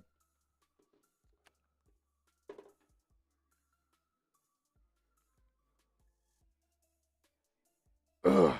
Will Wilson, I'm done here. You're a legend when you give hundreds, but trash for watching. We have never said that. Ever. What did he say? Will Wilson said, yeah, I'm done here. You're a legend when you give dude. hundreds, but trash for just watching. You just don't watch the show enough.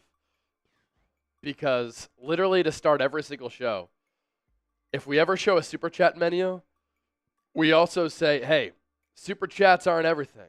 There are other ways to support the show, and you're still all real ones. So I call people legends and real ones all the time. Everybody who watches the show is a real one, including Buddy Moles! Oh! Buddy! He makes it rain. $100 Super Chat. All right. Let me give Buddy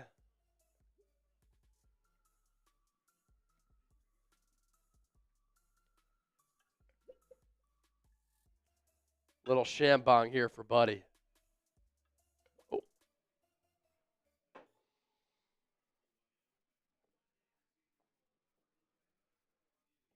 Cheers, Buddy.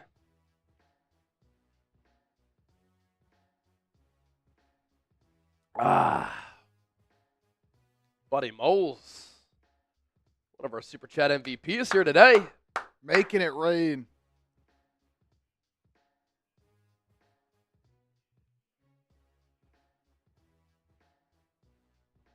Buddy Moles. Legendary stuff. Rams select Chris Paul Jr. Niners won't be able to get the Ole Miss backer. All right. Buddy. Thank you for the Benjamin Franklin. The Benji. And then on Eagles. Outdoor Creations. Yep. Yeah, I'd be down with Tez Johnson, Outdoor Creations. I mean, I don't know how the heck a guy that small and that light ran so slow at the NFL Combine, but definitely plays a little bit faster. Wayne Courtney, best place to be for Niners fans. Tell them, guys. Hey, the real ones know. The real ones know. Real ones know.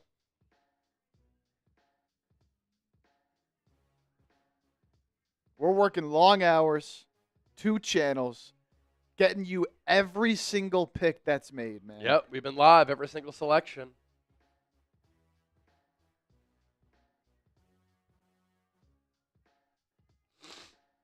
Oh, Cardinals take Denzel Burke. Denzel Burke. Most starts for any Ohio State player on that championship team. Probably plays better in off coverage.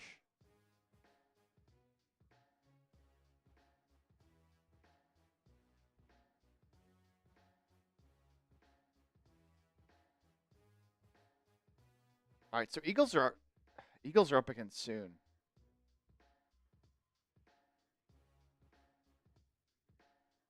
Yeah, should we just do the three picks? Yeah, because Seahawks are on the clock now at 175. Yep. Eagles are up again at 181, so in Yep. 6 picks. Yep. Now they also have 191, But then in the 200s. then 207 and 209. So probably 191, 207, 209. Okay. Pair those three. So, yeah, 3 and 3. I like Yeah. that idea.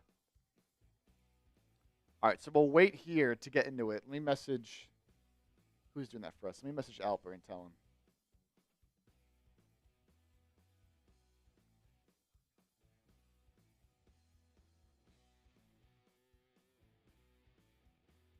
Where's Avery? What is she working? Doing her job? Get her in here. Her job's to drink.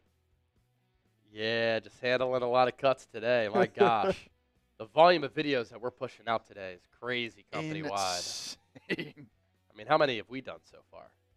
I've lost count. I don't know.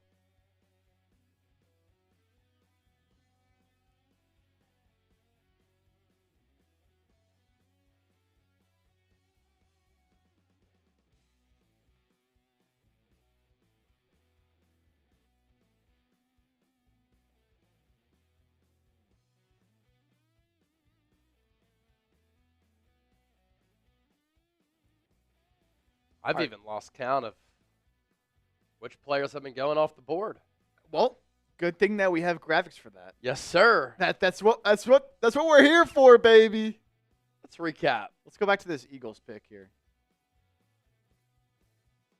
So, Armand Gadsden, tight end of Syracuse, going to the Chargers at 165. Torrey Horton, Colorado State wide receiver, one of the top players available going into day 3, going to Seattle. Jackson Slater, interior offensive lineman, Sacramento State. He's a Larry Krueger guy. To the Titans there at 167. Drew Kendall, Eagles listed him as a center and guard, first team All-SEC player at a Boston college. His pops played in the NFL. To the Eagles there at 168. Za Frazier, a lot of people were talking about him earlier on here on the show. UTSA corner. Same school as Spencer Burford. To the Bears there. Jordan Hancock, Ohio State corner.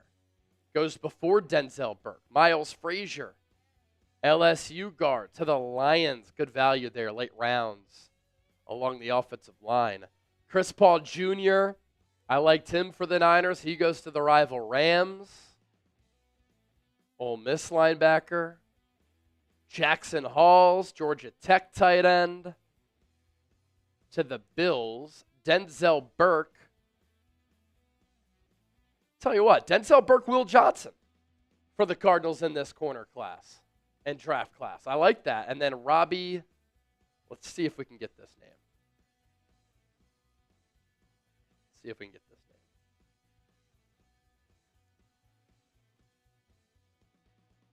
We always want to get the names right, unlike some people here in Chat Sports. So you just wanted to do all the Niners 7th round picks, right? Robbie 227. Oots out of Alabama. Yes. Yeah. Yeah, because we're all caught up with their selections after those 3, right? Yes. Yeah. Robbie Oots, 6'3", 274, ran a 4.91 40-yard dash.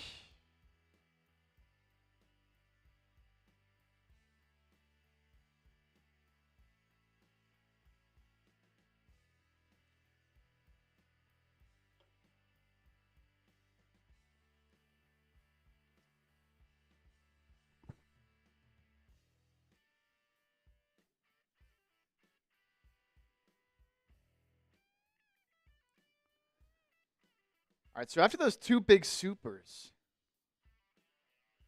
from Scott Birtle and Buddy Moles, the 49ers report, which started off slow today, started off slow in the supers, has taken a commanding lead. Commanding lead. Up by $223.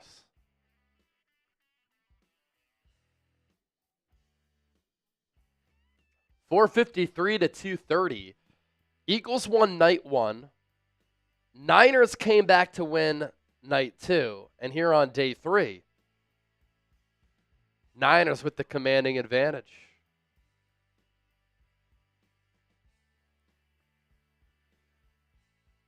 Look at Candy. Candy's always a real one. See, so, like Candy's someone who's watched the show for a while. Oh, Candy's just a legend. You don't have to have money to chat. It's the lives, the shorts. Yeah, we have short form videos, Videos. long form videos. When we go live, we like to have fun. We've been giving you insight. We've done deep dive analysis on every single Niners and Eagles draft pick. We've talked about every pick of the NFL draft.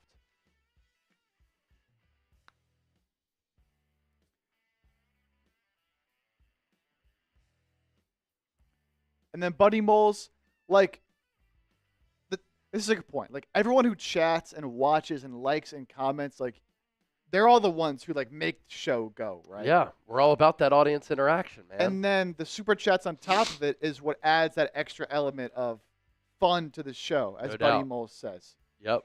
And it's not just, like, for us.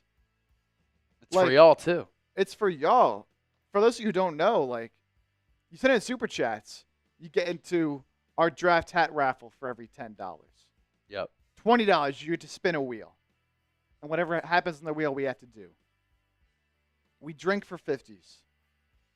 $200, which actually Scott Birtle sent in $200. You get an automatic jersey of your choice. So Scott Birtle will be getting a jersey of his choice. Yep. And then whoever sends in the highest super chat on each channel gets the jersey of the first round pick and an MVP football. So right now that will go to Scott Birtle as well. Yep. So, Scott, I need you to send me an email, my man. Send me an email, Scott. Chase@chatsports.com. It's at the bottom of your screen. Because since you sent in that super, $200, you get an automatic Niners jersey of your choice. So send me an email with what jersey you want, what size, and, of course, your mailing address so that we can get that sent to you. Our guy Scott from last night never emailed me on Eagles Now. Sad. Scott never sent the email. Scott last night. Remember the shirtless pic? Got the profile picture, no shirt. Yes, he was jacked. Is he here Jack today? Scotty. I don't think he's here. I haven't I seen haven't him. seen him.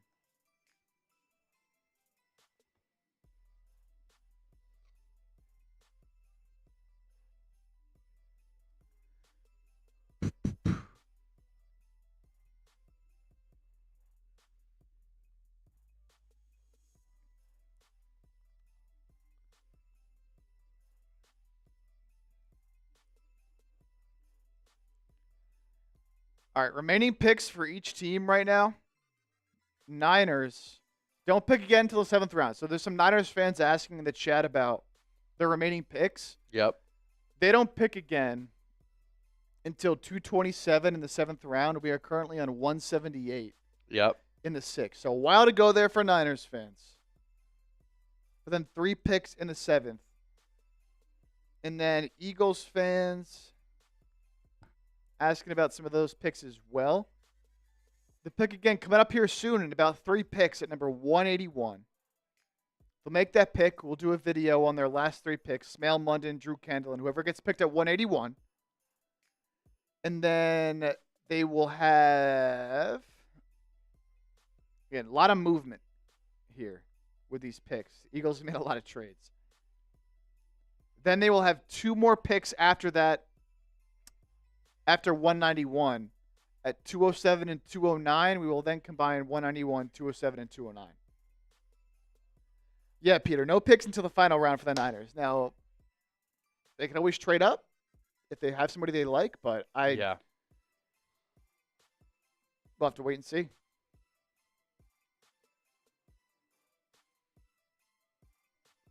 Have to wait and see. All right, Scott. Scott Birtle, make sure to send that email. Want to get you that jersey, brother. Want to get you that jersey. Scotty. Scotty.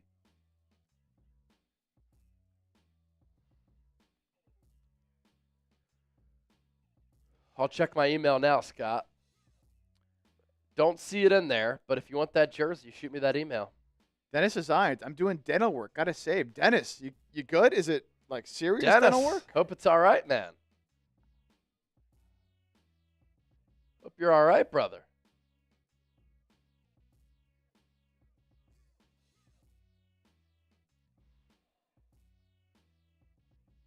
Ken Angel says, screw the Steelers.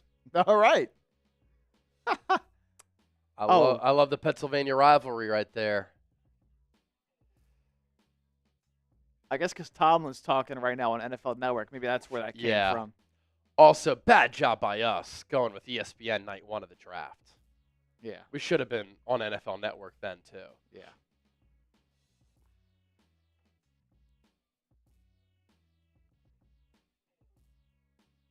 ESPN didn't even like last night they had their pre-draft coverage, and then as soon as the draft was about to start, it shifted to the NBA playoffs, which I get. They had their obligations. But Yeah. Yeah, so then it just aired on ABC.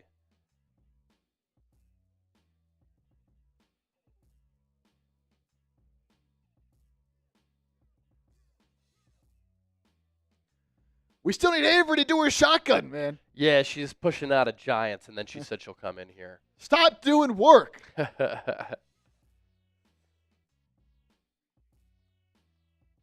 right. Eagles are going to be up soon. I'm going to run to the bathroom real quick before that pick. Cool.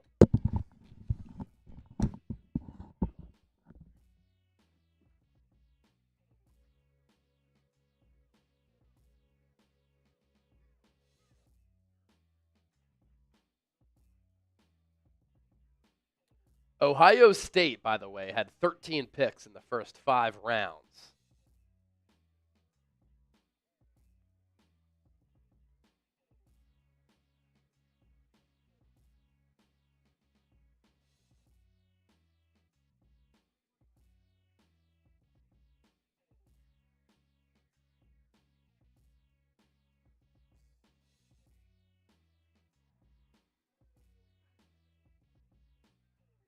What's up, playa?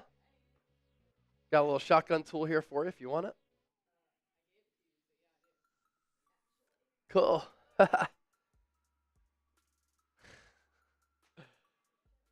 He just went to use the bathroom. So Scott was the one who sent in the $200 super chat. Scott and Dennis. Avery's in the building. Ready to shotgun. Sometimes the fun doctor. Sometimes I bitch. Facts. Everybody knows the fun doctor.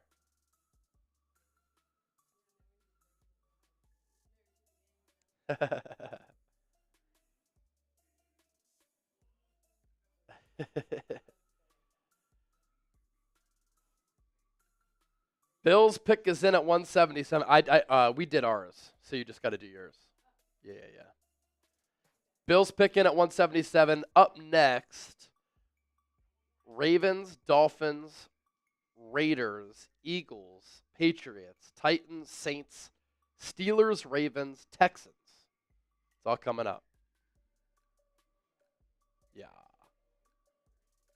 What'd you say? Yeah, come on down. Come on down. Am I still taller than you? All right, Avery in the building. Here, you can, yeah, there you go. Little shotty. Little shotty. AP, the fun doctor, in the house.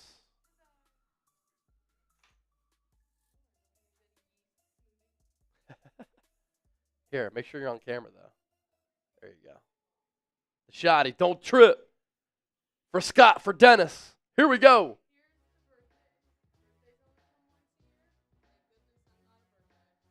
I love it. See, that's a new one we haven't heard. Like it ain't nothing. Okay. Okay. Okay.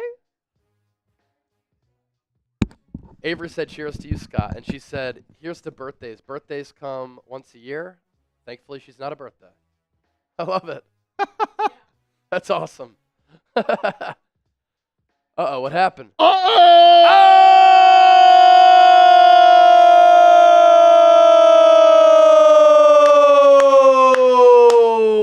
Romeo! He becomes our MVP. That's the number to beat. $300 Super Chat. Romeo makes it rain. Bang, bang, Niner gang. What's up, Chase and Chip? Not sure if I've missed it on a recent video, but how's our offensive line looking? Not good. They haven't drafted an offensive lineman. And so I think where we're at, Jake Brendel, Matt Hennessy, Drake Nugent will compete at center. Spencer Burford, Ben Barch will compete at left guard. And then Colt McKivitz will be the right tackle. Nick Warren is back. What's up, Nick? Recent commenter club, Buddy Moles, Robert Wade, Greg Smith, Andrew Nathan, White Dig, Nick Warren, Coyote Bush, Dennis Designs, Romeo, be sure to shoot me an email. You see it at the bottom of your screen. Chase@chatsports.com. Oh, my. And let me know what jersey you want, what size, and if you've moved again, let me know your address. Why'd you say oh my there, Chip? The Eagles pick is in. Take a guess what position they want. Is it Will Howard or Kyle McCord? It is. One of the two? It is. Well, Will Howard is from Downingtown. Yes. Kyle McCord is from, he went to St. Joe's Prep. Played against Will Howard in high school. Yes. You did. Is it what you said? Well, year after me. Okay. Year after me. They lit my boys up. Or he lit my boys up, I'll tell you that. Wow, it's Kyle McCord Yeah. to the Eagles. Wow. You get him in the 6th round at 181. Totally fine with it. And Kyle McCord goes before Will Howard. Yeah. Wow. They had to go quarterback at some point. Wow. They trying to trade Tanner McKee? Eagles draft Kyle McCord out of St. Joe's Prep. Went to Ohio State and then Syracuse. He's from Mount Laurel, New Jersey. Definitely a gunslinger mentality. He threw for 4,700 yards, 34 touchdowns, and 12 picks. And he really started to find his confidence. Good pre-snap processor. Anticipates well. Puts the ball in good locations for his receivers. It's a winner. 22-4 record as a starter. Pretty much rewrote every single season record for Syracuse last year. He is an average athlete. Doesn't have a lot of escapability. Doesn't have a quick release. Did lead the FBS in completions per game, passing yards. And surpassed Deshaun Watson's previous ACC passing yards record. Wow.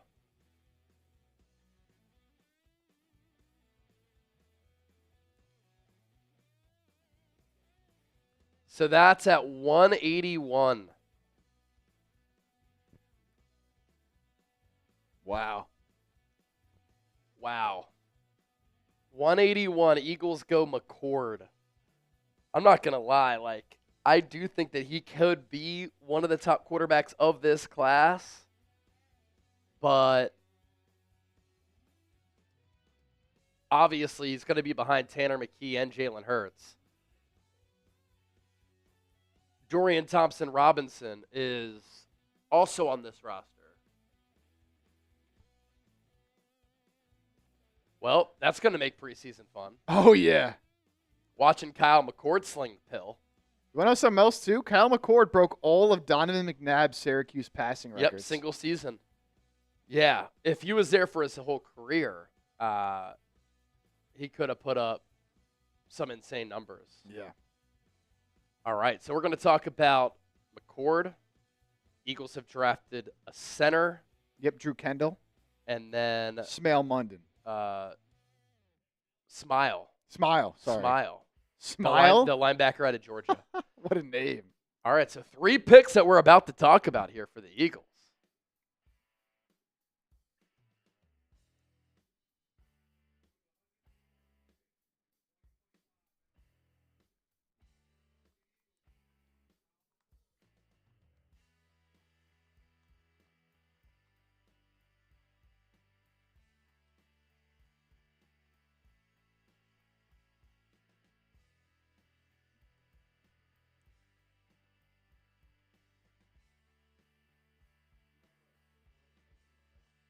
Let's start with McCord for sure.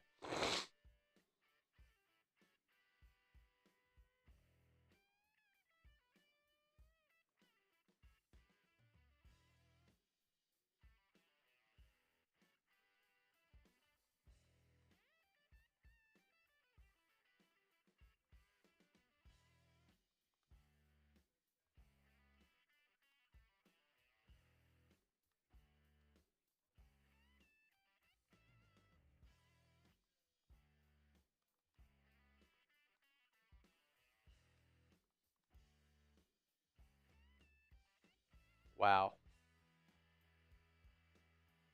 Kyle McCord. I also didn't think that he was going to go before Will Howard, but he does.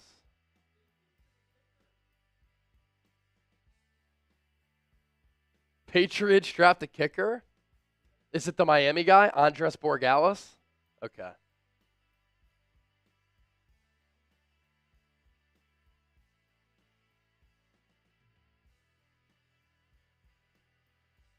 All right, so 3 picks to talk about here on Philadelphia Eagles. Now, as the Eagles draft a QB, we're at 386 likes on the Eagles Now stream.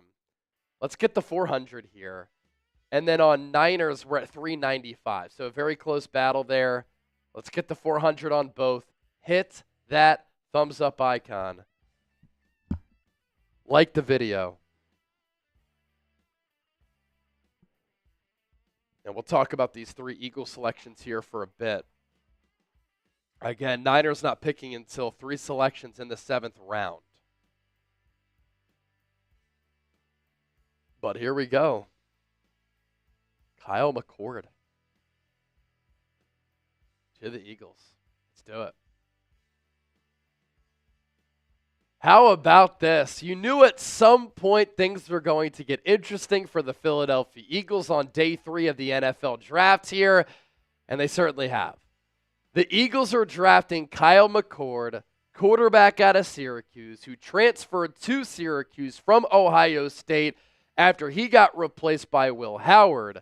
And this is a really interesting selection by the Eagles with the 181st pick in the 6th round for a multitude of reasons. Kyle McCord, as many people know in the Philadelphia area, does have some Philly ties. He played his high school ball at St. Joe's Prep, and he grew up in Mount Laurel, New Jersey. And the Eagles quarterback room is in a really good spot. And there's no reason to overreact to this, but the Eagles have deemed themselves a quarterback factory, and they have developed quarterbacks really well.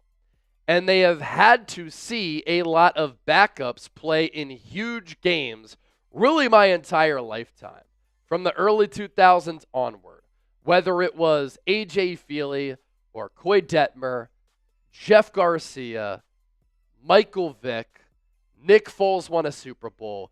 Even this past year when Jalen Hurts got hurt after he suffered that concussion against Washington, Kenny Pickett and Tanner McKee had to step in. And Hurts is a superstar right now. It's one of the faces of the league. Time Magazine naming him one of the most 100 influential people in the world. Swagger, confidence, cool, calm, and collected. A big game baller, dual threat player, unique skill set, ultimate team leader. Somebody who you want your kids to look at as a role model. Perfect face of the franchise. And he just won Super Bowl MVP. And earlier this offseason, the Eagles did trade away Kenny Pickett for Dorian Thompson-Robinson and a 5th-round pick. And so DTR is on this team. But the Eagles are also extremely high on Tanner McKee, who has been so impressive when he's gotten time in the preseason. And then we saw what he could do in game action last year. He's big. He throws with unbelievable anticipation, timing, and accuracy. Sees the field very well, makes quick decisions. But Tanner McKee is going into year 3. And I think that he could be a starter at some point in this league and maybe a trade chip for Philadelphia. So the Eagles, I think, in drafting Kyle McCord are certainly looking ahead to the future. They've called themselves a quarterback factory. They've always been willing to invest in that position. And they're investing a 6th-round pick for a team that doesn't have a lot of needs on a quarterback with a lot of promise. And no cap, Kyle McCord is a quarterback in this class who I think when it's all said and done, and I've said this in the lead up to the draft, he could be one of the top quarterbacks in this 2025 class. He has good arm strength. He puts the ball in a good spot for his wide receivers.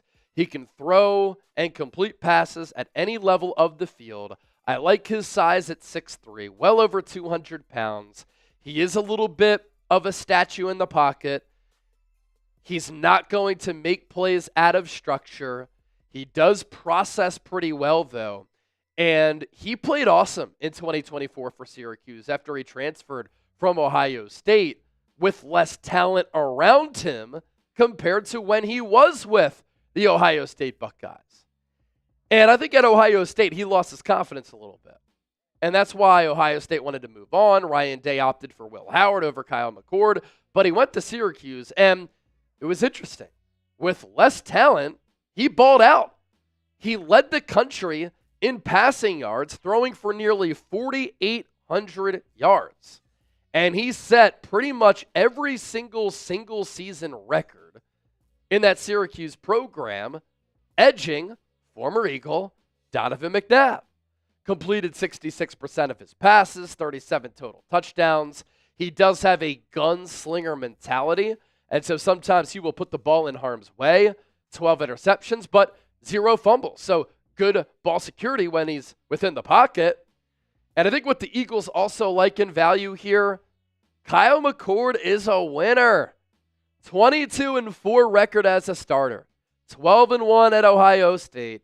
10-3 at Syracuse. Pre-snap processing. He can decipher very well.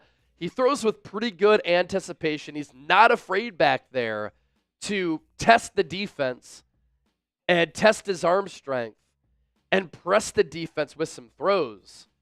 He throws with good velocity, not great. Add some arc and touch when needed. I like his poise within the pocket, but outside of the pocket, as I said, he's not really going to run around and make plays improvisationally. He's also a tough dude. And at St. Joe's Prep, pretty cool story here when he went to the legendary high school in Philadelphia. Played alongside Marvin Harrison. And Marvin Harrison said about him that he prepares better than anybody else. And after Ohio State kind of disrespected him a little bit, he goes to Syracuse, and under Fran Brown, a former Temple assistant, they won right away. They were a really competitive team. And that Syracuse program absolutely loved him. So there's no rush for him to play. The Eagles are investing in the most important position in football, and he has an opportunity to compete with DTR to be QB3. And him and DTR are much different players, vastly different styles. But I personally like Kyle McCord because I think he's a better thrower. DTR is more dual threat, better runner. Kyle McCord can't really run. But as far as throwing the football, as far as having size, putting up numbers, 6'3", 218, I like this pick for the Eagles because you can never stop investing in important positions. So your one-word reaction to the Eagles selecting Kyle McCord, what I'll say, Howie, but it's also Jeffrey Lurie because they always put an emphasis on this position. We have a few more picks to talk about for the Eagles because we're combining a lot of selections here.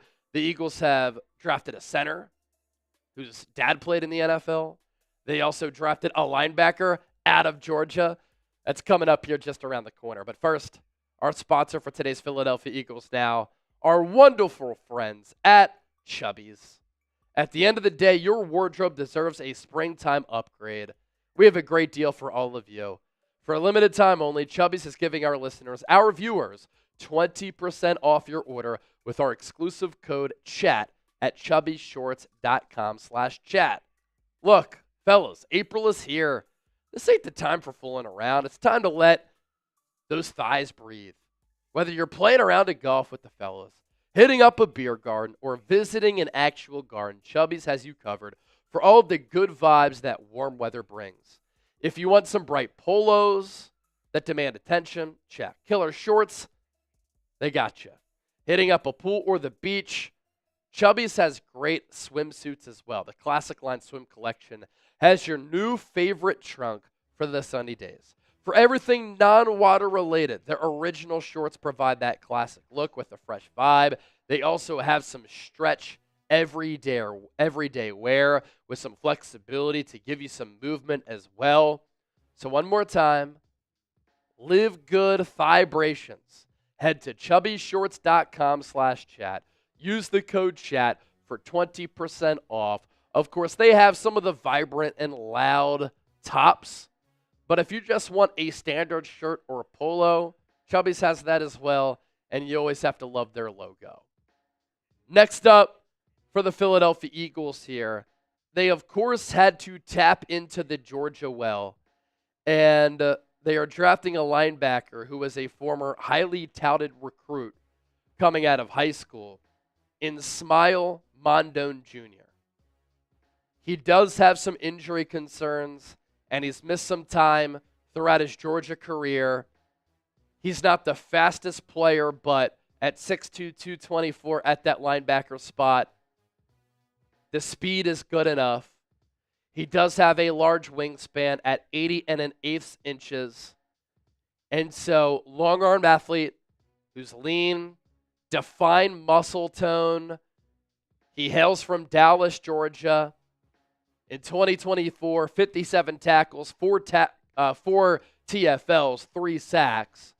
And he really is a good all-around athlete with good closing speed. He will bring Philadelphia some special teams value with plenty of punt coverage reps. He is not the best prospect dropping back in coverage, but at the very least, I do think that he can help the Eagles on special teams right away. He was a good on-field leader for Georgia. In 2022, he led the team in tackles but missed 2 games with an ankle injury. In 2023, second-team All-SEC player. Did miss a bowl game because of a left foot injury. And then in 2024, he missed 4 games as well with a foot injury. So the durability concerns, a big reason why he slid. And here's what the Athletics' Dane Brugler had to say in his scouting write-up about Smile Mondone. Needs to see things a half a beat faster to reach his full potential, but the athletic range and toughness give him upside as a 4-down NFL linebacker. So his health could be a main concern, and that keeps him from becoming an NFL starter. But what's telling from Brugler there is that Mondone has an opportunity to, at some point maybe, become a 4-down linebacker. He likes to be coached hard. Georgia players and coaches really liked his character. I wouldn't say he's a thumper, but he does play downhill. Really the biggest concerns for him, dropping back into coverage and the lack of size. But it's yet another Georgia player making his way to the city of Philadelphia. And then the Eagles also went back into the trenches, and they continue to stock up there. In round 5, pick number 168, the Eagles taking Drew Kendall, center out of Boston College. His dad played in the NFL. Now, the Eagles did list him as a center and a guard. But when he was in Boston College, or at Boston College, and in college, I should say, he only played center. He was an all-SEC player. He was a team captain. And at this point, when the Eagles draft offensive linemen, you're just banking on them being able to develop under the best offensive line coach in the NFL in Jeff Stoutland. And you think about that Patriots dynastic era with Tom Brady and Bill Belichick, one of the reasons why they were so dominant, they had Dante Scarnecchia, who up there with Jeff Stoutland as two of the best offensive line coaches in the NFL. Offensive line coaching, offensive line development, and offensive line talent, being able to have good players as starters, but being able to have good depth pieces. And just bringing those players along is so, so important. You look at a team like the San Francisco 49ers, they don't value the offensive line. They don't really invest in it. It couldn't be more of an opposite plan and strategy for the Philadelphia Eagles. And that's how I build my football teams. That's how I would prioritize it if I was putting together a roster. Kendall is a heady football player, good IQ, good in pass protection, didn't give up too many sacks last year, only one, moves well in a zone blocking setup, and he does have positional flexibility, but the thing is, 0 career non-center snaps. His Pro Football Focus grades in 2024 for Bill O'Brien's Boston College program, 78.8 on the overall, pass blocking grade of 81.5, run blocking grade of 75.9, and he was steady. He was consistent. Only gave up 1 sack. Moves pretty well, ran a 5.05, 40-yard dash. Here's Brugler on Kendall, too. Might not be a mauler, but he works hard to stay attached using his athletic body control and instinctive technique, which help him finish the mission. He offers NFL starting upside in his own blocking scheme. And so with Mondone and with Kendall, the Eagles are taking 2 players who evaluators think at some point, yeah, they can become starters. I like Kendall's fluidity. I imagine the Eagles like that as well. He's been very durable. Started 37 games the past 3 years, including 31 straight to finish his career. And he came up under the tutelage of a dad who was also an NFL offensive lineman. It's definitely an interesting draft class for the Eagles. They take Jihaad Campbell, who was a top 10 player on their board. What are their plans for him? Is he going to be an edge linebacker? I'd like to see him do both.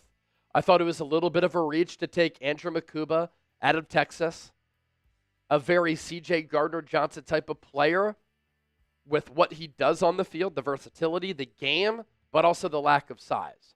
But he does play physical and fast for his size. He's a 4'4" guy.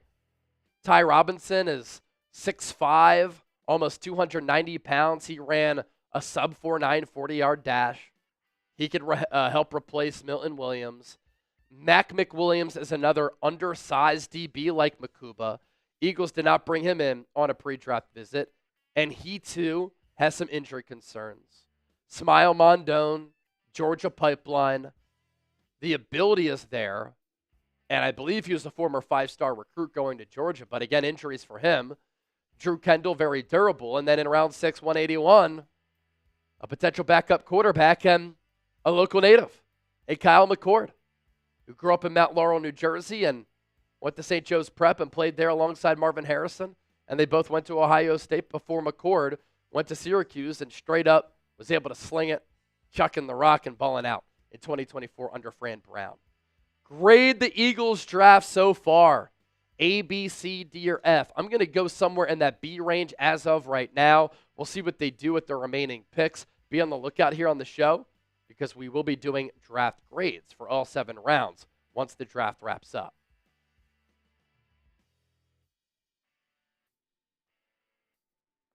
All right, let's talk Kyle McCord for a YouTube short because that's going to do some numbers here.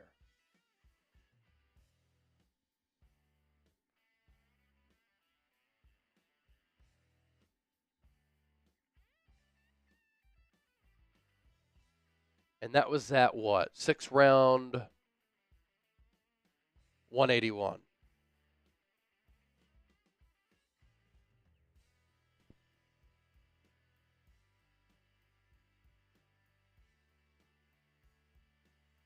How about this pick for the Philadelphia Eagles on day 3 of the draft in the 6th round at 181 overall?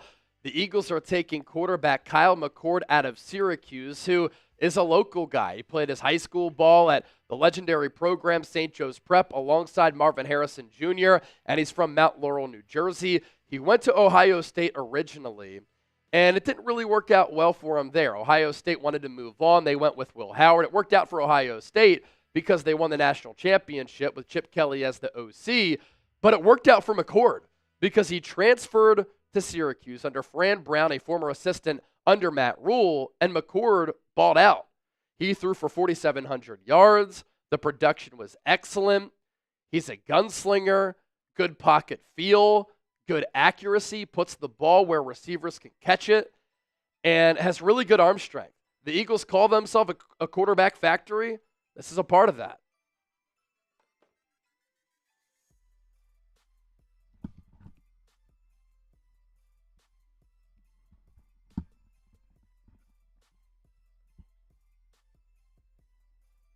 All right. Some notable picks. Eagles took McCord at 181. Yep. Pats go kicker. Andres Borregales. The best kicker in this class.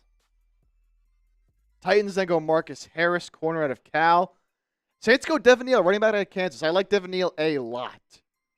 He has everything except for the long speed and athletic ability you might be looking for out of a running back, but he does everything else at such an elite level. I love that pick for the Saints. He's a really good player. Then the Steelers. They go with their quarterback finally, and they take the Pennsylvania native, the Philly native, Will Howard. Oh, okay. I like that for Pittsburgh. Look, we don't know what's going on with Aaron Rodgers. Right now, Mason Rudolph is their QB1. Will Howard in round 6. That's good value. It makes sense. They passed up on Shedeur Sanders so many times. Yeah. And clearly they valued Will Howard more than Shedeur.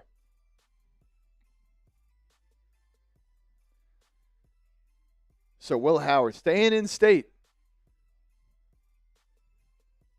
Going to Pittsburgh. And the Ravens take the second kicker of the draft, Tyler Loop out of Arizona. So 2 kickers now gone in the 6th round, pretty close to each other. And the Texans. Guy we talked about a lot on the show, Jalen Reed, Penn State safety. Oh, yeah. Going to Houston. 6th round. I like that. I like that.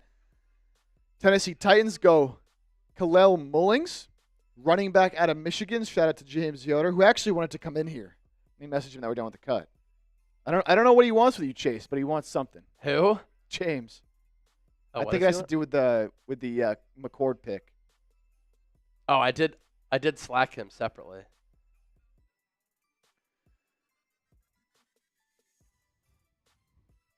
And the Eagles actually, their pick is in at 191 already. Okay. And waiting for this to sync up here.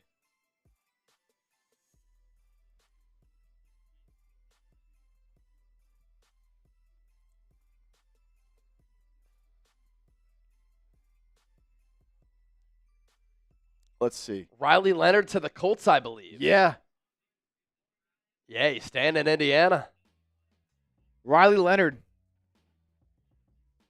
Interesting. And then the Eagles pick is in after that as well. Yeah. I don't know what's going on here.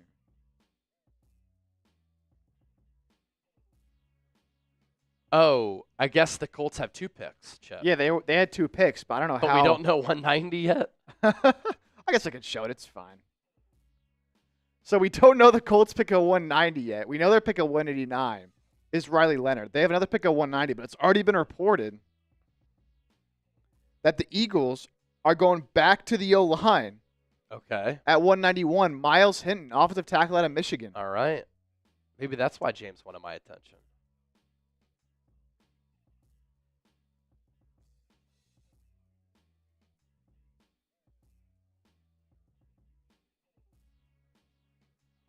Man, so the Colts have Riley Leonard, Anthony Richardson, Daniel Jones.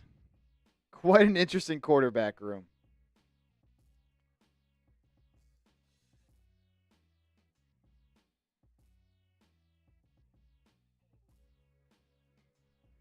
Very interesting quarterback room.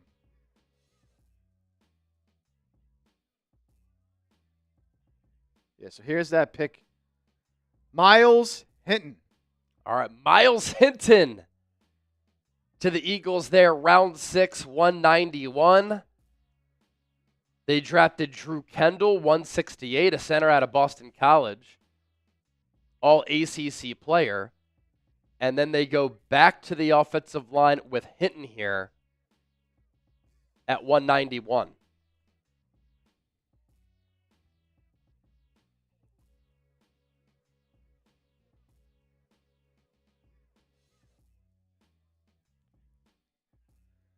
So we can go through Miles Hinton here and talk a little bit about him.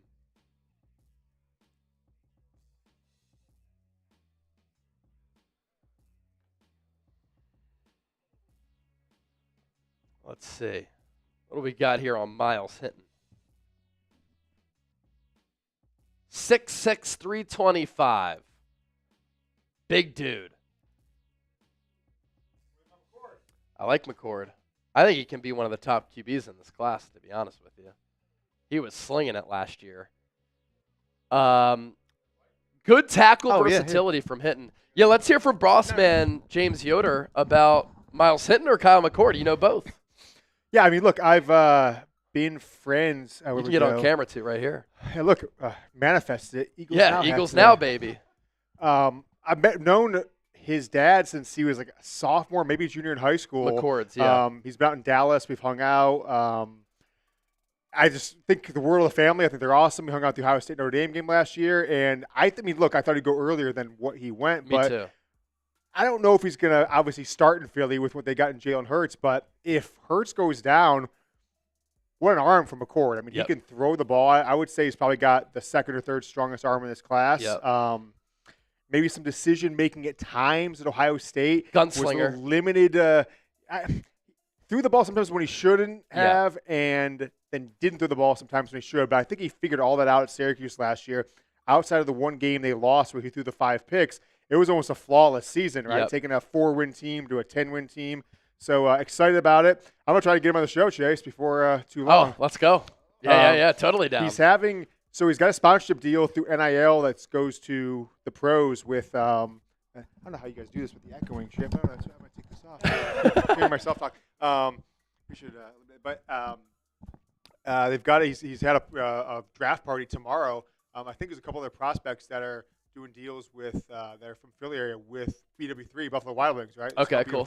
So, we're having a draft party on Sunday, etc. So telling Brett right now, we're Chase and Chip, championship parade, draft party. We might have to go. You know? So, let's go. Excited for it, man. I think he's got a good potential backup for a few years. We'll see where his career takes him. So, good developmental player. And then what do you know about Miles Hinton? So you got okay, Eagles cool. took him so, as well. I did not see that one.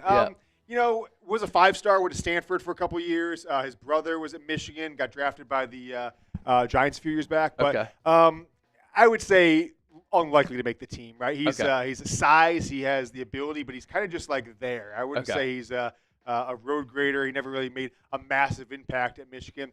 A 2-year starter, but there were times in the 2023 season where he got taken out for like 1 or 2 quarter stretches. Michigan would rotate 6 offensive linemen in pretty frequently in 22 and 23, sometimes go with the 6 lineman set. And Hinton was kind of always in the championship game the first guy out that would sometimes, he'd get taken out the second series of the third quarter, wouldn't make it back in. So the only returning starter on the line this past season, and so was kind of the main guy. But, he's okay. I didn't expect him to get drafted maybe even this high. I thought maybe late 7th round. So, but got ability. I mean, he was a 5-star coming out of high school for a reason, so he's got ability. Cool. Yeah.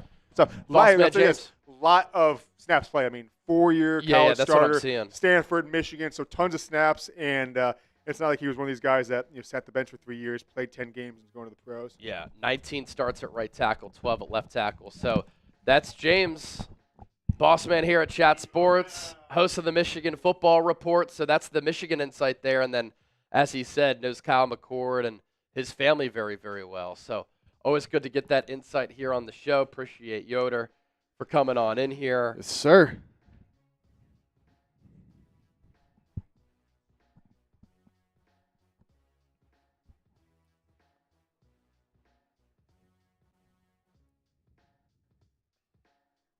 I'm going to actually re-record that McCord one because I went a little bit over a minute for the short. So, all right, McCord, Miles Hinton. Again, Niners not on the clock here for a little while until they have 3 picks, which are kind of combined very closely in round 7.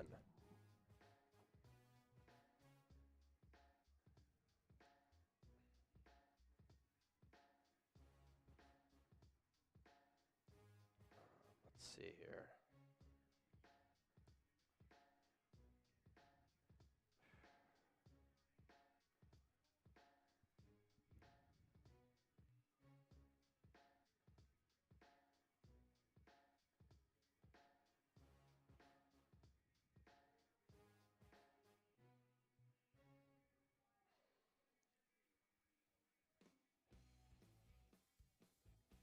So we're at 192 in the 6th right now.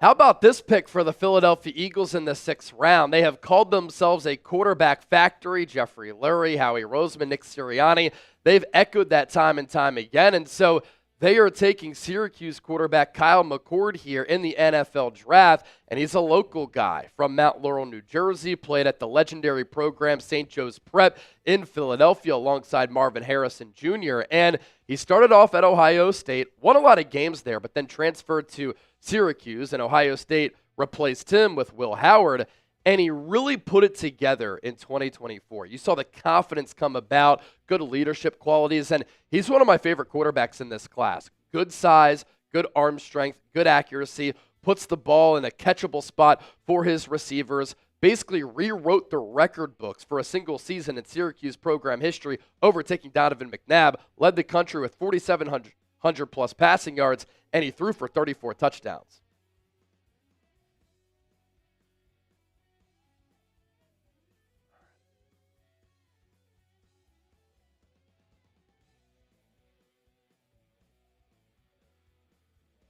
All right. We continue to get it going on Philadelphia Eagles now in the 49ers report.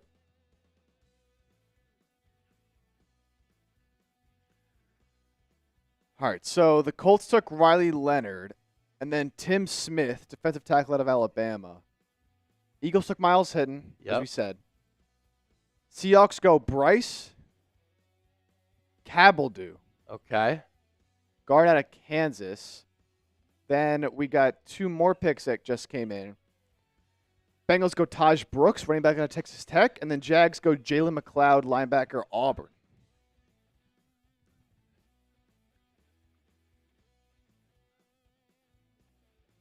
Buddy Moles, who's winning the Super Chip? I don't know, Niners or Eagles. I can show you right now. I'll tell you you right what, now, brother. it's not close. It's not close. 49ers report is up, and they're up by a sizable margin here.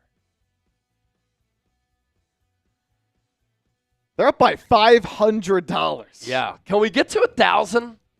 The Niners report has not gotten to 1,000 yet in the NFL draft. Can we get there today? Someone on Eagles got to make a push.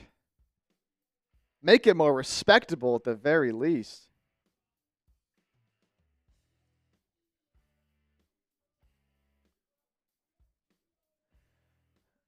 Again, the highest individual super chat on each channel wins the jersey of the first round pick. So for Eagles, that'd be Jihaad Campbell. Yep. And the MVP football. Right now, our highest super chat on Eagles is 3 different people with $50. So Yep. $50 is the number to beat on Eagles. That's it. That's it.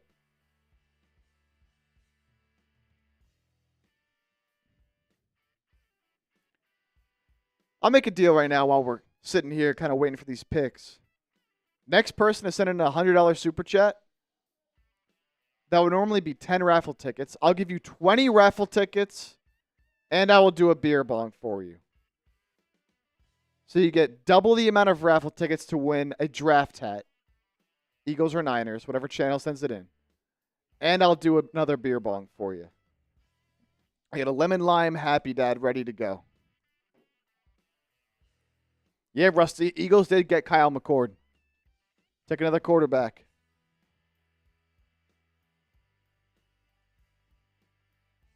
Yeah, I kind of like Kyle McCord for the Niners, too, because they kind of had more of a need for a quarterback, but interesting nonetheless.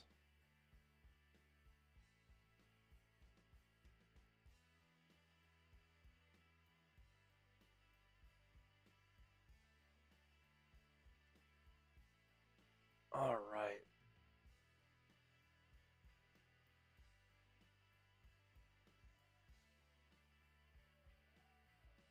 Drew Kendall was the other one.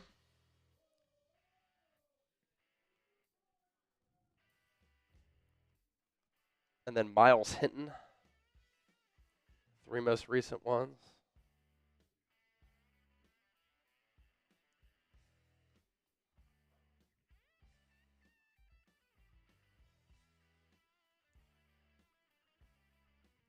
Super chat on Eagles, K. Burton, $2. K. Burton.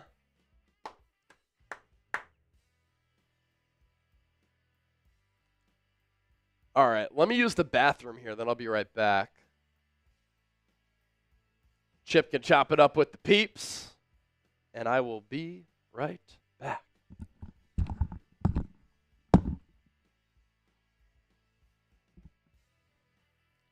All right, here is that $2 super that came in. K. Burton, thank you for the donation. Appreciate that.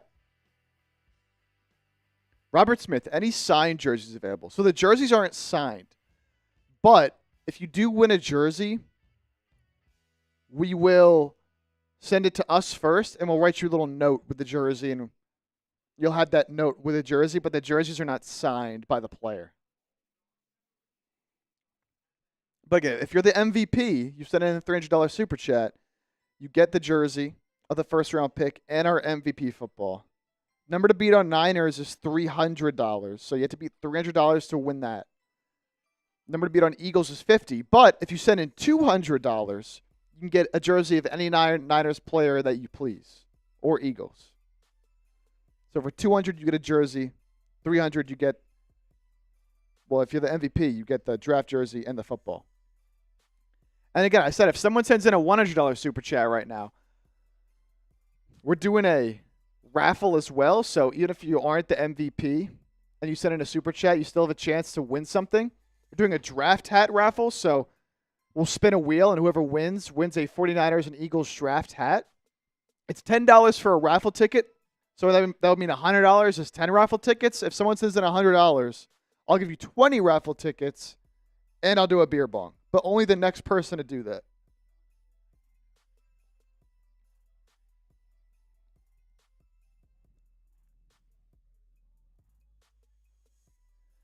Yeah, so Eagles have 2 more picks. They just picked at 191. They have 207 and 209. Can you go over the picks so far? Yeah. I can do that. Colby. We'll go over the Niners picks and the Eagles picks that they've made in the draft so far. It's a good idea. So we'll start with the Niners here since you asked on Niners. Niners, of course, went Micah Williams in the first round, edge out of Georgia at number 11. Going to really be able to set the edge and was injured pretty much all last year. I think he could play a lot better than what he showed last season. He was dealing with an ankle injury all season long. Alfred Collins, another run stuffer along the defensive line on the interior there. Second round, number 43 overall. So really beefing up the trenches in the defensive line, raising the floor of that defensive line. Neither of these guys project to be great pass rushers right away, although Micah Williams can be a great pass rusher with time. Both good run stoppers. Then they go Nick Martin, so defense again at that linebacker spot. Plays a lot like Dre Greenlaw. Niners fans are going to like that.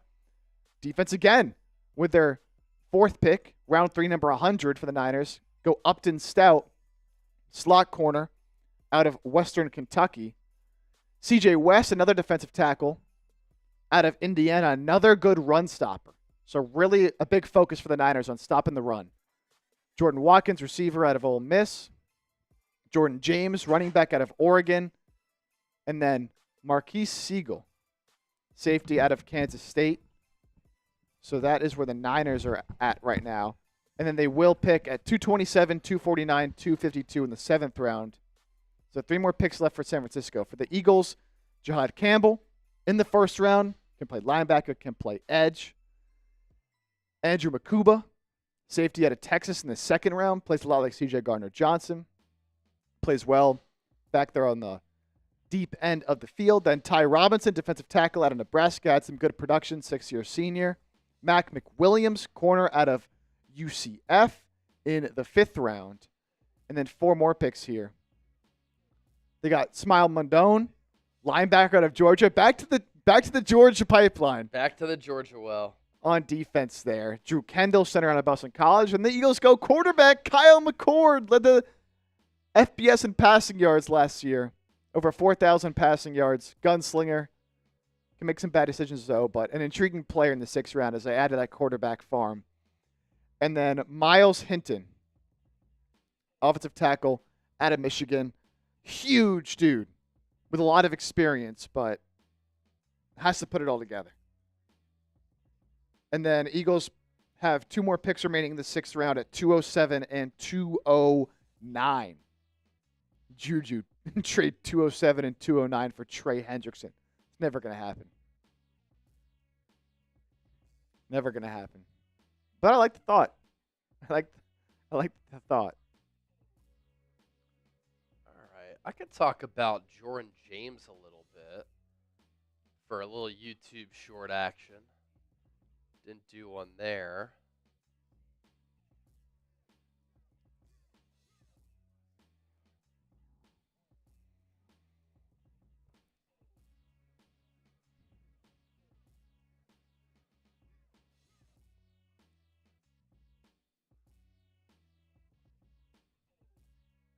Yeah, gotcha, Colby. Of course. Dennis, what's a draft head look like? Got one to show? Actually, we can. Yes. Well, we have the picture of the. We have a picture of the Eagles Now hats, right? Those are the ones we're giving away on Venmo. Well, no, we Fanatic Sheet, we did draft hats a while ago. Oh, yeah. Yeah. I could pull that up. Yeah, Dennis, I could show the. Yeah. Now, let me just record this for a minute on Jordan James. Yep. Let's talk about Oregon running back Jordan James, who the 49ers took in the 5th round at 145. This is a Kyle Shanahan, Bobby Turner type of running back. He's decisive. He has pretty good vision. He's a really good scheme fit for the outside zone, which is what Shanahan runs. And Oregon coach Dan Lanning, who is one of the top young, up-and-coming coaches in the country, even tweeted out that Jordan James is a great fit for San Francisco, given how they've been able to develop and utilize running backs. He's also a good pass catcher. He can do some work there and has to improve a little bit, but the ability and potential certainly a part of his game. And he's a good pass protector as a blocker. I also like how sure-handed he is. 0 career fumbles. Last year, 233 carries, nearly 1,300 yards and 15 touchdowns. And I think that he's going to have an opportunity to get carries right from the get-go.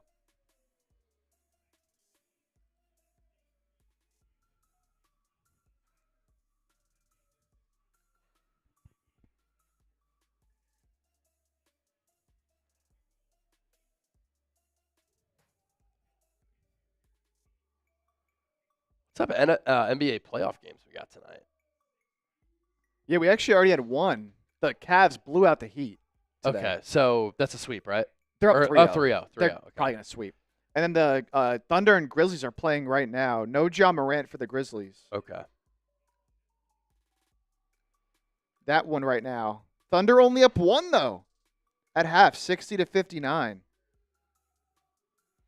Then we got Rockets-Warriors later tonight, and then Nuggets-Clippers is about to start right now. All right, we can show these Eagles That's Eagles the and Niners Clippers draft looking to stats. go up 3-1. Yeah, I think so. At home, take a commanding lead in that series.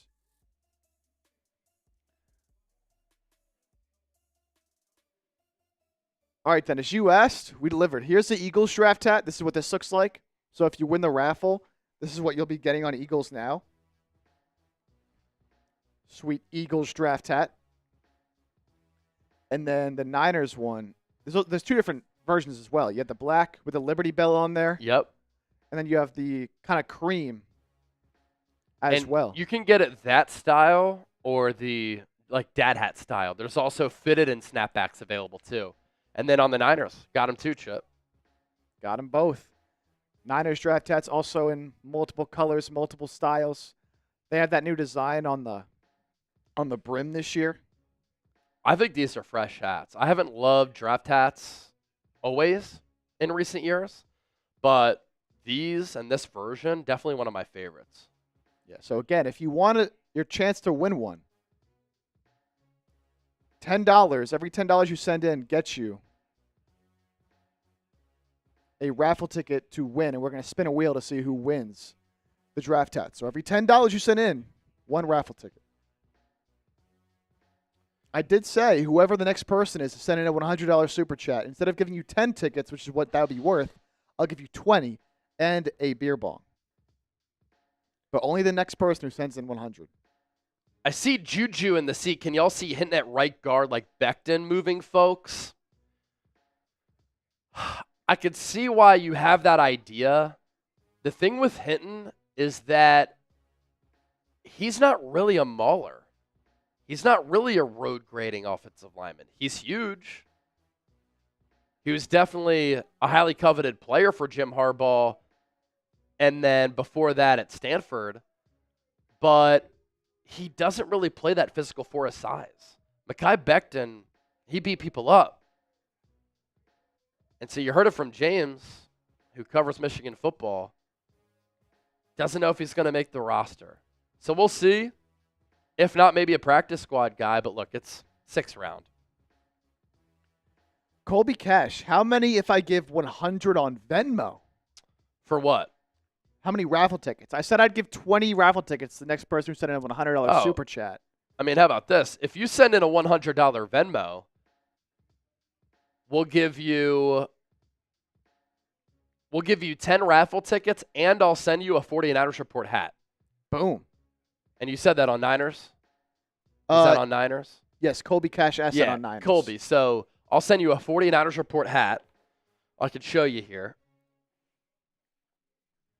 I'll send you a 49ers Report hat if you send in a $100 Venmo. And then we'll give you 10 raffle tickets to win the Niners Report, or 49ers draft hat, excuse me. I said I would do a beer bong too for 100, so that still applies. Marquise, what's our 6th round pick number? Niners are not picking the 6th round. Yep. No 6th-round picks for Niners.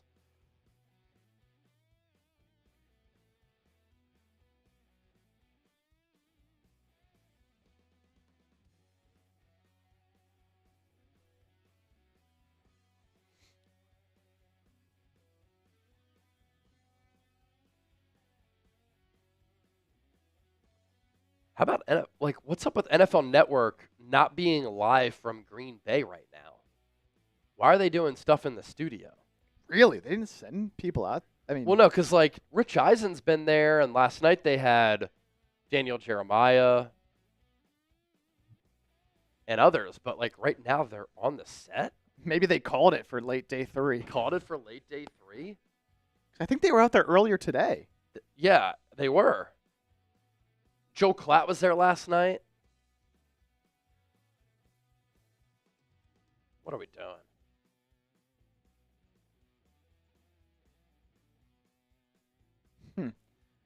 Buddy, talking about the Niners, we have 3 picks in the 7th round. Hope to God they're all offensive linemen. That's funny.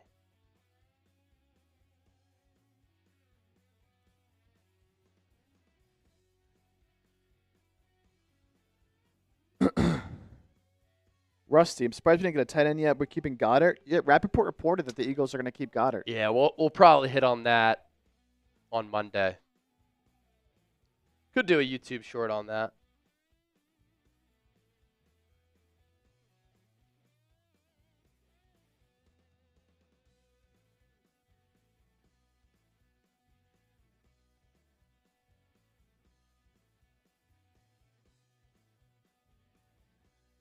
Last year's draft was blind luck for the Niners. I don't say that. I actually like some of what they've done. I mean, I don't like how they haven't addressed the offensive line at all, but I think they've picked up some good players to help try to change the identity of their football team. And I think some of the players that they're bringing in definitely have some promise.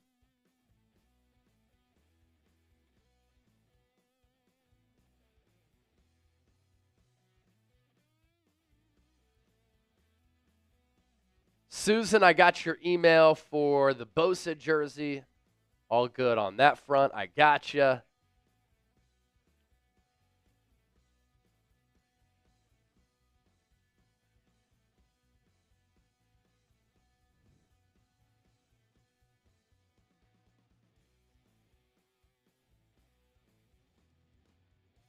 What's interesting about Marcus Siegel, too, who the Niners took, he said he could play 4 spots. Free safety, strong safety, nickel, and dime. Fastest safety that the Niners have drafted since Tarvarius Moore. Interesting. Moore went in the 3rd round. Siegel going, obviously, a little bit later.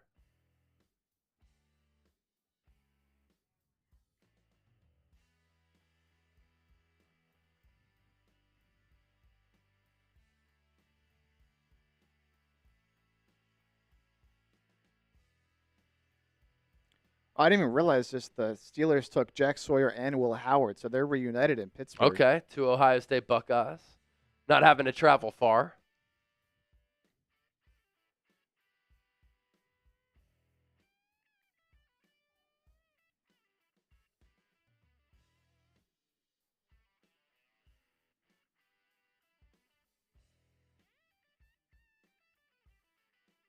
Matthew Golden's going to wear number 22 for the Packers. 22? Yeah. I hate that. Kobe King to the Vikings. That pick just in.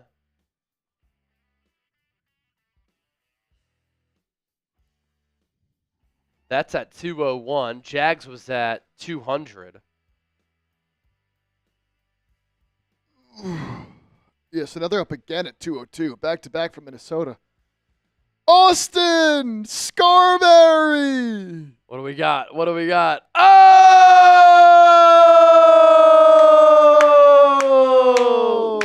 Scarberry's back. What's up, boys? What did I miss? I was at a wedding. Side note, anybody watching the Supercross tonight in the Steelers Stadium? Austin DM'd me yesterday. He's like, dude, you got to get into motocross. And I was like, bro. Motocross, Supercross, those guys are freak athletes. on the low. Like, they've got some stones, they've got some balls, but they're good athletes too. In order to do that, like, you have to be really flexible. Otherwise, if you're not, you're just going to be tearing ligaments and breaking bones. That's cool, though. It's at Acrisure Stadium, formerly known as Heinz Field. Sure, that'll be a good environment. Pittsburgh's located in a place where they're going to draw some good crowds for that type of event. You can get very rural in that part of Pennsylvania, but you're close to Ohio. You're close to West Virginia as well. What did you miss? Oh, we can recap all the Niners picks for you. Still no offensive lineman, Austin. It's quite crazy. Obviously, round 1, pick 11, edge rusher Michael Williams. Round 2, 43 overall, Alfred Collins, the defensive tackle out of Texas. Nick Martin, linebacker, Oklahoma State, 75 overall in round 3. Upton Stout, also in round 3, pick 100 out of Western Kentucky, cornerback. C.J. West, defensive tackle, Indiana, round 4, 113. The first offensive pick for the Niners, Austin, was Jordan Watkins, 4.3 speedster out of Ole Miss, at 138 in round 4 as well. And then they go back to offense and another Jordan with Jordan James, round 5, 147. He's a running back out of Oregon. Really fits what the Niners look for in running backs. Marcus Siegel can play a couple of different positions in the secondary. Fastest safety that the Niners have drafted since Tarvarius Moore in 2018. He played at Kansas State. And so that's everything that the Niners have done so far. Shedeur Sanders went to the Browns, Austin. Yeah. That was a pretty big moment. Also with the 50, let's go.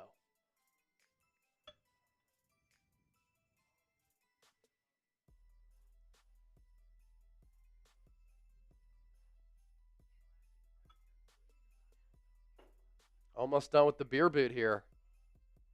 Austin Scarberry, thanks for the 50.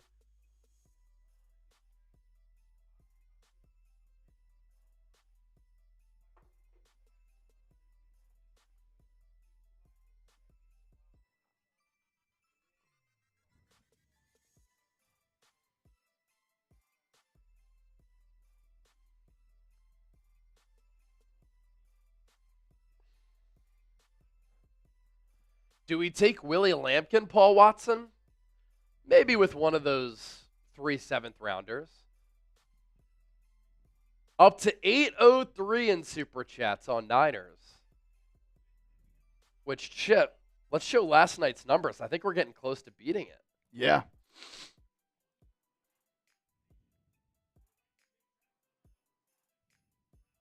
$232 on Eagles. Where are the big dogs at? Where's Jonathan Ephraim?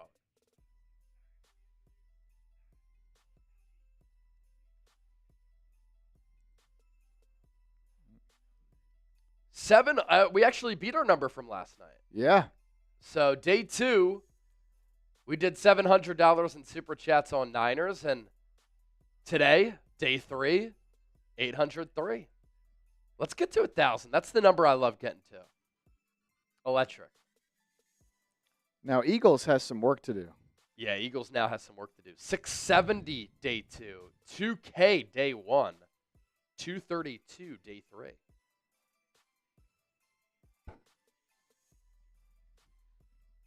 And let's see. We're at 204 right now, and there are 257 picks in the NFL draft. That means Eagles are coming up soon, right? Yeah, Eagles are at 207 and 209. Yep. And then we're going to recap those 3 picks. Yep. Starting with Hinton. Yeah, Hinton. Yep. Ravens should get Donovan Edwards. Hey, we'll see if another Michigan player gets taken. He actually ran pretty well at the combine. I was surprised by that, but yeah, deep running back class. And so maybe in other years, you'd see some of these running backs go off the board a little bit earlier, but this year, not as much.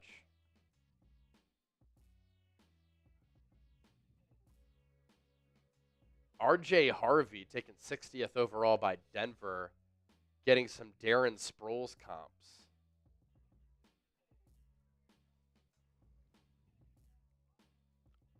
I like R.J. Harvey. I love that line from Maurice Jones-Drew. Makes people pull their hamstrings trying to catch him.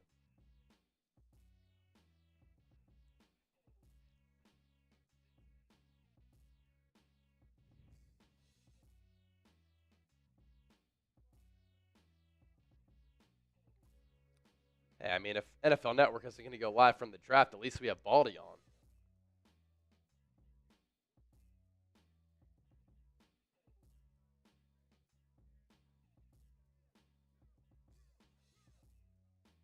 Medrano to the Commanders at 205. That pick is officially in. All right, so we got Bills 206 and Eagles at 207 and 209.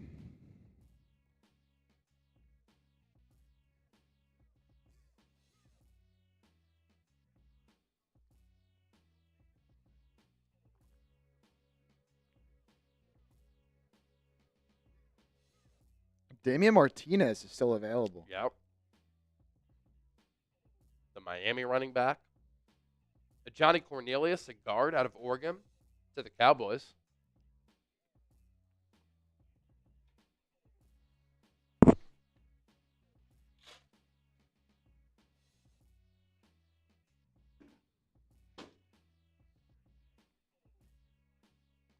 Of course, Trace is tweeting out how he needs the Saints to draft an Arkansas player in round 7.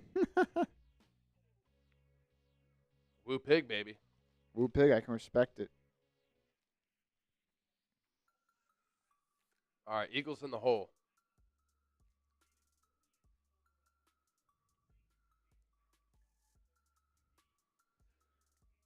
Buddy Moles, the Giants took Cam Scadaboo. That's Yep. who you're talking about. Early in round 4.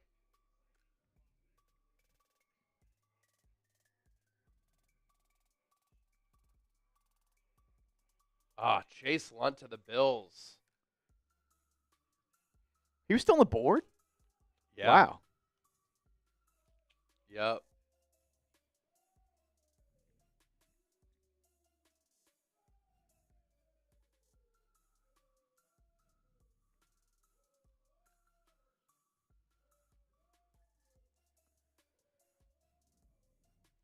$20. Juan Feliciano. Hey, Juan, what up, brother?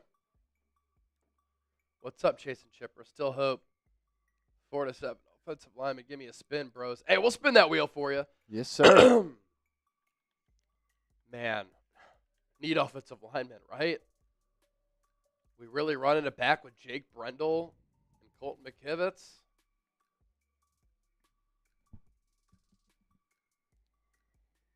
And then at left guard, Ben Barch or Spencer Burford. Bold strategy when you're about to pay your quarterback. All right, let's spin that wheel, Chip. Let's do it. For Juan. And we got another 20 just now. Hey, 2 wheel spins coming up. Here we go. All right, first one is for Juan, and then we'll show you super chats, of course, on screen.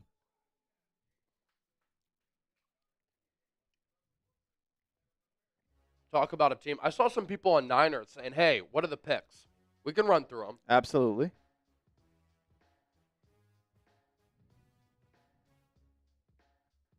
Wheel spin 2. Uh-oh. Here we go. It's for Basra 95 here. Jumping jacks for Chase. 1, 2, 3, 4, 5, 6, 7, 8, 9, 10. Boom.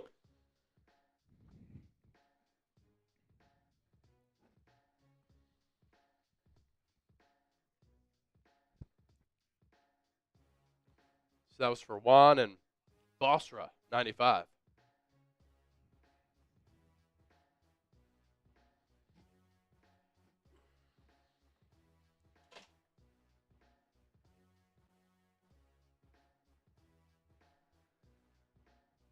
So did that spin for one, and then here is the one from Basra. Hope we get some good alignment this draft. Not yet. Haven't gotten any. Cam Williams to the Niners or to the Eagles. Oh! Another offensive lineman.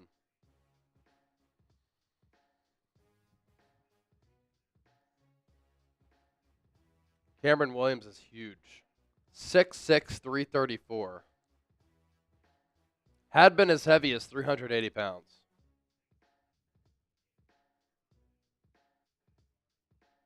If you would have gone back to school, could have been a first rounder. I like it. I like it.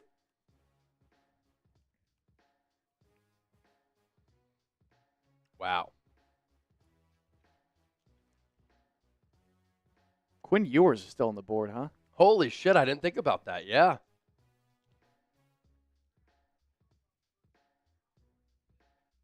Former number 1 overall recruit in high school. Is he going to go undrafted?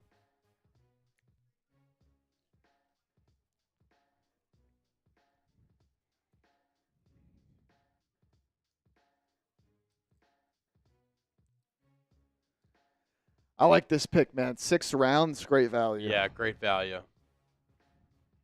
This could end up being one of the biggest steals of the draft.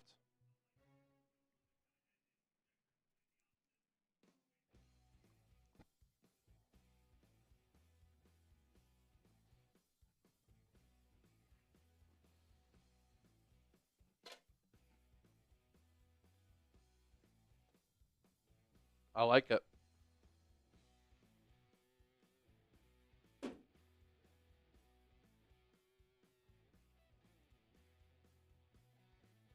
Wow.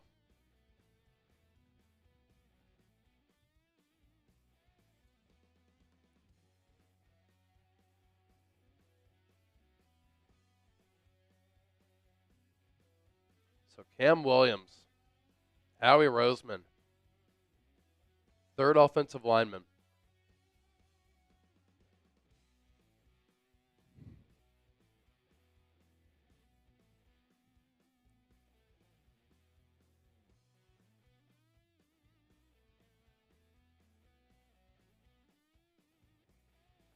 Dane Brugler had him as a 4th-round player. Wow. Get him in the 6th.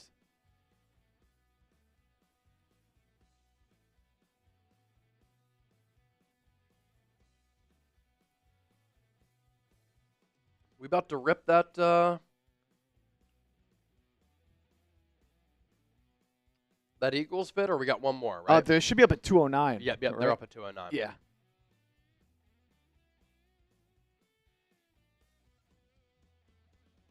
So Eagles pick again right now.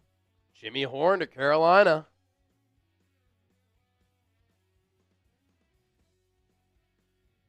Another Colorado Buffalo. All right, Eagles right back on the clock.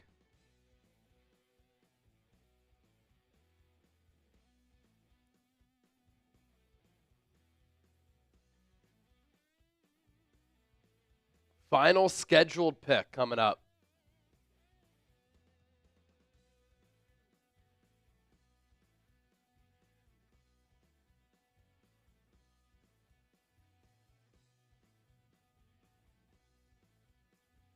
Okay, pick is in. Fast. Virginia Tech edge rusher Antoine Powell Ryland. He's been the top player available on our board for a long time. Yep. It's just value. Value, value, value. Cam Williams is a massive dude. 6'5", 334. Big body blocker. Big frame. 84.5-inch wingspan. 34.5-inch arms. Good leverage in the run game.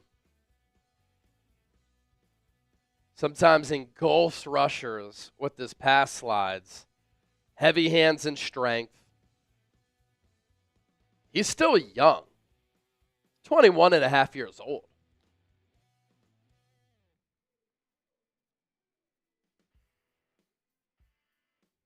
Went to Duncanville, south of Texas. 16 starts, so a little bit inexperienced. He was flagged 18 times in 16 starts.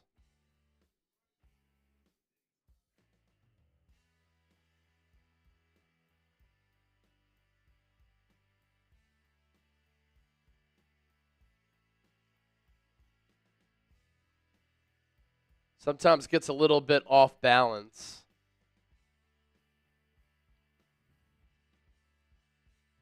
Dude, he exceeded 370 pounds during his sophomore year at Texas. So consistent conditioning is going to be really important for Cameron Williams.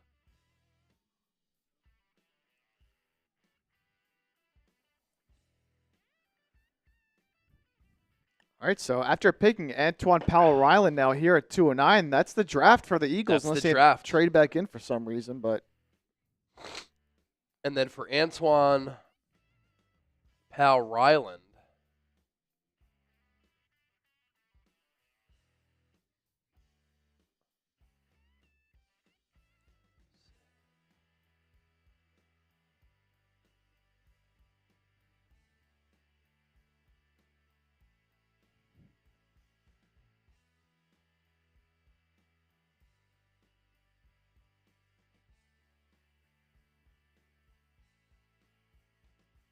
Tom had third-round grades on Cam Williams and Antoine Powell-Ryland. yeah, he's terrified. All right. A lot of picks to talk about. Yeah, 3 players. All right. Who are we starting off with again? That's Hinton, right?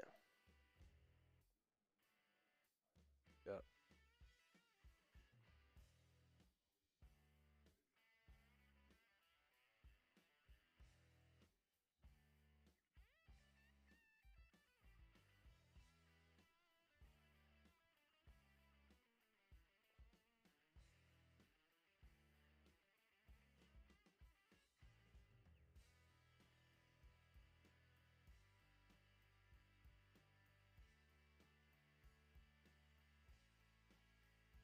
Antoine Powell-Ryland, 19 TFLs in 2024, 16 sacks. Ooh, and ESPLs to the Ravens. Man, they are killing this draft.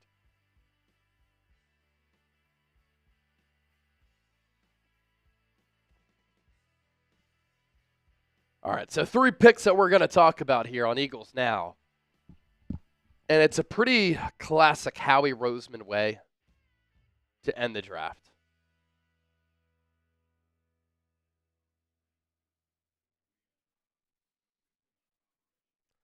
More than 300 people watching live on Eagles Now.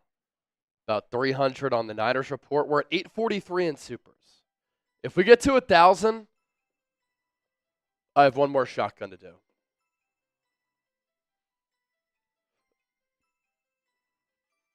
How did Antoine Powell-Ryland fall this far? Was that Florida then went to Virginia Tech?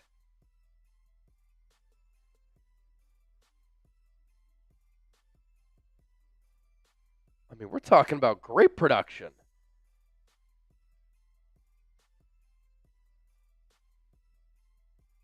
Consistent in the run game, but come on. All right. Miles Hinton, Cameron Williams, Antoine Powell-Ryland coming up.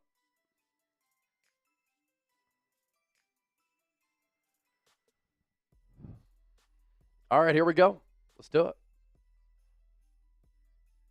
The Philadelphia Eagles have made 3 more picks here in the 2025 NFL Draft as we continue to inch closer toward the end of this particular draft. And I think the Eagles just rounded out their final 3 picks in classic Howie Roseman fashion. We know that Howie Roseman loves to build his teams along the trenches and load up on offensive linemen and defensive linemen. When we were at the NFL Combine, he had said, I have a healthy obsession with finding offensive linemen in the trenches and defensive linemen in the trenches. Well, with the final 3 picks for the Eagles, they went offensive line, offensive line, and offensive line. Two of the three players I really like. And we're going to get into it here on this edition of Eagles Now by Chat Sports. I'm Chase Sr. The first pick that we're going to talk about is Myles Hinton, offensive tackle out of Michigan. The Eagles take him in round 6 with the 191st overall selection. And Myles Hinton is a player who is huge in stature. Almost 6'7", 325 pounds. He started his college career at Stanford. Clearly they have academic standards there, and so very smart, high character. When he was in high school as a freshman, he was getting recognition from places like Alabama, Auburn, Florida, Miami, Ohio State, USC. A lot of people thought that he was going to join his older brother at Michigan. But instead, he decided to go to Stanford, and an interesting career there. He's a solid athlete, paired with the high football IQ, offers the traits that you want.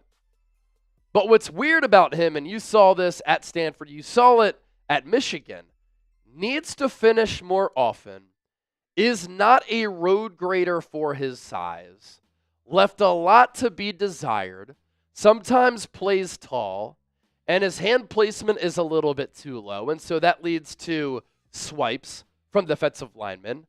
And at Stanford, after being the highly touted recruit that he was, 12 games, 9 starts in 2021, 7 games, 7 starts in 2022, missed 5 games due to an injury, and then he transferred to Michigan, where he played in 13 games, but only started 5 games. 4 at right tackle, 1 at left tackle. And Jim Harbaugh would rotate him in and out of the lineup at offensive tackle because he was a little bit too inconsistent, and Michigan used some jumbo packages, and sometimes they would just like to play 6 offensive linemen. Now, this past year at Michigan, played in 10 games and started 10, but the results were really just okay. Overall PFF grade of 69, pass blocking grade of 69.4, run blocking grade of 66, and he did only give up 1 sack. Well-built, NFL quality length for sure, 82 3/4 inch wingspan, arms of 34 1/8 inches, pretty coordinated mover for 325 pounds. Was only flagged once over his final 2 years at Michigan, but just needs to be more forceful and pass protection. Maybe Jeff Stoutland could bring that out of him. I think he's more of a practice squad player to start his career. I don't think he's going to make the 53-man roster for the Eagles. And some of his nuances with this technique just need to be a little bit better, like the aforementioned hand placement. Here's what the Athletic's Dane Brugler said on Myles Hinton. This is an NFL draft analyst that we certainly respect and appreciate here at Chat Sports. Hinton leaves you wanting more on his tape, but his traits are appealing. He has the length, feet, and core strength to stabilize his blocks. He projects as a depth piece for an NFL offensive line with swing tackle potential. And speaking of that swing tackle ability, that's what he did in college. 19 starts at right tackle and 12 starts at left tackle. So maybe a backup swing tackle for the foreseeable future for the Philadelphia Eagles here. Then, later on in round 6, at 207 overall, this is a pick that I absolutely love. There's some boomer bust to it, but in the 6th round, you take chances on players like this. The Eagles take Cameron Williams, offensive tackle out of Texas. He was a surprise player to classify for the NFL draft, because if he went back to Texas, he's only 21 and a half years old, and he's a little bit inexperienced, and he played well in 2025, he could have garnered first-round buzz because he is very, very gifted, very talented, and he is a massive human being. 6'5", 334 pounds. In 2024, 15 games played, only an overall PFF grade of 67.4, 5 sacks. His last 2 years, he was penalized a lot. but he is a raw, talented player who will need time to fix his technique issues. Great physical tools and a strong anchor. His footwork not the most fluid, and sometimes it can make him slower in pass protection. But you think about the traits that Cameron Williams has and the potential that he has. Again, if he goes back to Texas, this is a player and a prospect who could go in the first round next year. And the Eagles get him in round 6. This could end up being one of the steals of the draft potentially. And it's a similar type of story, I think, of what we could see with Cam Williams, what we saw with Mekhi Becton, where if he's a little bit too big and a little bit too small to play offensive tackle, then you just slide him inside and he has overwhelming power to play guard.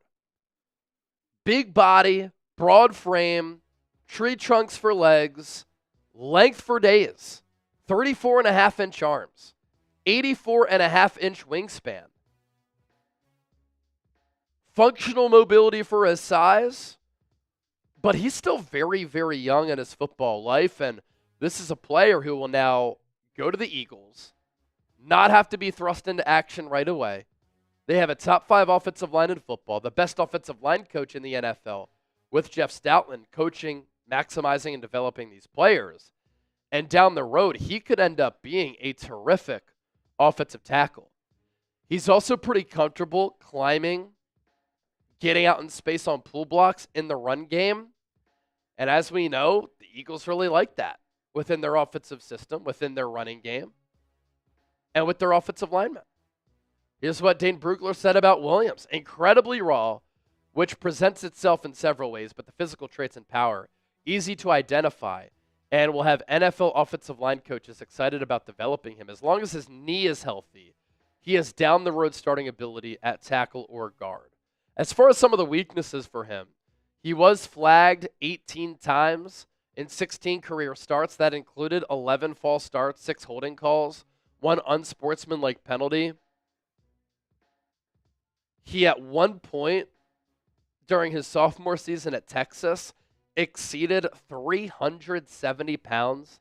And so, like Mekhi Becton, again, that's why I threw out that comparison, consistent conditioning, strict regimen with conditioning, and what he's eating with nutrition will be important. The sprained knee that he suffered in December of 2024 did require surgery after the year. Those long-term medicals will be important. All of his starts did come at right tackle, and he primarily was a right tackle in high school. Well, guess what? Lane Johnson's getting a little bit older. Could this be a developmental player to eventually take over for Lane Johnson? Something to think about here. But while he's raw, he has those traits that you look for in an imposing, dominant offensive lineman who I think at the NFL level could have guard or tackle flexibility. So hitting on Cameron Williams, I'm like, wow.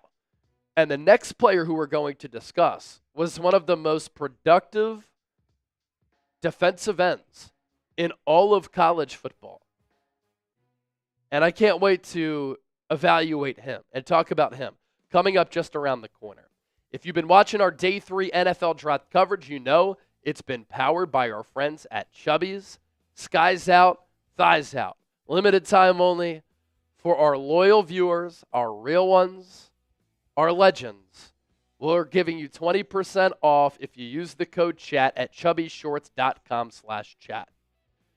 Spring is here. Summer is around the corner. And this ain't the time for fooling around. It's time to look good, feel good, get some shorts, get some polos, get some shorts, swimming trunks, shirts to up your swag game. And Chubby's has everything that you have to offer in one. Bright polos that demand attention. Yeah, they got you. Killer shorts that show off those beautiful thighs. Double check. Hitting up the pool or the beach, their classic line swim collection has your new favorite trunk for those sunny days. And for everything non-water related, I really like their original shorts. They provide that classic look with a fresh vibe and a modern fit. And for a mix of laid-back style and performance, you have to try their everywhere shorts. look, at the end of the day, your wardrobe deserves a springtime and summertime upgrade. So to sweeten this deal, limited time, we're giving you 20% off using that code CHAT.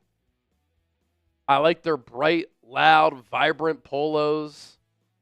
And come on, this wouldn't be a true ad read if we didn't mention Chubby's Classic Line Swim Collection. Without hyperbole, the absolute top of the men's swimwear game. And I also like some of the flexibility, the durability, the stretchability of their products. So whether you're getting dressed for the workday, a workout, or a weekend getaway, Chubby's has you covered.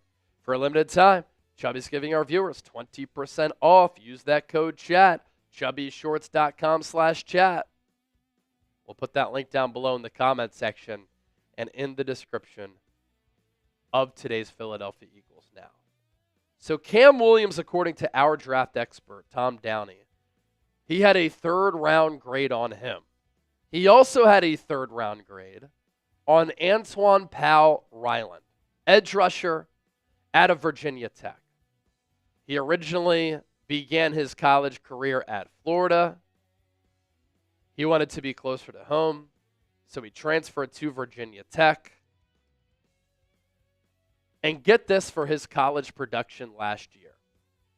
And really, the insane production the last 2 years. In 2023, first year at Virginia Tech, 13 games, 12 starts, 14.5 tackles for loss, 9.5 sacks, 3 forced fumbles. Then in 2024, 12 games, 12 starts, 19 TFLs, 16 sacks. For instance, Mike Green led college football with 17. Antoine Powell-Ryland right behind him with 16. And once again, 3 forced fumbles. This is a player who can play against the run, who has shown a consistent, proven ability to sack the quarterback. And this is another player in this Eagles draft class, whether it's Andrew Mukuba, or Antoine Powell-Ryland, or others, who have this knack for generating turnovers. Antoine Powell-Ryland has 3 forced fumbles in each of the last 3 years. So an extremely productive college player. And evaluators have concerns about his size. But here's the thing. He's 6'2", right around 260, with the 4.69 40-yard dash ran at the NFL Combine. The arms are definitely a little bit shorter, 31.25 inch, wingspan of 76 1/8, but a 4.69 40 at around 260 pounds, that plays. And sometimes we worry too much about the measurables. We're talking about 14.5 and 19 TFLs the last 2 years, and then 9.5 and 16 sacks. He'll threaten with speed. He does have good flexibility in his lower half. Almost half of his tackles in 2024 came in the backfield, 44.2%. Good timing with his hands. He plays with good leverage. He can rip the ball away. 9 forced fumbles over the last 3 years. Blocked an extra point against Syracuse in 2024. So maybe he can be a part of a special teams unit. And is he light? I don't know. Nolan Smith, I know he ran a 4.4. He's about 250 pounds soaking wet. Antoine Powell-Ryland is heavier than that. Sometimes he can tackle high. He's definitely not a player who you want dropping into space, but that's fine. The Eagles can have him as an attacking defensive end and or edge rusher. Did stay healthy in college, but flagged in the medical process because he did have multiple shoulder procedures while in high school. But for a 6th-round pick, for a player this productive, we'll see if he makes the team. But this could be like the Cameron Williams selection, 2 late-round hits for general manager Howie Roseman. So the Eagles' draft class as of right now is set and fortified. Jihaad Campbell, round 1. Andrew Mukuba, Round 2, Howie Roseman traded out of round 3. They took Ty Robinson in round 4, Mac McWilliams in round 5, Smile Mondone in round 5 as well, Drew Kendall in round 5, Kyle McCord, quarterback, round 6, Miles Hinton, round 6, Cameron Williams, round 6, and Antoine Powell-Ryland in round 6. Heavy on defense, heavy in the trenches. And now that I think about it, not a single skill position player taken in this draft. No wideouts, no running backs, no tight ends. And according to Ian Rappaport, the Eagles would like to bring Dallas Goedert back. I'd like to bring him back too. Hopefully just at a lower number. Stay tuned here. Coming up soon on Philadelphia Eagles Now, we'll put this up on the channel. My full 7-round 2025 Eagles draft grades. You don't want to miss it because we'll do deep dive analysis on every draftee for Philadelphia. But before we dip on out of here for this show, who's been your favorite pick so far for the Eagles?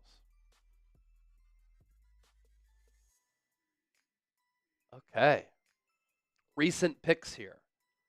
Taj Brooks, running back, Texas Tech, to the Bengals. Jalen McLeod, Auburn linebacker, to the Jags.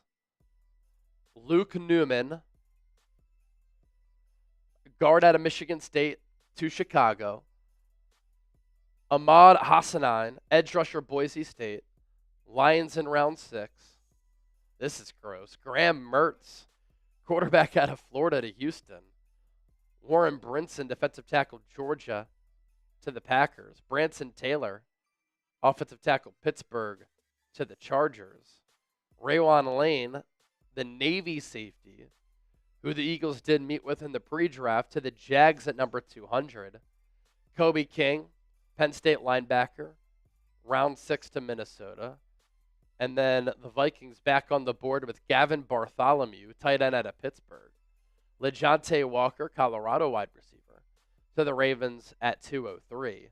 Johnny Cornelius, offensive tackle, Oregon, to the Cowboys at 204. Kane Medrano, UCLA linebacker, taken by the Commanders there at 205. Chase Lunt, offensive tackle, UConn, to the Bills at 206. Eagles go Cameron Williams, as we talked about. Jimmy Horn Jr., another Colorado player taken. Panthers in round 6. Antoine Powell-Ryland, edge rusher, Virginia Tech, to the Eagles there at 209. Aeneas Peebles, Virginia Tech defensive tackle, to the Ravens at 210. Hayden Connor, Texas guard, to the Cardinals. Robert Longerbeam, Rutgers cornerback, to the Ravens. Tommy Mellett, wide receiver, Montana State. Pretty sure he was a quarterback in college. Freak athlete. And I was wondering if a team was going to take him as a wide receiver. R.J. Mickens, the Clemson safety. That's Chip's guy, to the Chargers. And then Cam Miller, the North Dakota State quarterback, also to the Raiders. So Tom Brady had Shedeur Sanders ties and a relationship with him. They don't go Shedeur when they had multiple times and opportunities to do that. But later in the draft, they take Cam Miller. Interesting. Interesting.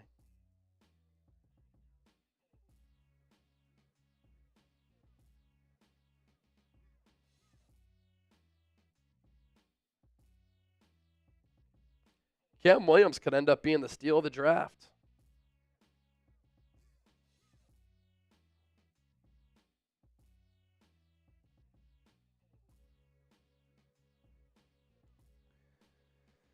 All right, Eagles are done. 3 picks left for San Francisco in round 7.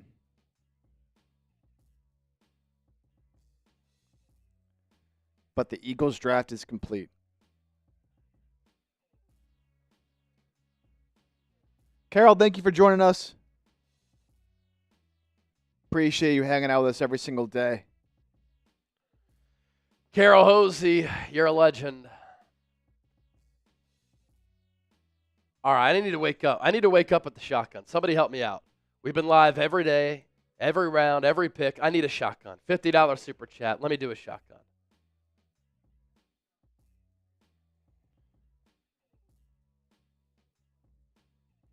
Broncos just took a punter. Wow. Jeremy Crawshaw. Punter out of Florida at 216. So I think we're still ways away from the Niners. Oh, yeah. Yeah, they're 249, 252. 249, 252.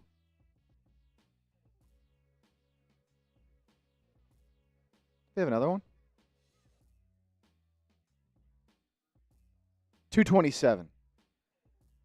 So 10 picks away from their first one. Yes, people asking again. Niners up at 227, 249, and 252. We are at 217 right now with the Cowboys on the clock. Buddy Moles! Oh, Buddy Moles. He does it again. Let's go.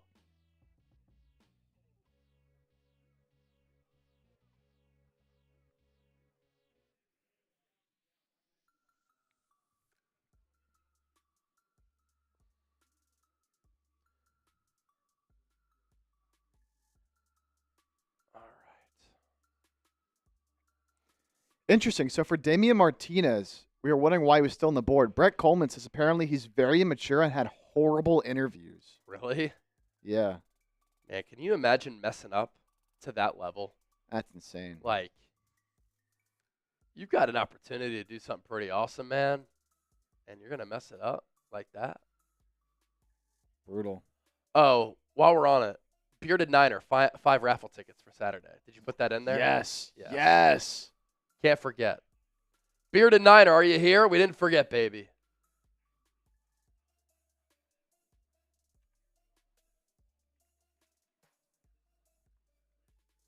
And Buddy Moles, 5 more.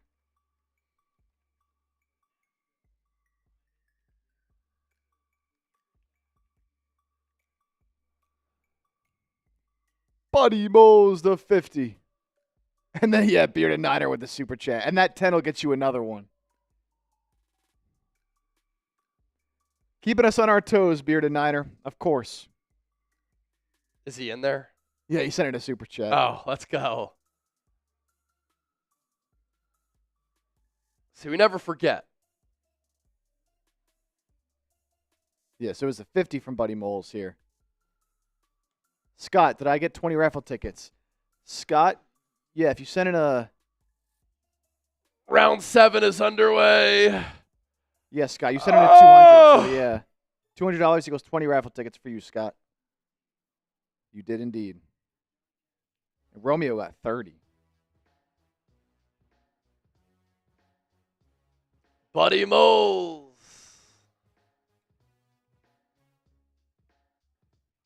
Wait, that's crazy.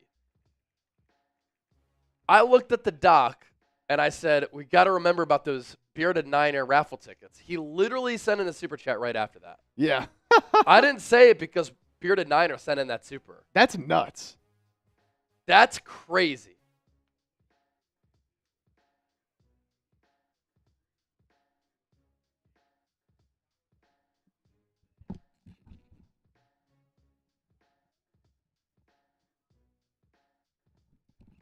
All right, let me take down the shotgun from Buddy Moles. Just a steady super chatter here today. We got Kadoka here with a 5 as well. Kadoka! How do you feel about Jordan Watkins? I like him, man.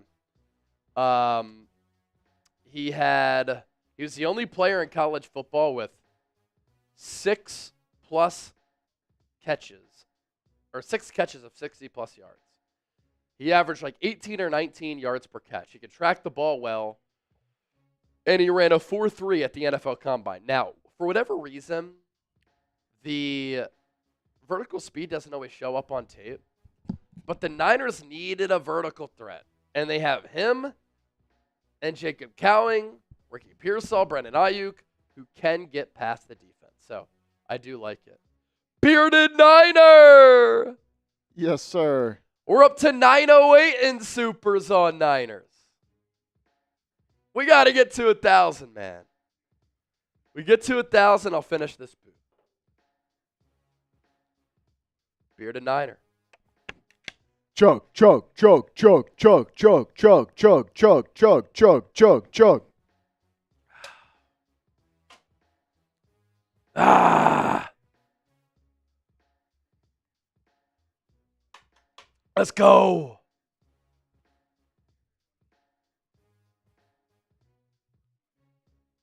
All right. I'm going to do a Cameron Williams short.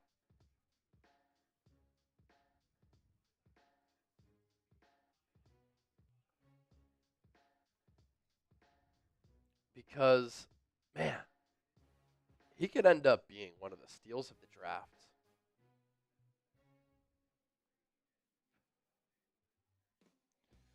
Giants just took Thomas Fedone. Okay. I think he's a good tight end out of Nebraska. They've had a good draft.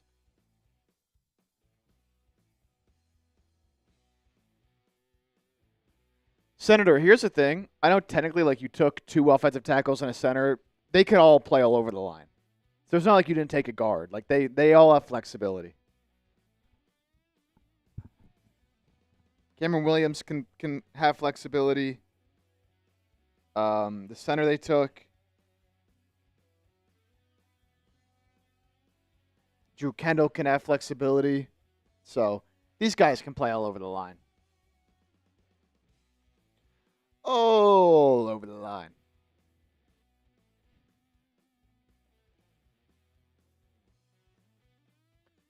Kadoka with another 5. For those back-to-back 5s, Kadoka, I'm going to give you a raffle ticket since you sent them back-to-back.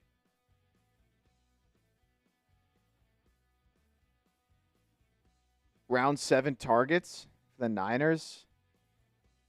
I mean, they already took a running back, so you're not going to take Damian Martinez. Plus, he's falling for bad character, apparently. Logan Brown, if you want to tackle out of Kansas, is there. Tez Johnson, Oregon receiver, but you just took a receiver as well. Kobe Bryant, cornerback out of Kansas. Yeah, Fadil Diggs, Syracuse edge. Jared Ivey, edge at Ole Miss. A lot of running backs left here. Seth McLaughlin, center out of Ohio State. He had a good interview at the Combine. I enjoyed doing that one.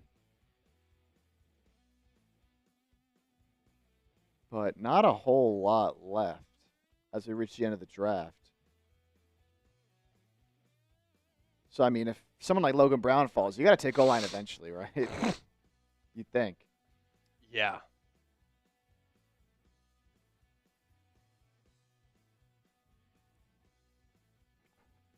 You'd have 2 Kansas guys in that O-line then, if you do take Logan Brown with Dominic Pooney.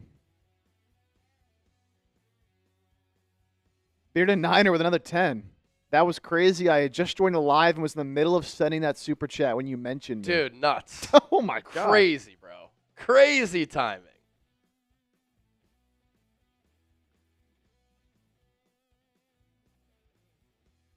All right, so the Eagles 2025 draft class, it's complete. Jihaad Campbell, Andrew Mukuba, Ty Robinson, Mac McWilliams, Smile Mondone, Drew Kendall, Kyle McCord, Miles Hinton, Cameron Williams, Antoine Powell-Ryland. So they entered the draft with 8 picks. They take 1, 2, 3, 4, 5, 6, 7, 8, 9, 10 players.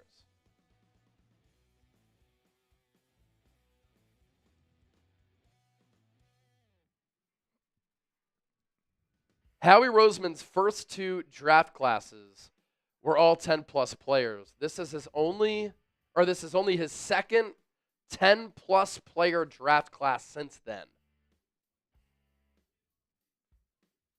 He built this 10-player class without a 7th-round pick.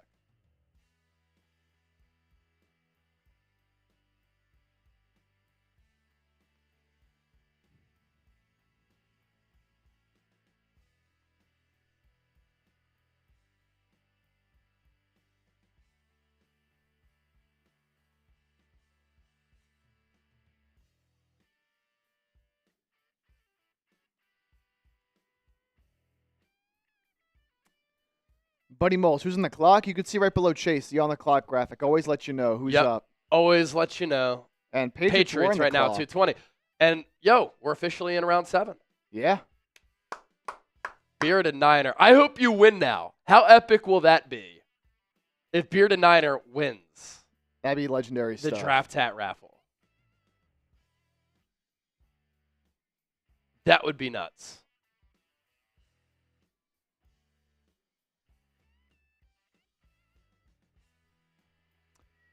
All right.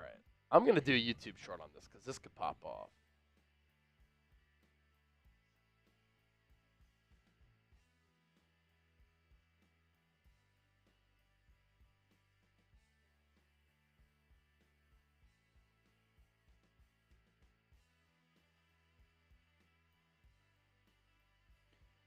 Kadoka, what time you guys doing the raffle?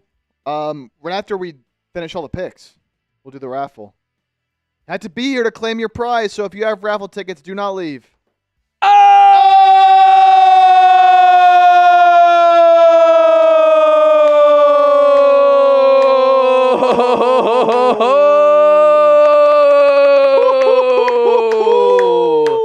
Romeo!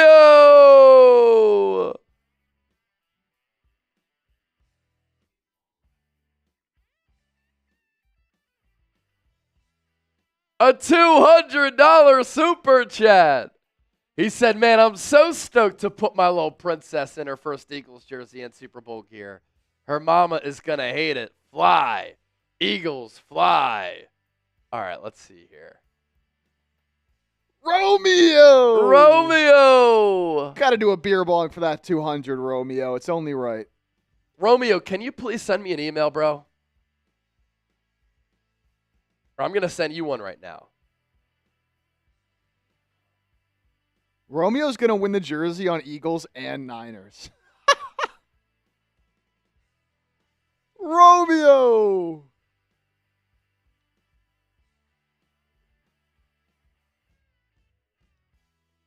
All right, Romeo, I just sent you an email.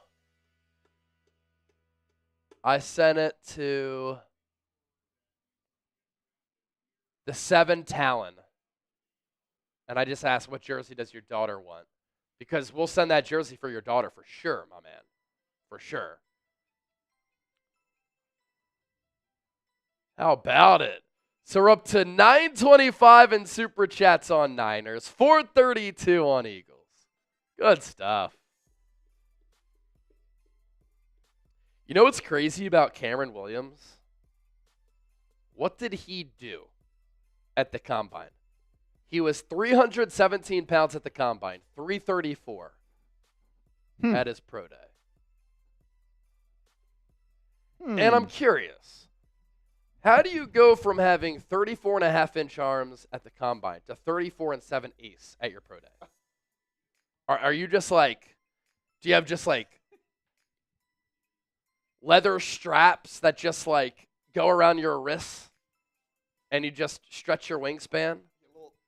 Extra stretching. How is that possible? Just doing some, Yeah. How is that possible? That was probably Will Campbell. Just. Yeah, Will Campbell. Make my arms longer, please. I will say, I do remember at the I don't want to look Combine, like a T-Rex. there was like something weird going on with the arm measurements at the Combine. Yeah, there was. But like still, that's just weird.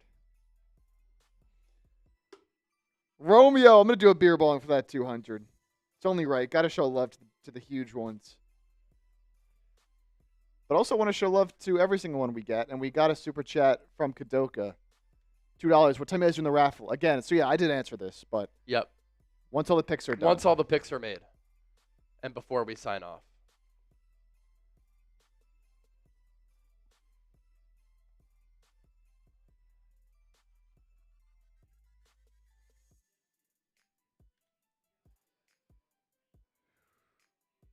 All right, we've had a few picks happen now. As the Texans are on the clock at 2:24. Patriots took Marcus Bryant. Jags take Jonah Monheim, center out of USC. Raiders take Cody Lindenberg, linebacker, Minnesota. And then the Seahawks, they send it. They say, forget the character concerns, the bad interviews. They take Damian Martinez. Damian Martinez. Okay, interesting. Physical ball carrier. I do like what Seattle's done in this draft. I think they've had a really good draft.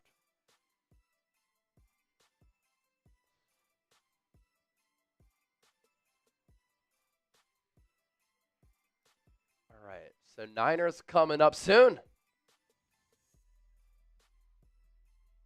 Niners coming up soon. Texans at 224, Cardinals at 225, Steelers at 226, then the Niners 227. Da da da da da da da da da. All right. You were gonna do a short, right? Or should I do Yeah, a I'm beer gonna do bong a short. first? Yep. What were you gonna do? I was gonna do a beer bong. Oh, for you can do Romeo. your beer bong. All right, cool. Yeah, son. Yeah, son. Yeah, son. Yeah, Glow. Chase is getting loopy, bro. Live for 6 hours, night 1. 6 hours, night 2. We've probably slept, I don't know, 5 hours the last 2 nights. I was gonna say we've been live longer than the amount of sleep we've got, That's true. which is nuts. Yeah. And today we've actually been live for 6:08, and we're at 2:23. There's 257 picks, 257 picks. And so we'll probably reach 7 hours live today. It's crazy. All right, Chip. Get after it, my man. Let's do it. This is what's keeping us awake right here, especially last night because the draft started so early this morning. Probably got got 6 hours of sleep. I think I got maybe 5.5. But we do it for y'all, baby. Gotta do it. Nobody picked Willie Lampkin, John Wallace. Nope, nobody yet. That's John's guy, Willie Lampkin. Yeah. All right, here we go. For the $200 super chat from Romeo. Let's do it. All right, Niners on the clock. All right, here we go, Chip. Get it done. Get it done.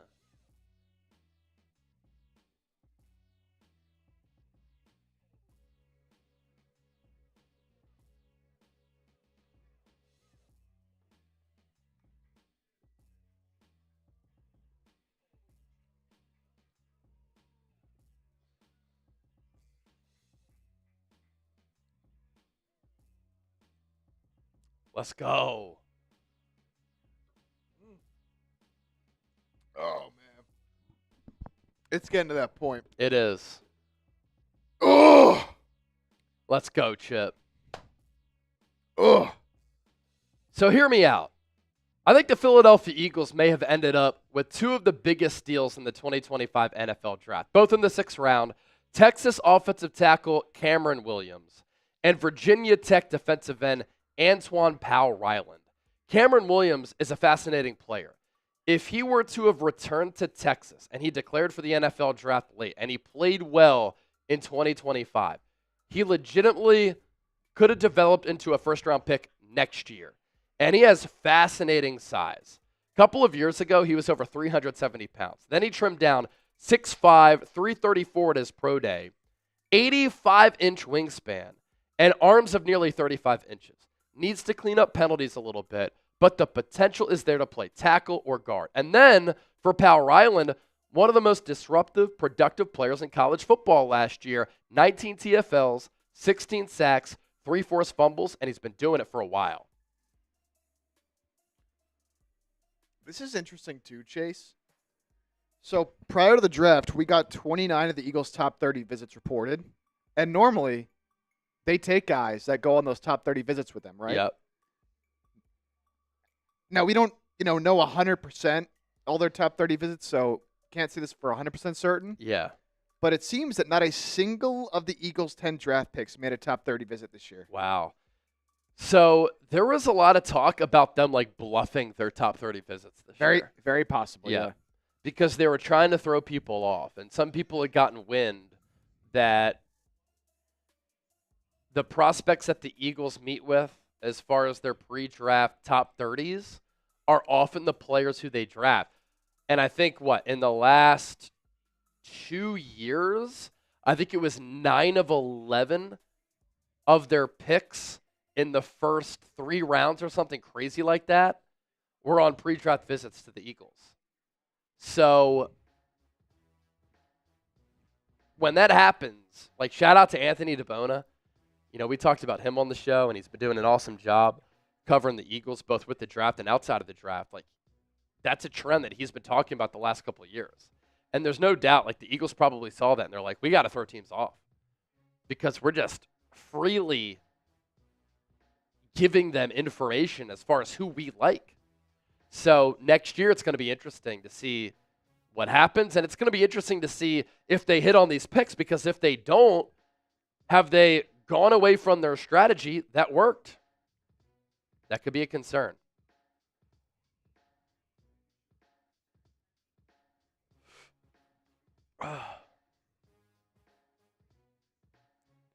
I like this Panthers draft, man.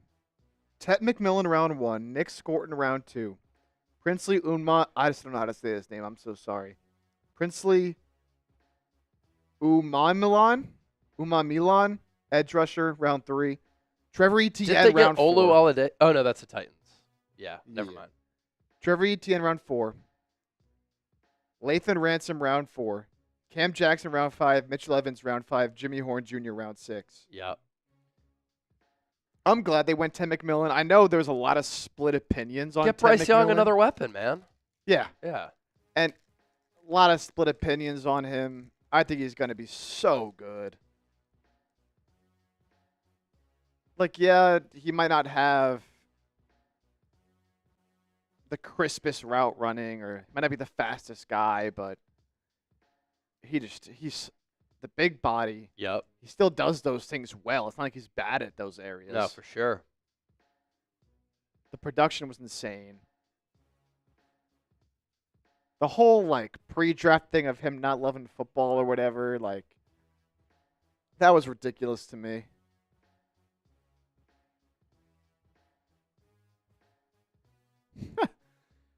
This $2 super chat on Eagles from Arrowhead. This is funny.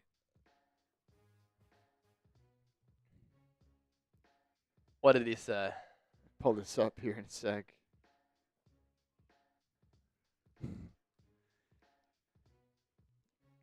He says, thoughts on Dan Jackson. He's white and a bulldog. Oh, man. He was a walk-on for his entire Georgia career. I know that. Steelers pick is in. You know what that means. Niners are on the clock. Steelers went Carson Bruner, Washington linebacker. Who's still left? Anyone notable? Yeah, let's take a look at the top players available. Anyone notable? Oh, you know what? There's a player here at the top of our draft expert Tom Downey's big board that I would like. Yeah. The Niners here. But it seems like they're allergic to drafting offensive linemen, so maybe they won't go this route. Uh-oh, I'm seeing that the Niners went offensive line. Logan Brown. I would like that at this point. I would like that at this point. But, I mean, Tez Johnson's still there. They're not going to go with receiver again. Jed York tweeting out the defensive coach's pass rush couldn't get there in time for this selection. I think it could be offensive line. Come on. And is it going to be Logan Brown? It's got to be.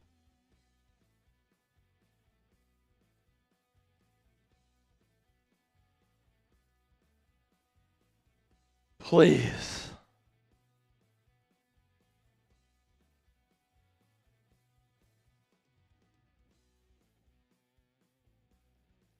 Gotta be. I mean, outside, like, you're not drafting Tez Johnson. I don't think they go corner again in Kobe Bryant. They're not going to draft another running back like Brashard Smith. They've already beefed up the D-line, so Fadil Diggs, Jared Ivey, I doubt it. LaQuinn Allen, another running back. Could go Seth McLaughlin here. McLaughlin or McLaughlin? I'm not 100% sure. McLaughlin. McLaughlin. Jake Majors still available, the Texas center as well. I should know McLaughlin's name. I did his interview with the Combine. I could see them going with him, going with a center. Finally get Jake Brendel out of there, huh? That'd be nice. He's got safety Hunter Wohler, defensive tackle. Yeah, these are all. Yeah, I imagine with the Niners being up right now, got to be Logan Brown or Seth McLaughlin. Oh, it's not. It's neither of those guys. It's Rourke. I'd be lying if I said I knew who this was off just that name. Let's see. The Niners. The Niners went quarterback. The Niners went quarterback. Oh, no. Oh, no.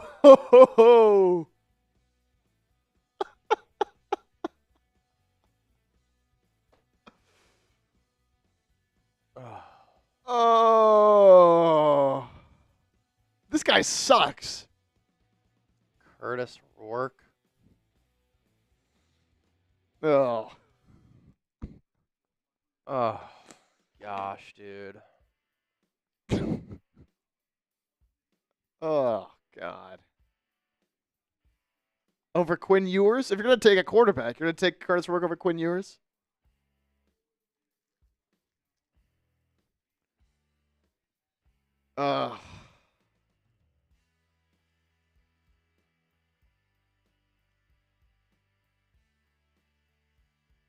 They just do not want to draft linemen. Oh, my God, dude. Curtis Rourke.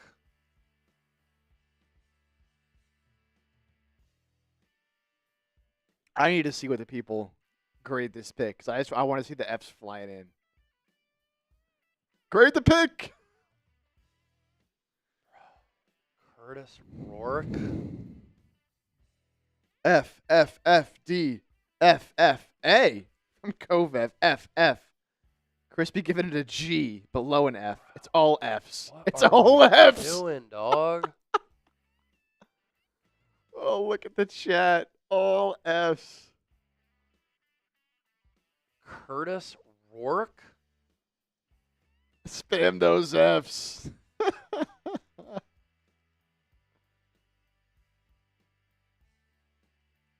Oh, we got an uptick in audience too. Over 500 people watching now, and they're all just giving Fs. Look, if you're just joining the show, I can't believe this. The Niners have drafted Curtis Rourke.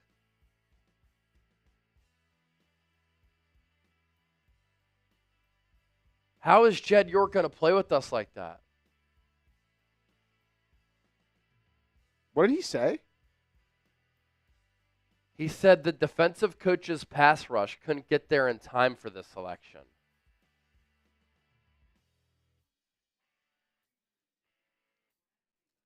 And he's talking about them taking Curtis Rourke.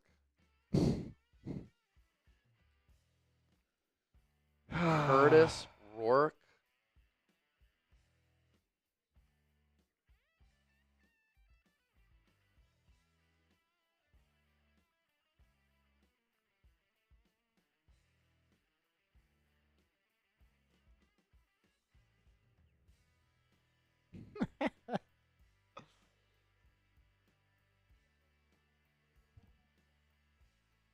They have 2 more picks. Yeah, they have 2 more picks soon. So, yeah, I'll lead with the quarterback for sure, though. Yeah, appreciate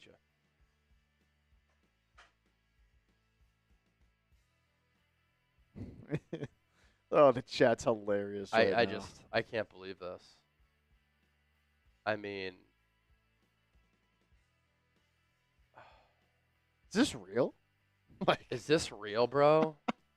Curtis Rourke?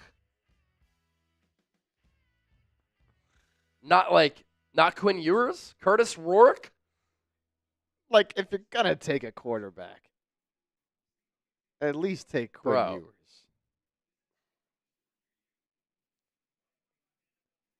He wasn't even, I don't even think he's in our database.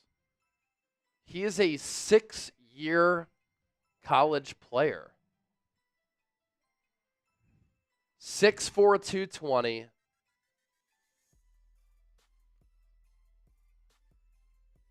Big-bodied passer, easy thrower of the football. Ball comes off his hand with velocity and pace.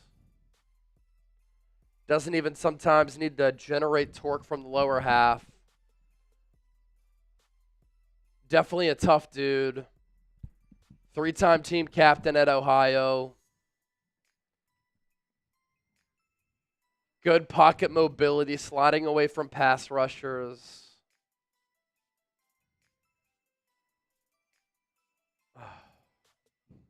He's going to be 25 as a rookie. Fumbled 7 times in 2024.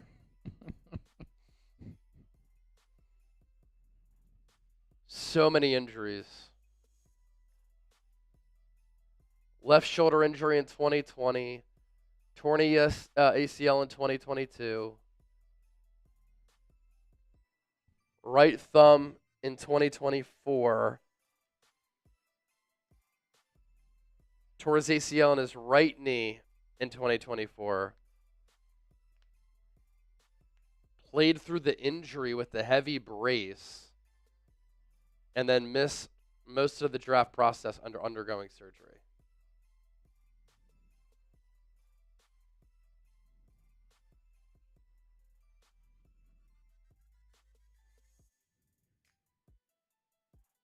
I just, what? We're the top available quarterbacks, Chet. I will say there's not a lot left. It's got to be Quinn Ewers number 1, and it's not even close. Yeah, let's see. Yeah, only 3 left in our database, and Curtis Rourke is not one of them. I could show you. Number 4, there's no one. He's not even there. Yeah, look, I'm not going to, go on a tirade about a 7th-round pick, but Logan Brown's there and you don't take an offensive lineman? I like what the Niners have done defensively. I really do. They are completely remaking that unit. But to not draft a single offensive lineman is insane. Kadoka, R.I.P. Brock Purdy. I just can't believe it. They have, 2 picks left? Yeah. No offensive lineman at all? So they're going to have Ben Barch and Spencer Burford battle it out for left guard. Probably Jake Brendel again at center. And Colton McKivitz at right tackle.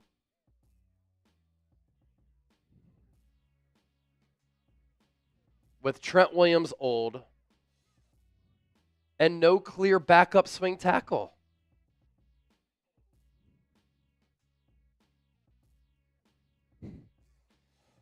Kadoka, R.I.P. Brock Purdy. Sends it another 5. Purdy better get sandwiched. Can we look at the Niners offensive line depth chart? Yeah, let me get that. Kadoka, dude, you make a good point, man. Purdy's about to get sandwiched, cut in 4s with no linemen. You are about to sign your quarterback to a contract extension of $50+ million per year. And you might go through this entire draft without taking an offensive lineman when right tackle, center, and left guard are massive needs for your football team.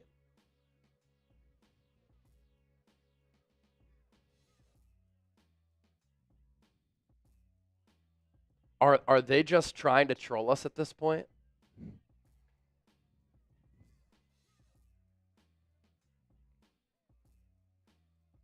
And guess what? Look who the Dolphins take. Logan Brown. Right? Quinn Ewers. Quinn Ewers. I like that.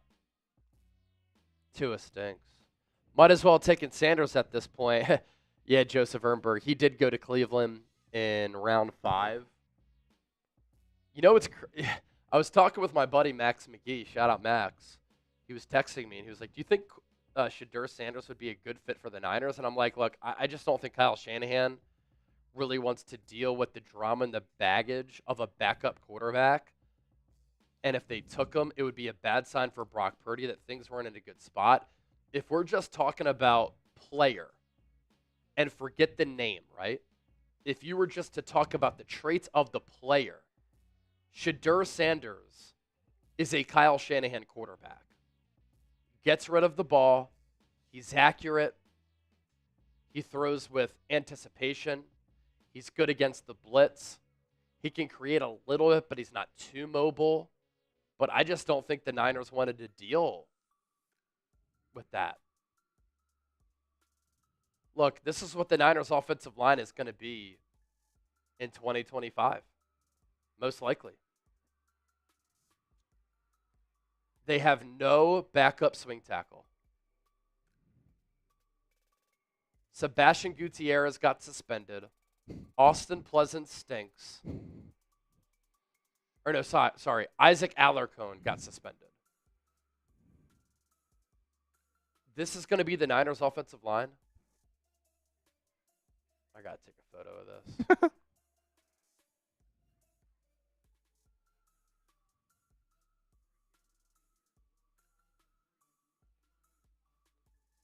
I mean, I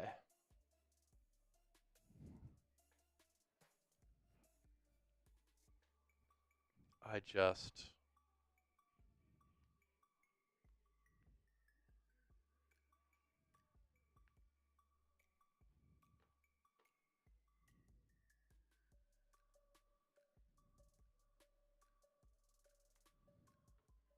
Oh.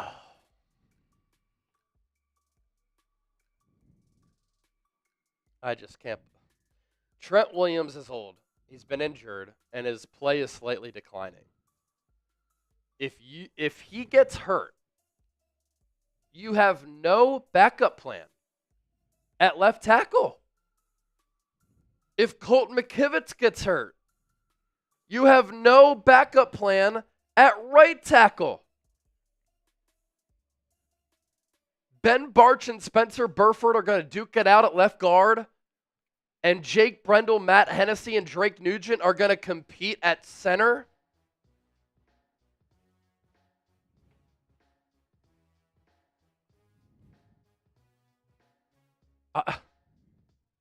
I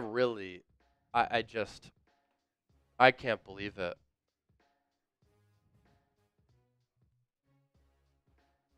I can't believe it. The MySpace guy, could someone please justify this pick? I'm all ears. I can't. Dude's had 2 ACL tears. Big-bodied quarterback.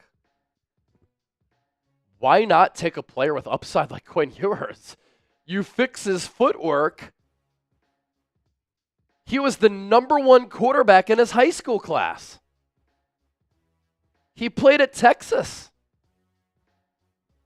He had 31 passing touchdowns in 2024. There's at least something to work with there. And you go Curtis Rourke?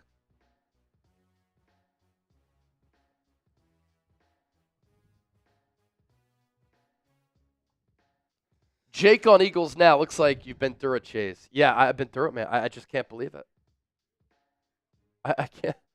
If the Eagles' defensive line went up against the Niners' offensive line, they would kick their ass.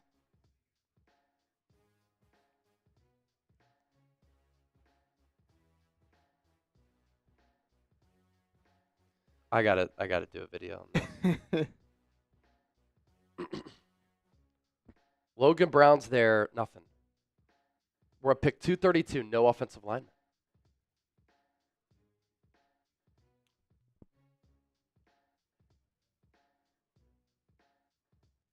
Let me start off by saying this.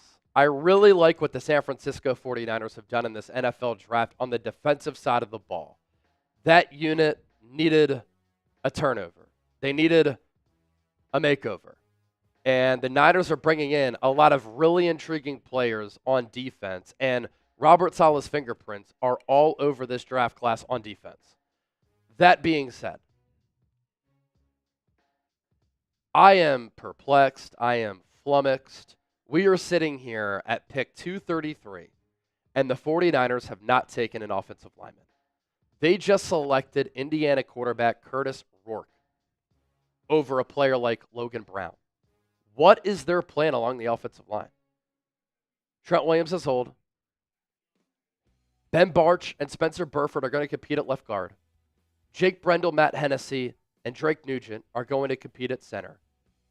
Don McPooney is a stud at right guard, but Nick Sakel is his backup. Colt McKivitz is at right tackle. He was better last year, but he's pretty average. And if Colt McKivitz or Trent Williams, who is old, his play is declining, and he's been injured a lot of late, were to get hurt, the Niners have no backup tackles and no backup swing tackles. Sebastian Gutierrez and Isaac Alarcon, who just got suspended, by the way, for PEDs, are the backup tackles at right tackle. And Austin Pleasance is backing up Trent Williams. At this point, are the Niners trying to troll us? They deserve credit for wanting to improve the defense, putting an emphasis on fixing what has been a porous run defense. But what are they doing along the offensive line? You are going to pay your quarterback $50+ million. And you're going to put him behind this offensive line. They're pinching pennies, getting cheap, and they're not building for the future along the trenches offensively. It is team building malpractice when you compare the Niners' approach to the offensive line to the Eagles' approach along the offensive line. And you have to build your teams inside out. I am just shocked that we're this deep into the draft and the Niners have completely ignored not just one position along the offensive line, the entire offensive line. It's not a sustainable way to play or win.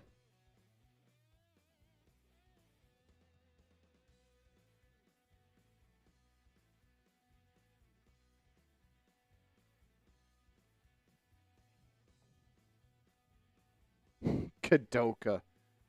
Curtis Rourke MVP season incoming.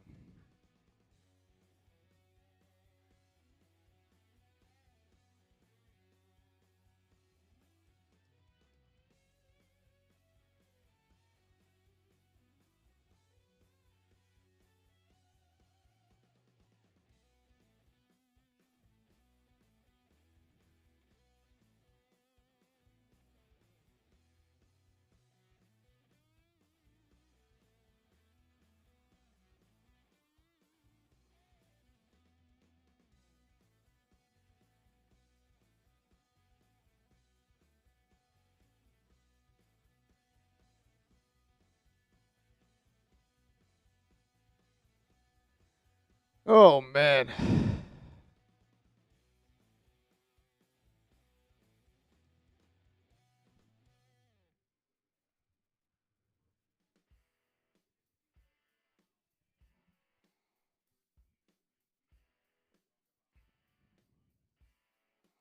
All right, we've had a few picks come in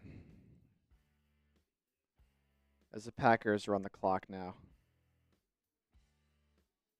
It's unbelievable. Bears, Kyle Monangi. Seahawks, Mason Richmond. Bucks take a chance on Tez Johnson, so he will be drafted. Receiver out of Oregon. Small guy who ran slow, but did have decent numbers. And then Jags, the Quinn Allen. So Packers on the clock.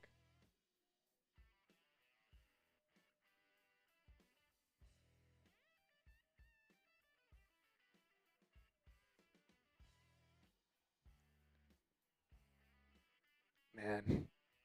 Chat's very frustrated. No surprise. It is just a 7th round pick at the end of the day. But it's the overall philosophy. Yeah.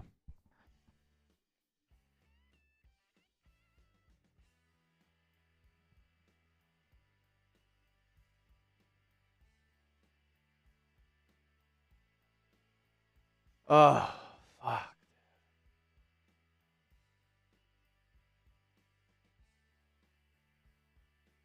Curtis Rourke. Wow.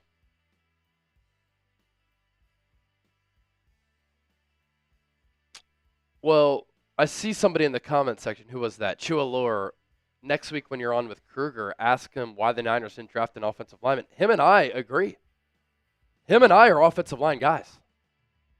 Him and I don't understand the philosophy.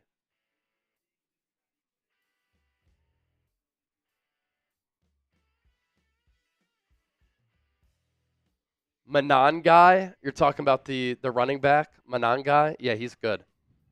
Again, deep running back class. All right, let me use the bathroom. I need to get my phone charger. You could take a look at best players available. Oh, Jags go Tej Johnson. Yeah. Oh, I like that. I like that for Jacksonville. Under 5'10", 190, 154. Yeah, he is tiny. And he ran a 4.6 at the combine. That's me. Yeah, that's Chip. He's definitely quicker than fast. He plays a lot faster than that 40, but it is interesting. All right, so we get the Packers pick in here at 237. They take Micah Robinson, cornerback out of Tulane. So Niners will be up in a little bit at 249 and then 252.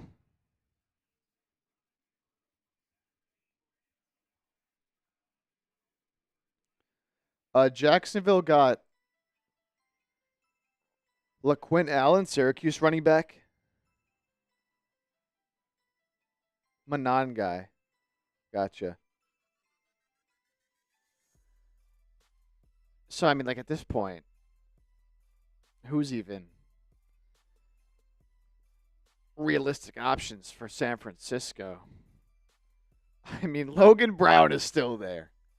Maybe they can make everything right by taking Logan Brown. It wouldn't make everything right because, as Chase said, it's just a philosophy, man.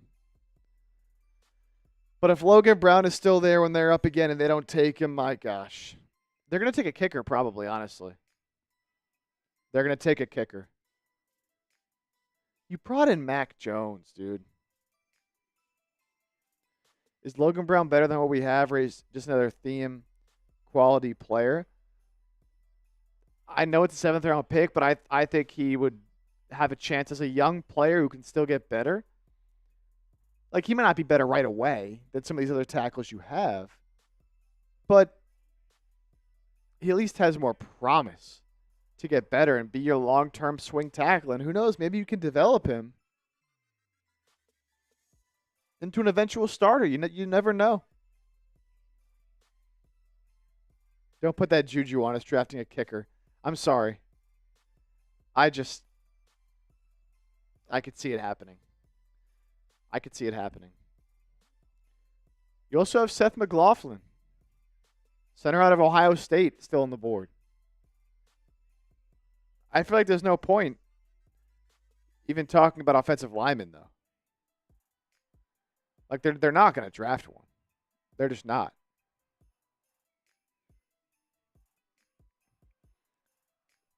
It's unbelievable. Maybe they'll take Xavier Restrepo. He's still on the board. My guy Jake Brenningstool is still on the board. Taking a Wisconsin lineman's never a bad idea. Joe Huber, guard. My guy Jake Brenningstool at a Clemson tight end. Things are looking good with Kittle, though, so play Rourke at tackle.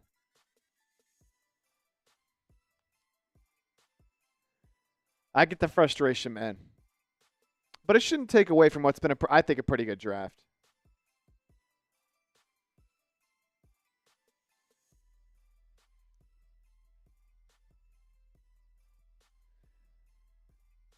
Will Wilson, lineman in the 7th round. Were they better than what we have? Probably would have been drafted by now by another team. There's a reason that let them fall. Yeah, I mean, look, I'm not going to sit here and say that someone like a Logan Brown would come in and start, right? Like, obviously that's not the case, and he's still available here for a reason. But it'd still be a better pick than Curtis Rourke, man. At least get a guy and try to address the situation. Willie Lampkin. Exactly. I would have taken that over Curtis Rourke. Damian, I mean, shit, I'll play O-line. You might have to, Damian. You might have to. They still could take Logan Brown, though. You never know. Kobe Bryant, good player.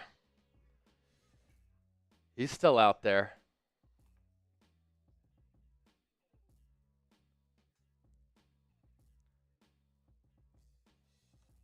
I don't know. The Niners are just trying to, like, be cheap along the offensive line, and I just disagree with that strategy.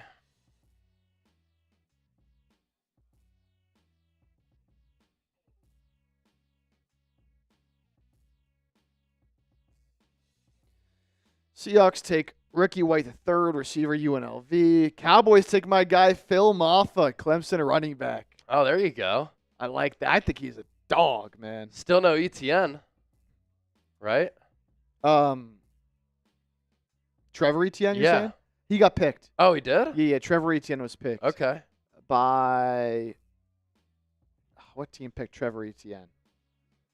He went a little while ago. Let's see. Trevor Etienne, brother of Travis Etienne, of course. Of course. Panthers. He went in the fourth. He went Ooh. round 4, pick Oh, 114. wow. He went a lot earlier than I thought he was going to go. Yeah. Phil Maffa, though. I like that for Dallas. I hate the Cowboys, but I like that for Dallas. He's a powerful runner, man. Banged up a lot, but a powerful runner. Bills take Caden Prather, Maryland receiver. Denver on the clock, 2:41. Niners coming up at 2:49 and 2:52. Here we go. Closing time. We're getting closer.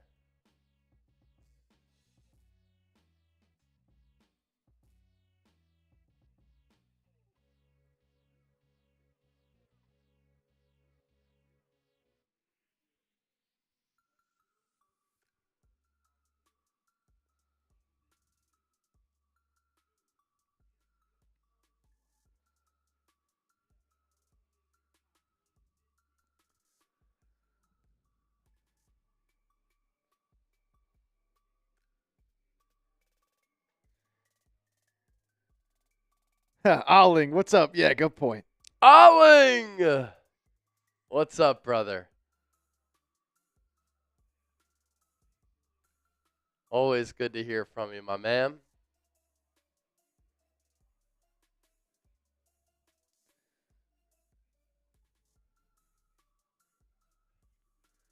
I wonder what Christian McCaffrey is thinking from Buddy Moles. Draft another running back, no lineman. It's like, yeah, CMC, you're good enough. You don't need no line. Just go figure it out. Ridiculous. Jay, are we going to do a UDFA signing video? Of course we are. Yeah, we'll be in the studio tomorrow doing that. So be on the lookout for that on Eagles Now. Dennis Designs, you guys are exhausted, bro. It's a long, long 3 days. Because you think about it, I mean, we're basically pulling double shifts Thursday, Friday, and then here today, the turnaround's always really rough. Like, the NFL Network, they took a break during their coverage. They were doing shows from the set in L.A., and the guys in Green Bay weren't even live for hours. Now Rich Eisen is finally back, but they'll also rotate people in. We're live every day, every round, every pick. And then the amount of videos that we're doing within that. When the pick happens, that's when we got to be at our best, man. Because I'm trying to give some really good analysis, and I get pumped up talking about these prospects. But then when you're just waiting around, waiting for those picks, Yeah, sometimes we can look tired. Just trying to conserve that energy at this point. Because we have to, after we go live, we're going to sign off and then do draft grades, which will be up on the channel. So be on the lookout for that. Dessert.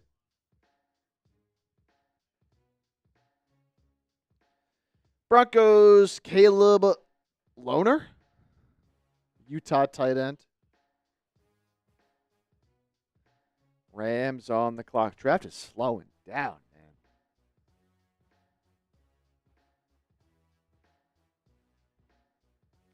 The RAS scores for the Eagles' 10 picks. And as we've talked about, you know, in previous years, they really value the top 30 visits and the RAS scores. This year, the RAS scores of the Eagles' 10 picks. Jihaad Campbell, 9.88.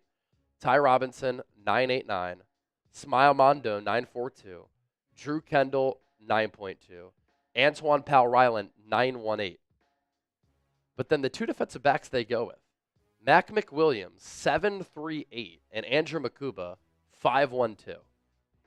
Kyle McCord, Miles Hinton, Cameron Williams didn't do enough testing to get an RAS.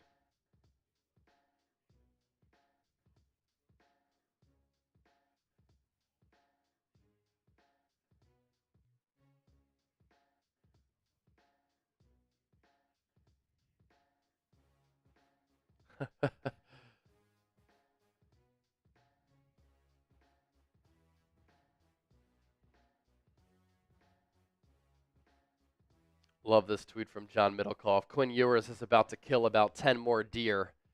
He's got to get those deer in now because there ain't no deer in Miami.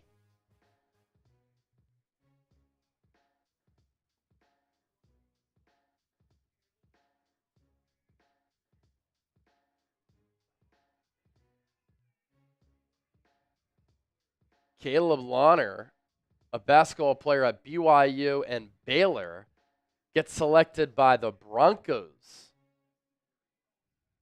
here in round 7, 241. 4 catches, 54 yards, and 4 touchdowns in 2024. It's crazy. All of his catches were touchdowns. Played football and basketball at Utah. Is he the next Antonio Gates? People are talking. Seriously, though, Antonio Gates, Julius Peppers, Donovan McNabb, they all play college basketball. Alling! Go Birds. I'm saving some cash for future shows. Thanks for the dedication. We appreciate that, my man. And all good. I'm just glad that you're here hanging out, dude. That's all that matters, that you're here watching. Kelly Knock, hang tough, guys. Much appreciated. Hey, we're hanging. We are hanging. So many videos, so many YouTube shorts.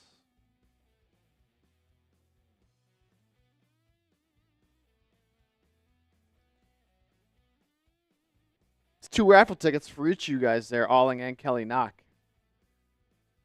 Every 10 raffle ticket.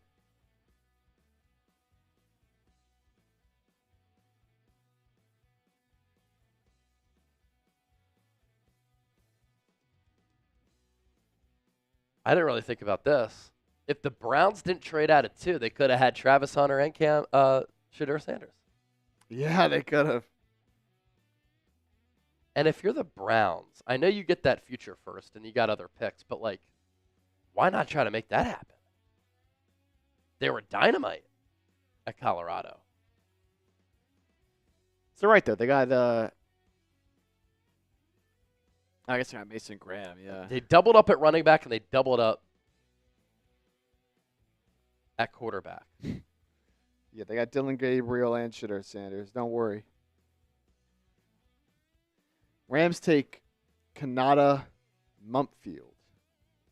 Receiver Pitt.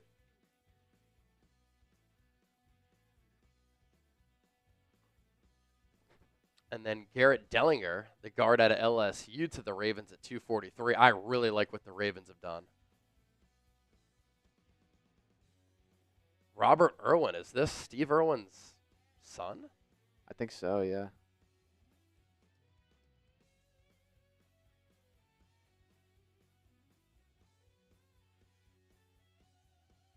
Good day, mate. You know what's actually crazy is how they do that. Yeah, who gave him that card?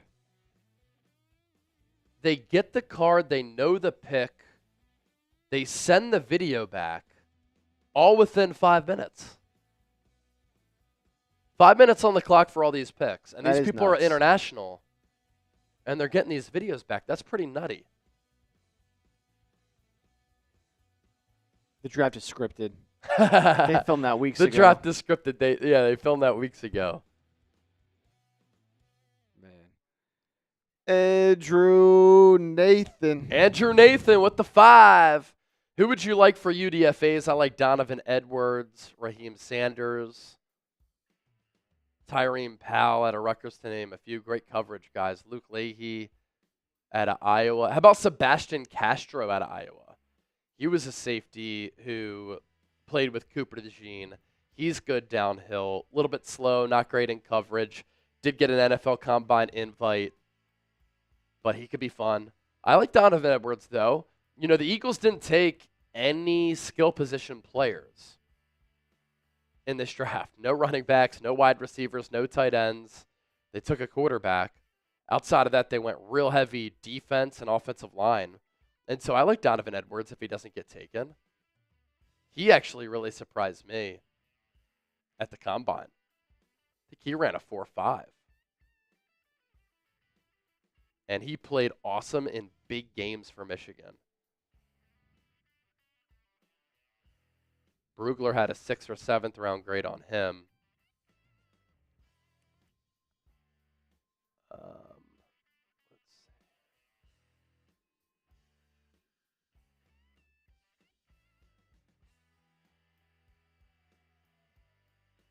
Yeah, 5'11", 205. Ran a 4.44. There was never, like, insane production for him. His best year, 2022, 991 yards, 7 touchdowns. Played with some good backs. He was the first player in national championship history with multiple touchdown runs of 40 yards or more. I was at that game. He only started one game that year. Blake Corum was their starting back. So, yeah, I would like Donovan Edwards.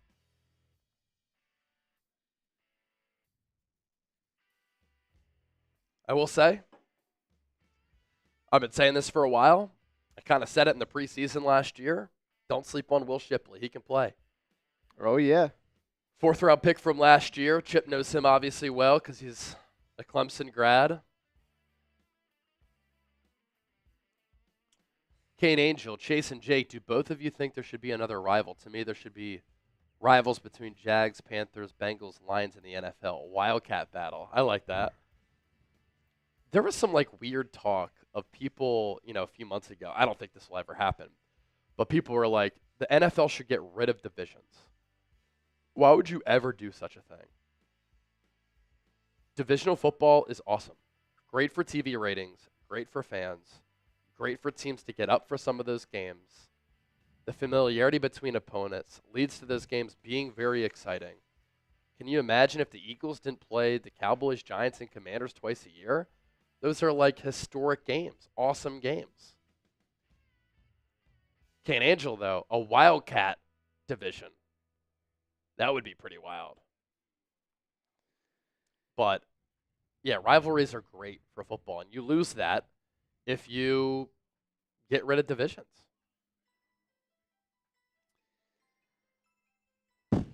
Jason Hopkins, thank you for the 5 over on Niners. Thanks for the hard work, Chase and Chip.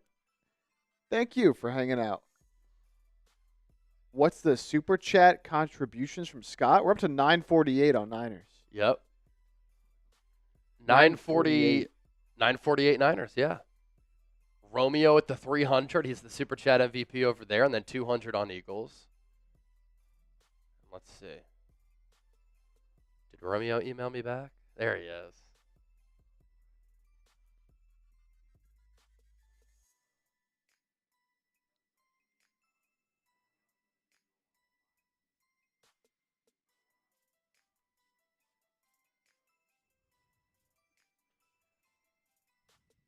So Romeo wants a Saquon jersey for his daughter, and then Colin Kaepernick for him.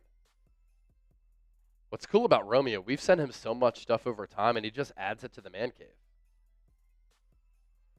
All right. Pick us in for Detroit, Washington, New York, Dallas, New Orleans, Niners after that.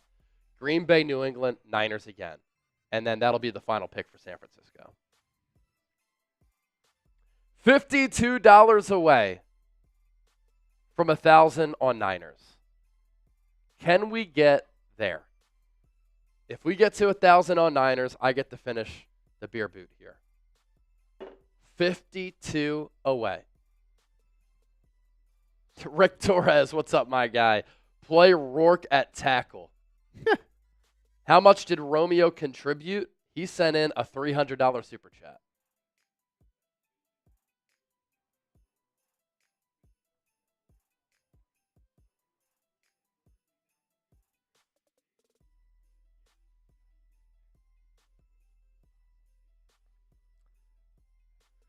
Kyle McCord saying, I got a call from a 215 number. It was a surreal moment. You always dream about being the quarterback for the Eagles, but any team could have gotten me. Grew up going to Eagles games. He looked up to Donovan McNabb, went to St. Joe's Prep, won a state title. He would get sideline passes in first grade. He played at halftime of a Temple game at the Link. That's pretty cool.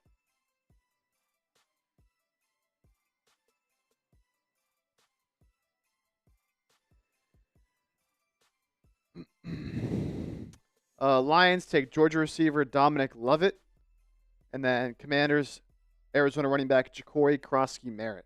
Giants on the clock at 2:46. Niners up at 2:49.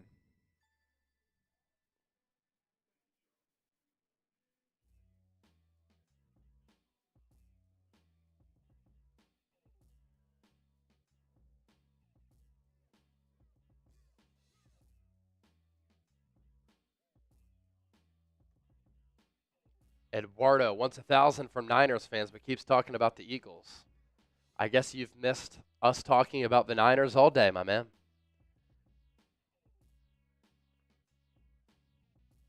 Just went on a whole rant about their offensive line and Curtis Rourke.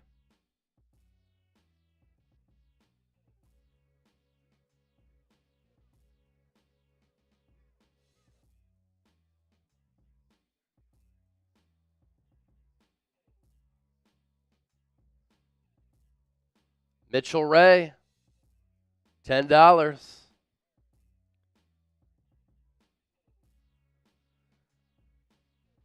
That's going to get you entered into the hat raffle to win a draft hat. Yes, sir. Niners draft hat for you there. You'll be in the running.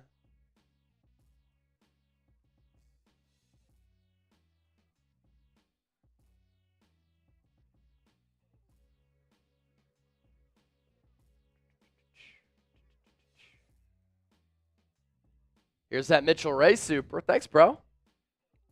We appreciate that. Let's do this. For the next 2 minutes, if you want to enter the hat raffle to win either a Niners draft hat or an Eagles draft hat, 50% off. $5 gets you in. $5 gets you in for the next 2 minutes. I'm going to run to the bathroom before this Niners pick You're happens good, brother. here. Dave Zobel, since we're drafting worthless, are we going to draft the kicker? You know, the only kicker I really thought was draft worthy in this class was Andres Borregales.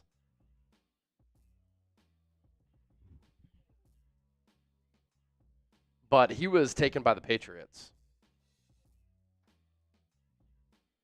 Scott Bertle, what did Romeo contribute total? I think Romeo total was $350. He sent in a 300 and a 50, I believe. Scott, I just answered the question, my man.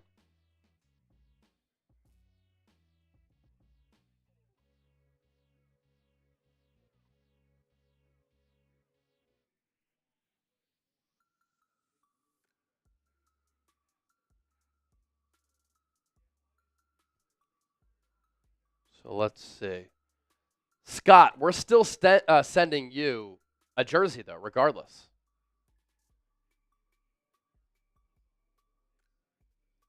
Now, I do have a question, Scott.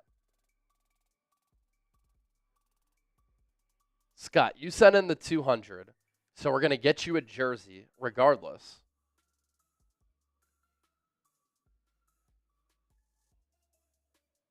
Okay, but you sent in the email from Susan Bertle. Still got you. And we're going to get you that Nick Bosa jersey, my man. I know you said originally a Kittle, but we got you with the Bosa jersey, bro. Yep. Oh, I acknowledged the email verbally. But yes, I can respond as well.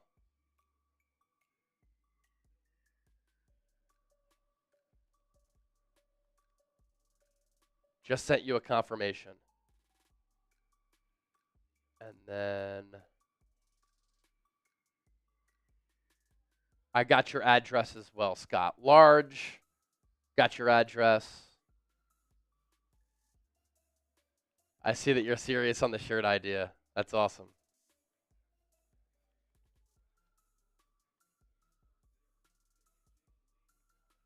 Cool, cool. So we'll get you that jersey. Travel Specialist, $2 super chat. What are we going to do without an offensive line edition?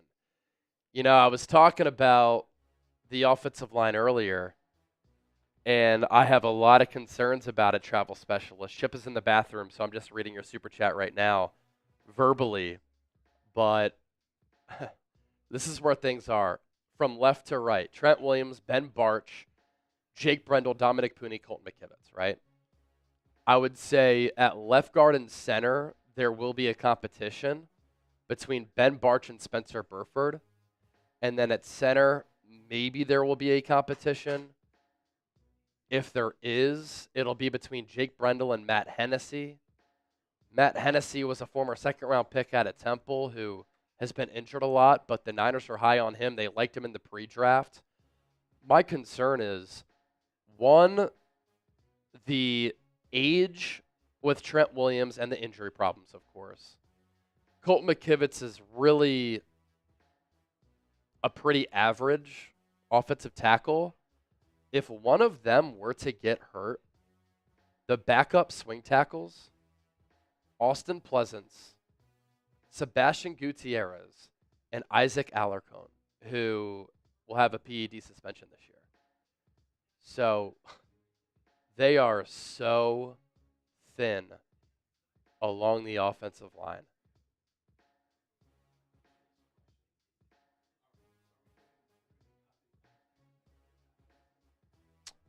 Yeah.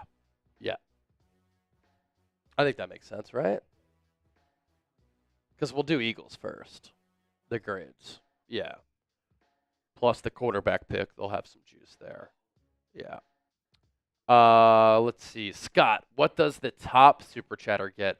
So what Romeo wanted is a Colin Kaepernick jersey, and he gets one of our 49ers Report MVP footballs. So it always goes to the largest individual super chat. So Romeo sent in the largest one, but since you sent in a big-time super, we're still going to send you a jersey. So, yeah, Romeo wants the Colin Kaepernick jersey and the football. Niners on the clock. Cowboys pick is in here. Giants took Corey Black, Oklahoma State corner. Okay.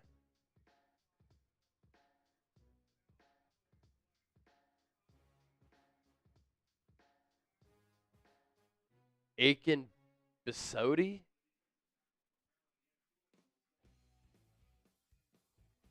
Ha! Daniel Jeremiah called him Tommy. He wouldn't even use his name. Just Tommy. All right, let's see if this pronunciation's in here.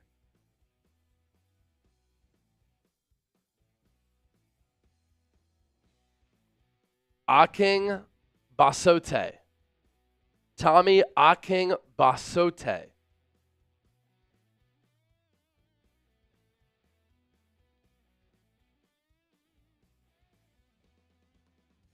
4-star recruit who went to Maryland. Jordan Phillips was the other defensive tackle at Maryland who was really good. And here we go. Niners pick is in.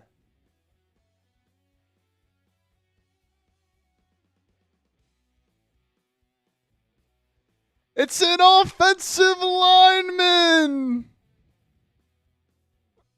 Oh Connor my. Colby, offensive lineman. Finally, at 249, they finally go offensive line.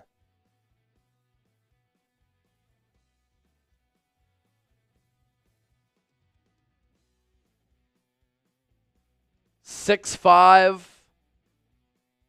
309, 5'11", 40-yard dash, short arms, 32 inches. So he is a guard. At Iowa, 50 starts, 37 at right guard, 7 left guard, 6 right tackle. First team All Big Ten player in 2024. He's a mean and aggressive run blocker.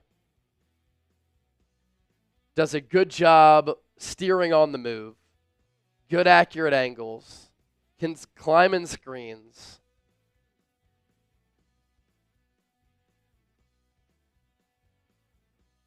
He's experienced, quick into his blocks, likes to finish.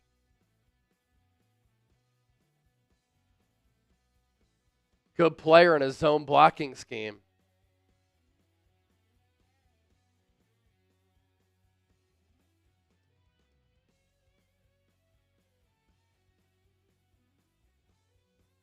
Who's Greg Tellez? He's announcing the pick.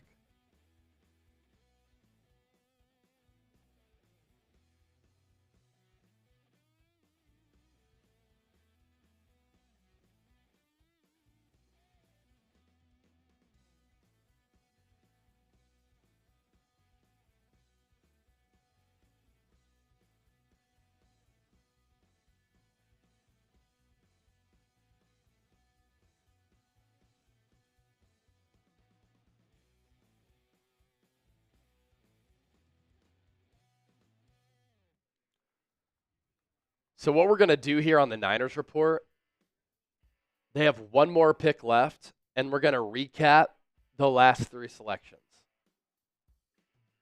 So Curtis Rourke, Connor Colby, and then they have another pick coming up at 252.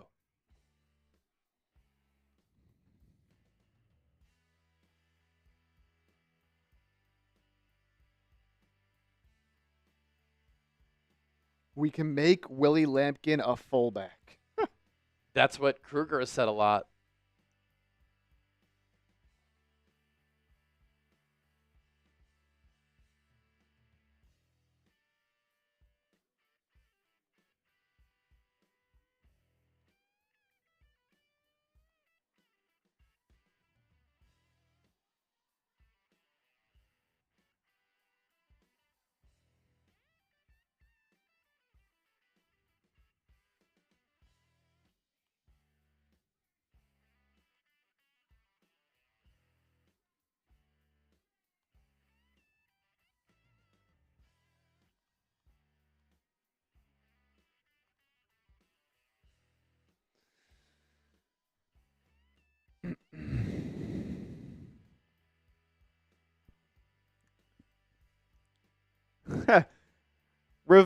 Revenite Master, please be O-line. 249 was O-line.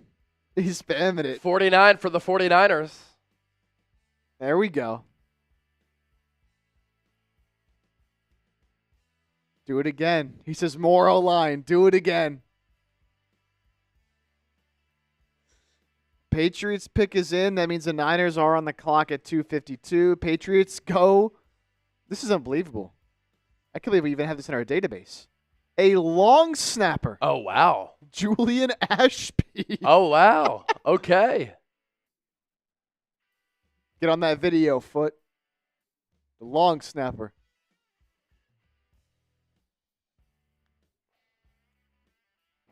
Why are you drafting a long snapper? Everybody wants Logan Brown. I will say, Connor Colby from Iowa.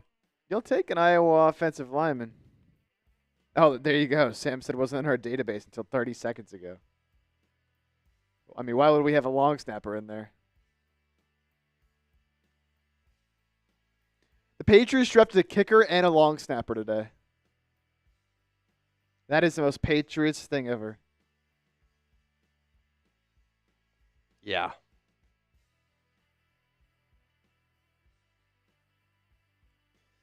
All right, Niners.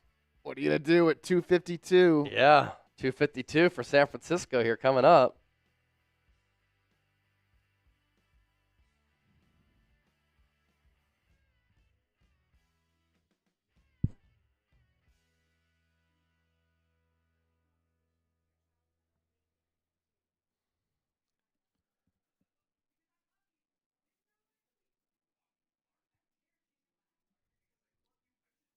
Jed York. No one has suggested offensive line to me, but what the heck? Is what he said on Twitter. What? He said, speed this thing up. Let's do it.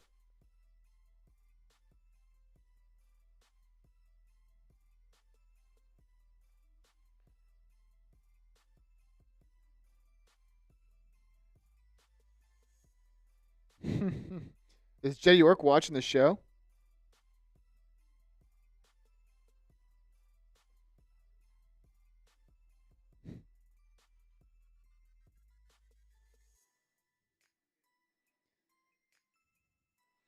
Honestly, this is a good tweet from Jed York, throwing it back to when the NFL draft was 17 rounds. Could you imagine if we were live for all 17 rounds of the NFL draft? I know. Niners pick is in. It is a wide receiver. A wide receiver. Now, going back to Connor Colby, he did have a relative athletic score of 9.5. 5'11", 40-yard dash. George Kittle tweeting yes because Connor Colby went to Iowa. He does like to finish.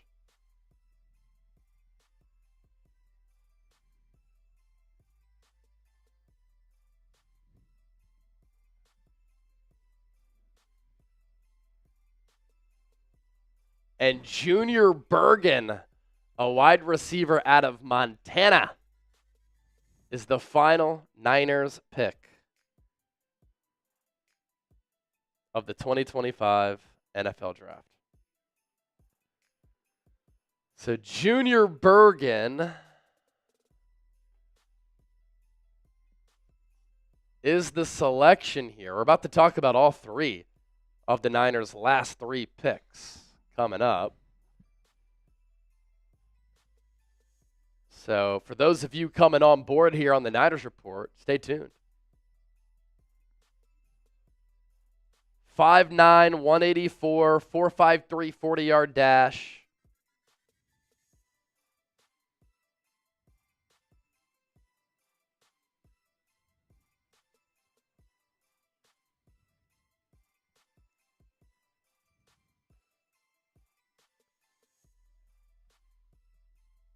.48 catches, 542 yards, 3 touchdowns. Is he in our database?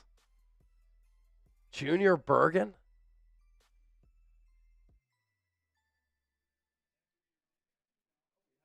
Okay. Yeah, shorter player. Shorter and ran a 4.5. From Billings, Montana, and went to Montana. All right.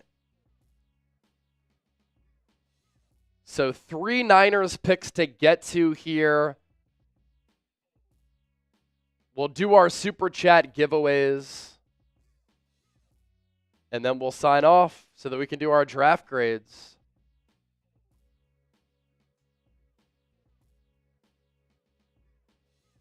Yeah, Andrew, I did see that. No draft picks of the Eagles' top 30 visits. I think they got wind of that, and they said we can't be so predictable.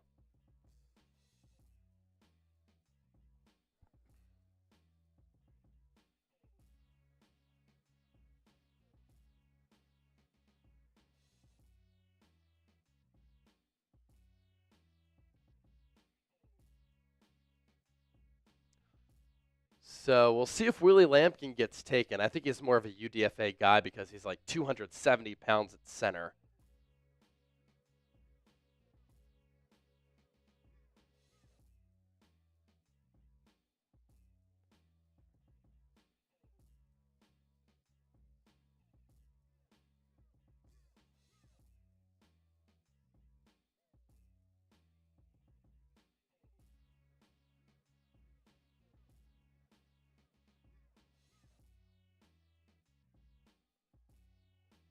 All right, let's do it. 600 people watching live. Continue to hit that thumbs up icon, like the video. And here we go. Dennis, did I run today? I did not run today. Kelly, we'll see if we do a duck race. I think I only got one Venmo in, so I might just have to send that back to the lovely person who sent that in, but we'll figure that out after this. Here we go. Once again, welcome into the San Francisco 49ers Report. Chase Sr. here with you. Before we dive in and talk about the final 3 picks for the Niners in the 2025 NFL Draft, a reminder to subscribe to the channel. We talk all things Niners right here on the Niners Report, so don't miss our coverage. We just surpassed 160,000 subscribers, so join the movement. Lock us in for Niners shows every single day year-round. And in round 7, San Francisco had 3 selections, and their pick at 227 overall surprised me a little bit. I wasn't surprised that the Niners drafted a quarterback. I was just a little bit surprised it was this quarterback, Curtis Rourke out of Indiana. Quinn Ewers out of Texas was still on the board. He played at Texas. That is where Kyle Shanahan was a wide receiver. Steve Sarkisian has a lot of the similar offensive concepts as Kyle Shanahan. Quinn Ewers was so highly touted coming out of high school in Texas, where he was one of the top recruits and at one point the #1 overall recruit in the country when he went to Ohio State. And then he transferred to Texas. And while his results with the Longhorns were up and down, he put up a lot of production. He played in a lot of big games against stiff competition. I thought he ran that offense pretty well. And Quinn Ewers got lackadaisical with his footwork. But if you clean that up, there's something to work with there with the size and the arm strength that Quinn Ewers has. He's one of those throwers where he's kind of a flick of the wrist guy, where you see some of the velocity of the football coming off his hand. And if he develops some lower body mechanics and works on that, I do think that Quinn Ewers can have a bright future as a backup and maybe a starter at some point. I personally thought he should have gone back to school, but he decided to go to the NFL Draft, and he got selected right after Rourke by the Miami Dolphins. And so if I was running the show, I would have gone Quinn Ewers over Curtis Rourke.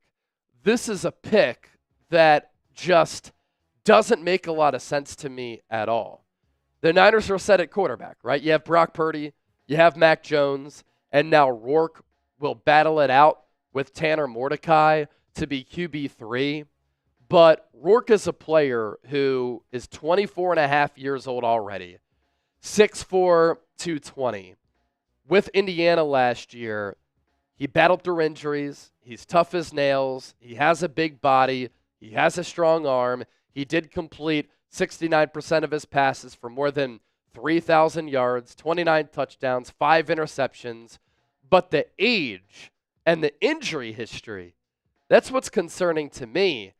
And as far as him being a scheme fit, he's not too mobile behind what is an offensive line that I think is very concerning. And I'm just not sure if he's a good scheme fit. And I just would have gone offensive line over Curtis Rourke. Now, good size, good frame, does have the football IQ. So maybe that's something that Kyle Shanahan really likes. He can read and beat defenses with being a cerebral guy and having it in between the ears. He lacks a little bit of velocity. He does have a little bit of a slow release, but he does have a long injury history. He played on a partially torn right ACL last year, put a brace on it, but he also tore that same ACL back in 2022. This is a guy who was in college for 6 years. He started off at Ohio, and he was there for 5 years. And then he transferred to Indiana for his final season. And as far as the injury history here with Rourke, left shoulder injury in 2020, torn ACL on his right knee in 2022, wore a brace on his right knee in 2023, right thumb injury in October of 2024, had to get surgery on that, sidelined him for 1 game, and then again tore his ACL on his right knee in August of 2024. Then he played through the injury. So a huge credit to him for playing through that injury for his final college season, but he did miss most of the draft process after undergoing surgery in January of 2025. Wasn't asked to work through a ton of progressions while at Indiana. He has pretty average foot quickness. Sometimes he'll play poised, but then his eyes will come down and he'll look at the rush to see if that is incoming. But big-bodied passer, ball comes off his hand pretty solid.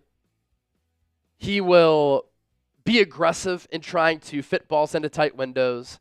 He throws the deep ball with some timing and touch. He's willing to stand in the pocket and deliver the ball before taking a shot. 3-time team captain at Ohio. And so, high character guy.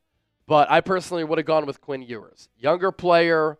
I think he has more upside and less of an injury history, although Quinn Ewers himself has had to deal with some nagging injuries from time to time the last couple of years. Really what it comes down to is me just prioritizing offensive line over quarterback, and then wanting to take the better quarterback in my eyes in Quinn Ewers over Curtis Rourke. So your one-word reaction to this pick, I was surprised by the player. I wasn't surprised that the Niners went quarterback. You know, in the pre-draft, I was talking about Will Howard or Kyle McCord as quarterbacks who I would have liked to have seen picked by San Francisco. McCord got drafted by Philly. Will Howard got drafted by Pittsburgh. Niners go Curtis Rourke. Sound off with what you think down in the comment section right now. Couple more picks to get to, but we do want to get to our sponsor, Chubby's. Thank you to Chubby's for powering our NFL draft coverage today and throughout the weekend. My fellas out there, April is here. But this ain't the time for fooling. It's the time to let those thighs breathe. Whether you're playing a round of golf with the fellas, hitting up a beer garden, or visiting an actual garden, going to a lake or ocean, spending some time in the beautiful outdoors, Chubby's has you covered for all of the good vibes that warm weather brings. They also, in addition to their great shorts, have polos that demand attention. Those killer shorts that will show off the fact that you've been hitting leg day. If you want to hit up the pool or the beach, they have a great swim collection, and they will be your new favorite swim trunks for those sunny days. For everything non-water related, their original shorts provide that classic look with a fresh vibe and a modern fit for everywhere shorts. At the end of the day, look, I'm trying to help you out, and Chubby's is trying to help you out as well. Your wardrobe deserves a springtime upgrade. So to sweeten the deal for a limited time, Chubby's is giving our listeners 20% off your order with our exclusive code CHAT. All you have to do, go to chubbyshorts.com/chat, use that code CHAT, and you get 20% off to save on their shorts, swim trunks, polos, button-up polos, shirts, and more. Skies out, thighs out. Get swagged up. Look good, feel good with Chubby's today. As for the other Niner selection in the 7th round at 249, we celebrated this one when we were live here on the show. The Niners finally drafted an offensive lineman in Connor Colby out of Iowa. I went on a rant after the Niners drafted Curtis Rourke, and I'm like, what is San Francisco doing? They hadn't taken an offensive lineman in the entire draft until 249 overall. And so we're looking at a starting offensive line going into next year that is going to be Trent Williams at left tackle, older, injury prone, play declining a little bit. Ben Barch or Spencer Burford at left guard. Jake Brendel or Matt Hennessy at center. Dominic Pooney, a stud, at right guard. And Colton McKivitz, who's a very average tackle, at right tackle. He improved last year, but he's still average. The issue is you are not elite by any means at center. I like Ben Barch and Spencer Burford, but you could have gotten a major upgrade in this draft at left guard. And if Trent Williams or Colton McKivitz get hurt, you still don't have a legitimate backup tackle at any of those positions, and you don't have a legitimate swing tackle. Austin Pleasance, Sebastian Gutierrez, and Isaac Alarcon are your top backup tackles. That is an issue, and it makes no sense when you're about to pay Brock Purdy $50+ million per year. He's going to be running for his life potentially. If some injuries happen up front, the Niners are in a bad spot.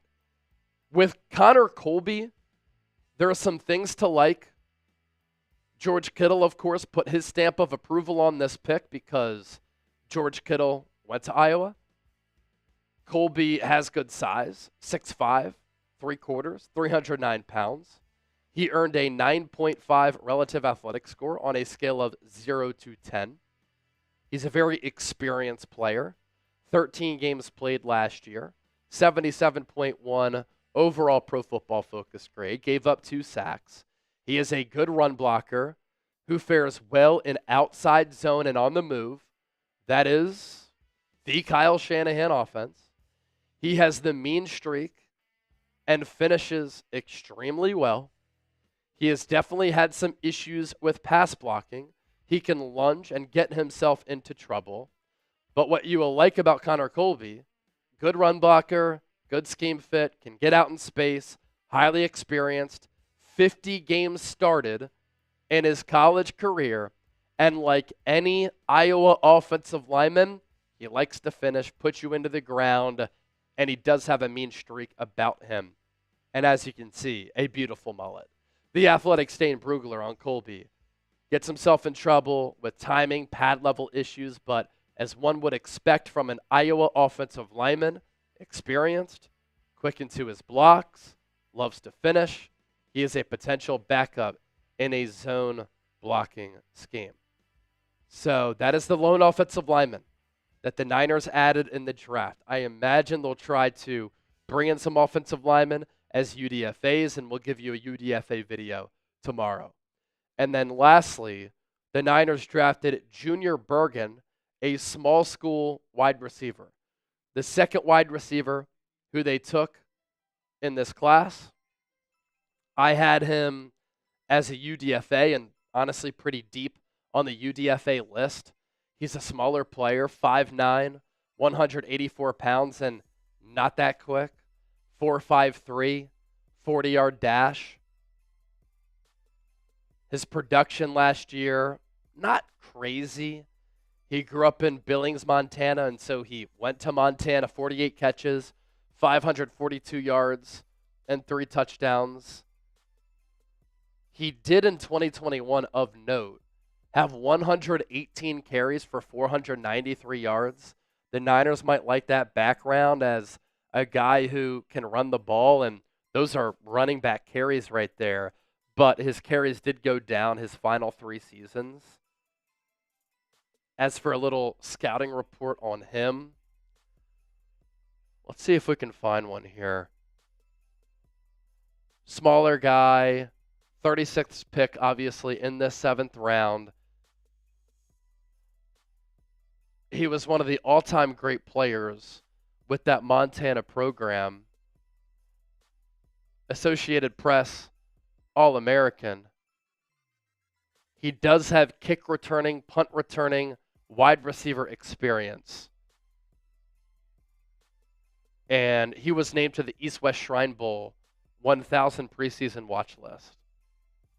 tied for the most punt return touchdowns in NCAA FCS history with 8. So he's a good punt returner. And now holds the Montana school record for average yards per punt at 16.71. Pretty impressive. So special teams value here with this player and Junior Bergen. So the Niners picks in totality, and by the time that you're watching this, following the NFL draft, I am going to be putting out a draft grades video. We'll go in depth on all of these players. This is the Niners 2025 draft class. Mykel Williams, Alfred Collins, Nick Martin, Upton Stout, CJ West. First 5 picks, all defense. All of those players have a history of being good against the run. Jordan Watkins, 4-3 wide receiver from Ole Miss, explosive player. Jordan James, a running back out of Oregon, outside zone fit. Marquise Seigel can play multiple positions in the secondary, safety out of Kansas State. Curtis Rourke, the quarterback out of Indiana. Connor Colby, offensive lineman, Iowa. And Junior Bergen, wide receiver, Montana. That is the Niners draft class. Who is your favorite pick so far for San Francisco here? Let me know down in the comments section. Thanks for supporting our draft coverage. Plenty of great content to come. UDFA video tomorrow. Don't forget to hit that sub button right here on the Niners Report.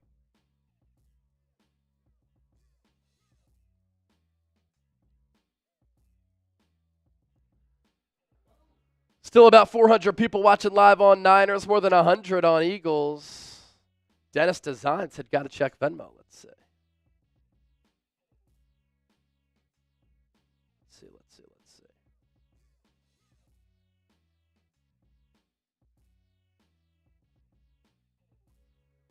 I had Jose Delgado and Eric send in 2 $20 Venmos.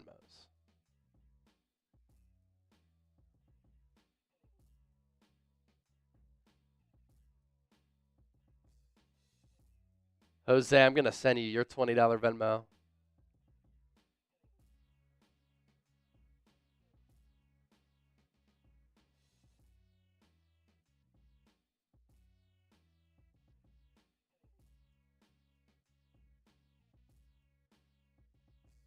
Jose, I got you there. And then Eric Pullman, I'll send you your Venmo as well, my dog. We'll call it a tie between you two.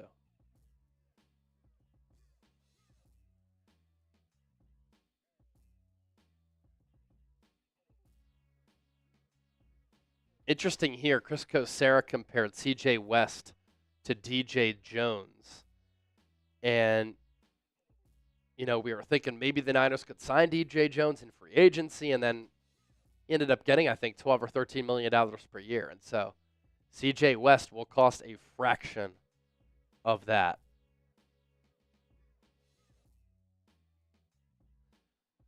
Adam Schefter said, my draft grade is in. Green Bay, Wisconsin gets an A. The people, the city, the venue were all superb. That's really cool. The NFL is just totally king. All right, let's raffle off our draft hats.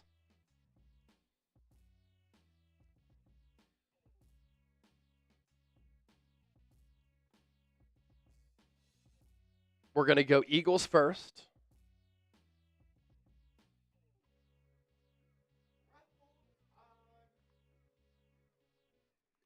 It's raffle time, baby.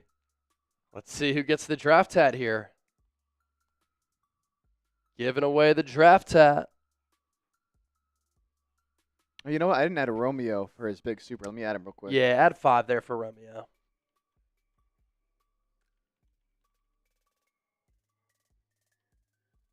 Look at that. Chip doing it on the fly.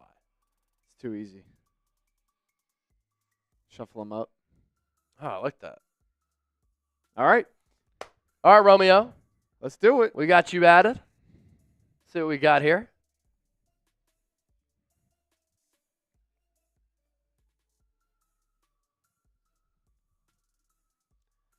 It's going to be Elijah. Elijah. All right, Elijah gets the draft hat.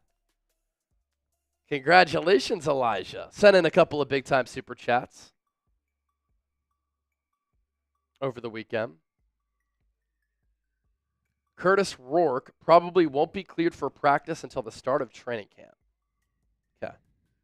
All right, Niners. Look at these submissions here.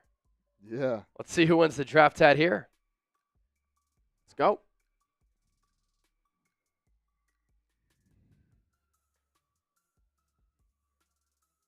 It's gonna be Buddy. Is Buddy Moles still here? I hope so. Oh, yeah. Oh, yeah, there he is. Buddy Moles deserves it. Buddy Moles was definitely helping to pace us in Super Chats.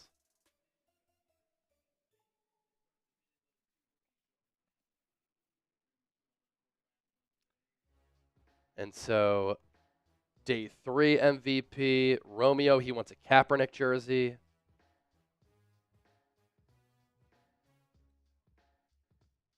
And then draft hat will be Buddy.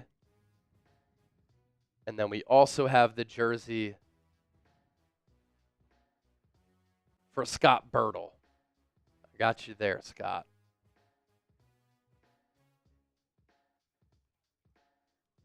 Scott Birtle. Buddy, can you shoot me an email, please? Buddy, my email is at the bottom of the screen, chase@chatsports.com. Send me an email with your mailing address so that we can get that draft hat sent to you. Chase@chatsports.com so that we can get that draft hat sent to you. Just waiting for your confirmation there, buddy, and then we'll sign off. We're $40 away from 1,000 in supers on Niners. Come on. Last call. Can we get to 1,000 in supers so that I can finish this beer boot? The draft is done. All 7 rounds. All 257 picks. Today, almost 8 hours of live coverage. Why did Isaiah Bond go undrafted? Some legal issues. Sergio Frosto Chase. What's up, Sergio? Morxius said, I've seen Jordan James be a problem. Yeah, good scheme fit for what the Niners like to do. Astro Monkey, what a day. Jacob saying, what's up, Chase? Sergio, who should we get as a UDFA? Willie Lampkin, athletic center from North Carolina. DJU is signing with the Chargers. DJU to the Chargers. I haven't seen anything for Eagles. Xavier or Niners. Restrepo didn't get drafted either, did he? No. Xavier Restrepo. I'm seeing all these. He's UDFA. available. Donovan Edwards, a good running back, available. Wow. Some good players, man, who didn't get taken.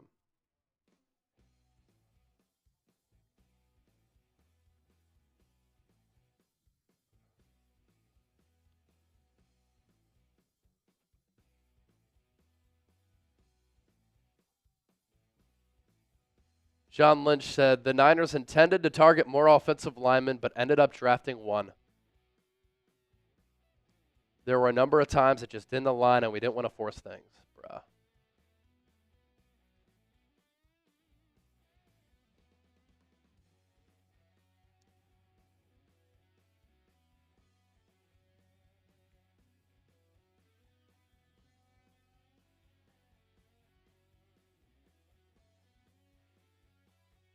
All right. I think we're good, right? Gave away the jerseys. Jerseys, Yeah. raffle. Can we get to 1,000 in supers? 2 minutes. 2 minutes. 2 minutes. The 2-minute shot clock is on. Can we get to 1,000 in supers? We're 40 away. 2 minutes. 2 minutes on the clock until we sign off for our draft coverage. And then we got to keep recording.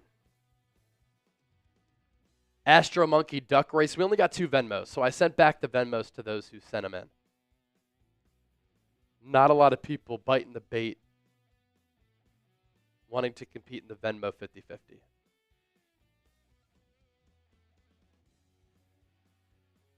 All right, let's see. Desmond Watson, the 6'5", 464-pound behemoth, is signing with the Bucks. Ugh.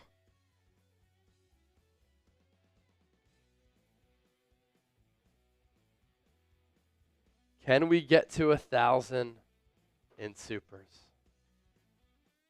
Approaching 8 hours live here on the show.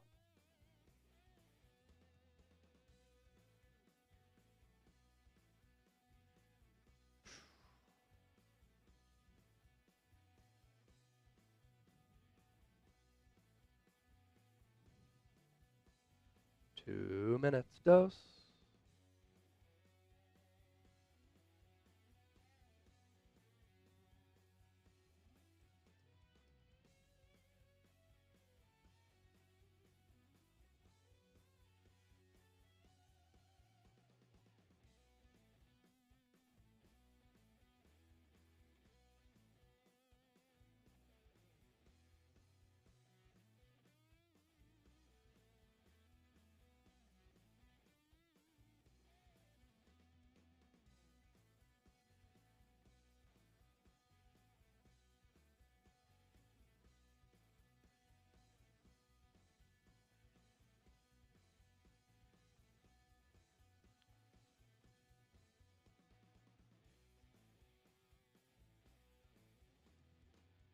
Connor Colby.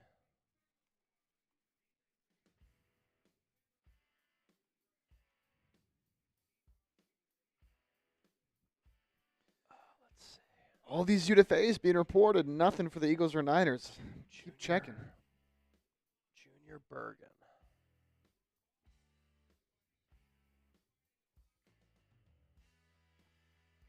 All right, let's see.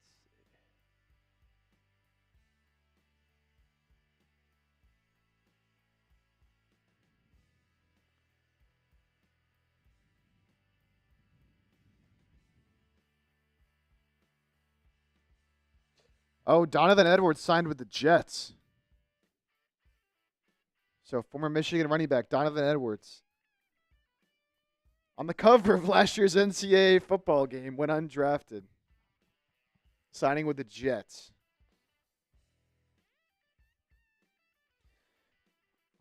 Former Clemson receiver Bo Collins played at Notre Dame last year, signing with the Giants.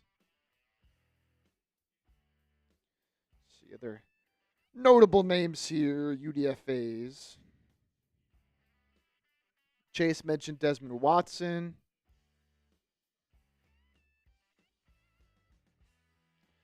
Former NC State offensive lineman Tim McKay, who was projected as a mid-round pick before he tore his pec at his pro day, signing with the Commanders. Okay. Gets $275,000 guaranteed. That's like similar to what Evan Anderson got last year from the Niners. That's like good practice squad money. Oh, I just saw Tez Johnson. Where's he going? Ooh, Tez? Oh, he was drafted by Tampa Bay. Oh, late? Okay. Very cool. I do remember that, actually. I do remember seeing that. All right. We're signing off. Oh, wait. Oh!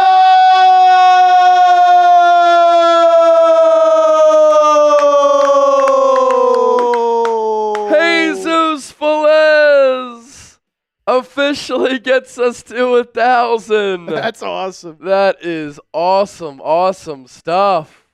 Jesus, Jesus, Jesus, Jesus. Jesus, Jesus, Jesus, Jesus, Jesus, Jesus, Jesus, Jesus, Jesus Velez.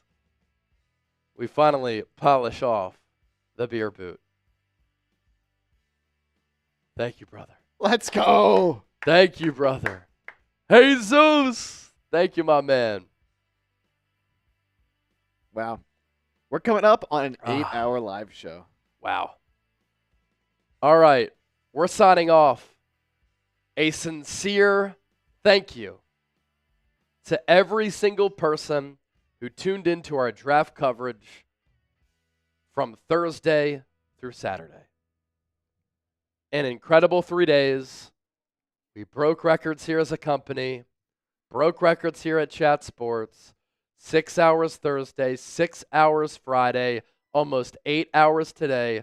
What we do would not be possible without all of your support. Those of you who don't send in super chats, it's totally fine. You're legends, you're real ones, and we thank you so much for just hanging out here with us. The job that we try to do, we want to give you the most informative, most insightful, most entertaining, most thought-provoking shows right here on YouTube. What we do is obviously different, creative, and unique, but when it comes down to it, it's about talking football, hoping that you learn something, hoping that you enjoy the content. It's about the community of everybody that we bring together in every pocket of America and worldwide. So for Chip, thanks to Chip, he makes the whole show go. Here with me every day, every round, every pick. For all of you who tuned in, again, thank you so much. Draft grades coming up on the channel, and we're heading out. Have a great rest of your Saturday. Have a great rest of your weekend. Please watch our draft video, and we'll catch you soon. 2025 NFL Draft, it is officially complete.